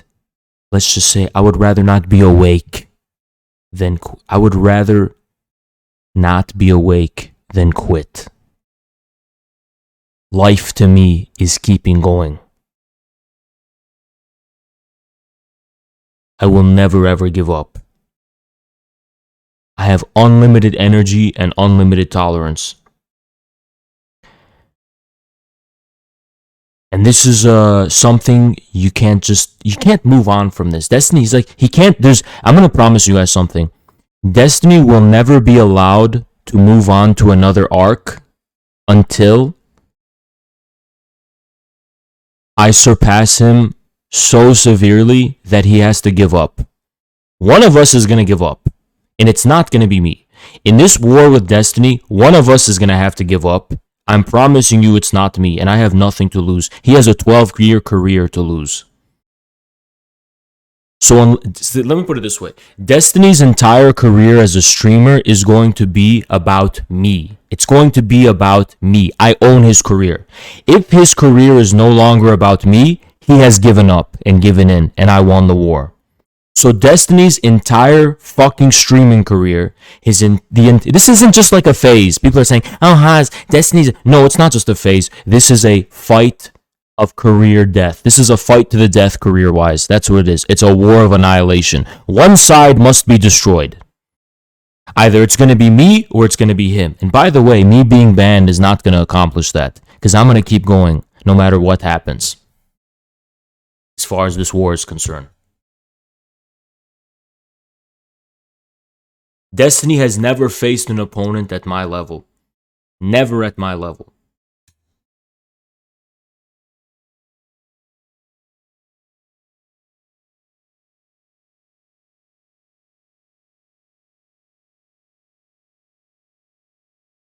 If Destiny starts moving on from me, starts making his content about something different than me, he's given up.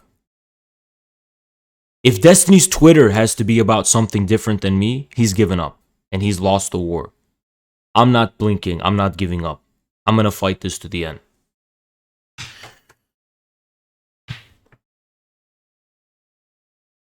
We are going to destroy DGG. We're going to destroy that community. We're going to conquer them entirely. And they will know. They will remember us only with fear.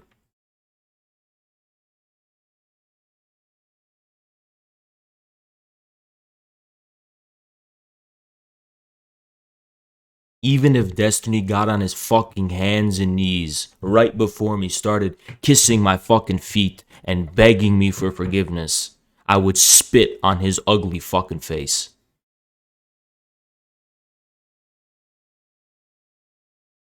I am going to the end. Just like Putin said, just like the Russians said, the operation in Ukraine will be finished. The war against DGG will be finished. I am pressing forward. There is nothing you can do to hold me back. Nothing. I'm pressing forward.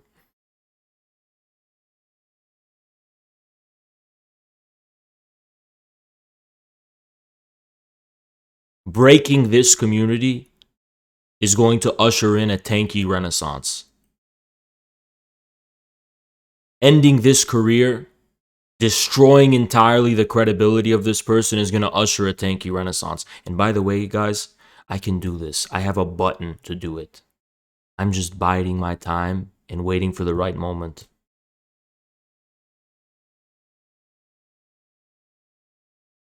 I have a button that will totally ruin his image forever.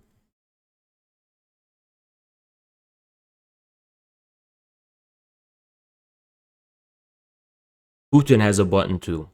Just a different type of button. but I have a similar analogous button. I have an analogy of a button.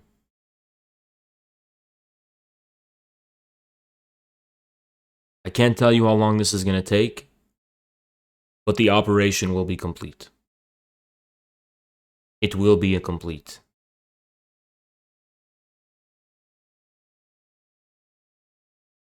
I am going to end Destiny's streaming career.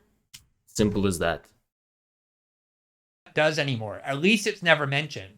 But right after the terrorist attacks of September 11, 2001, letters laced with anthrax were received at the New York Post and Tom Brokaw's office at NBC. In the following days, more anthrax-contaminated letters were received by other news organizations, CBS News and presumably ABC, where traces of anthrax were found in the newsroom. Weirdly, even The Sun...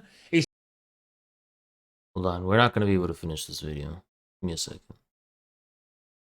Tulsi talked about it. Tucker Carlson talked about it. So I want to show you something. Azov is mobilizing in Dnipro. They have a recruiting video. From recent videos, Azov seems to have expanded rapidly in the past 3 weeks. 2 new battalions, Kharkiv, and a local defense unit in Ivano-Frankivsk. So they're getting even bigger than they've ever gotten before.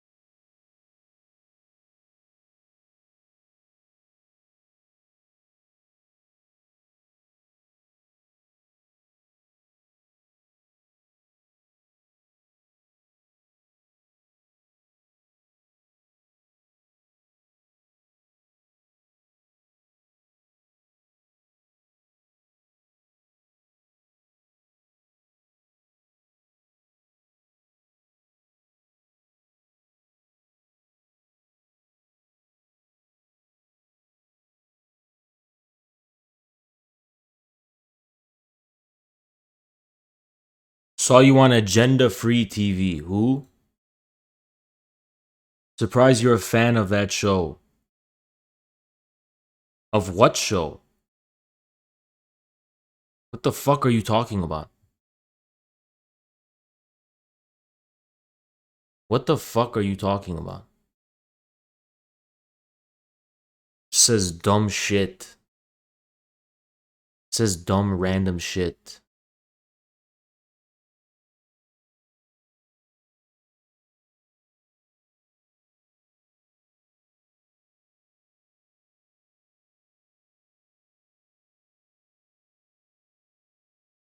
Okay, guys, I'm gonna be raiding into someone.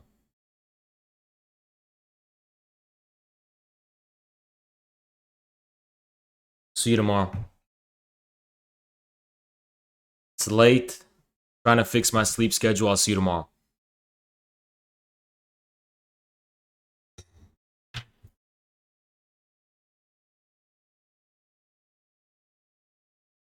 Remember, Destiny's gonna lie as soon as I raid. He's gonna lie, right? So you make sure you tell the truth in that chat. Make sure you tell the truth. Expose him for the fucking liar he is. See you guys. You've got Tucker.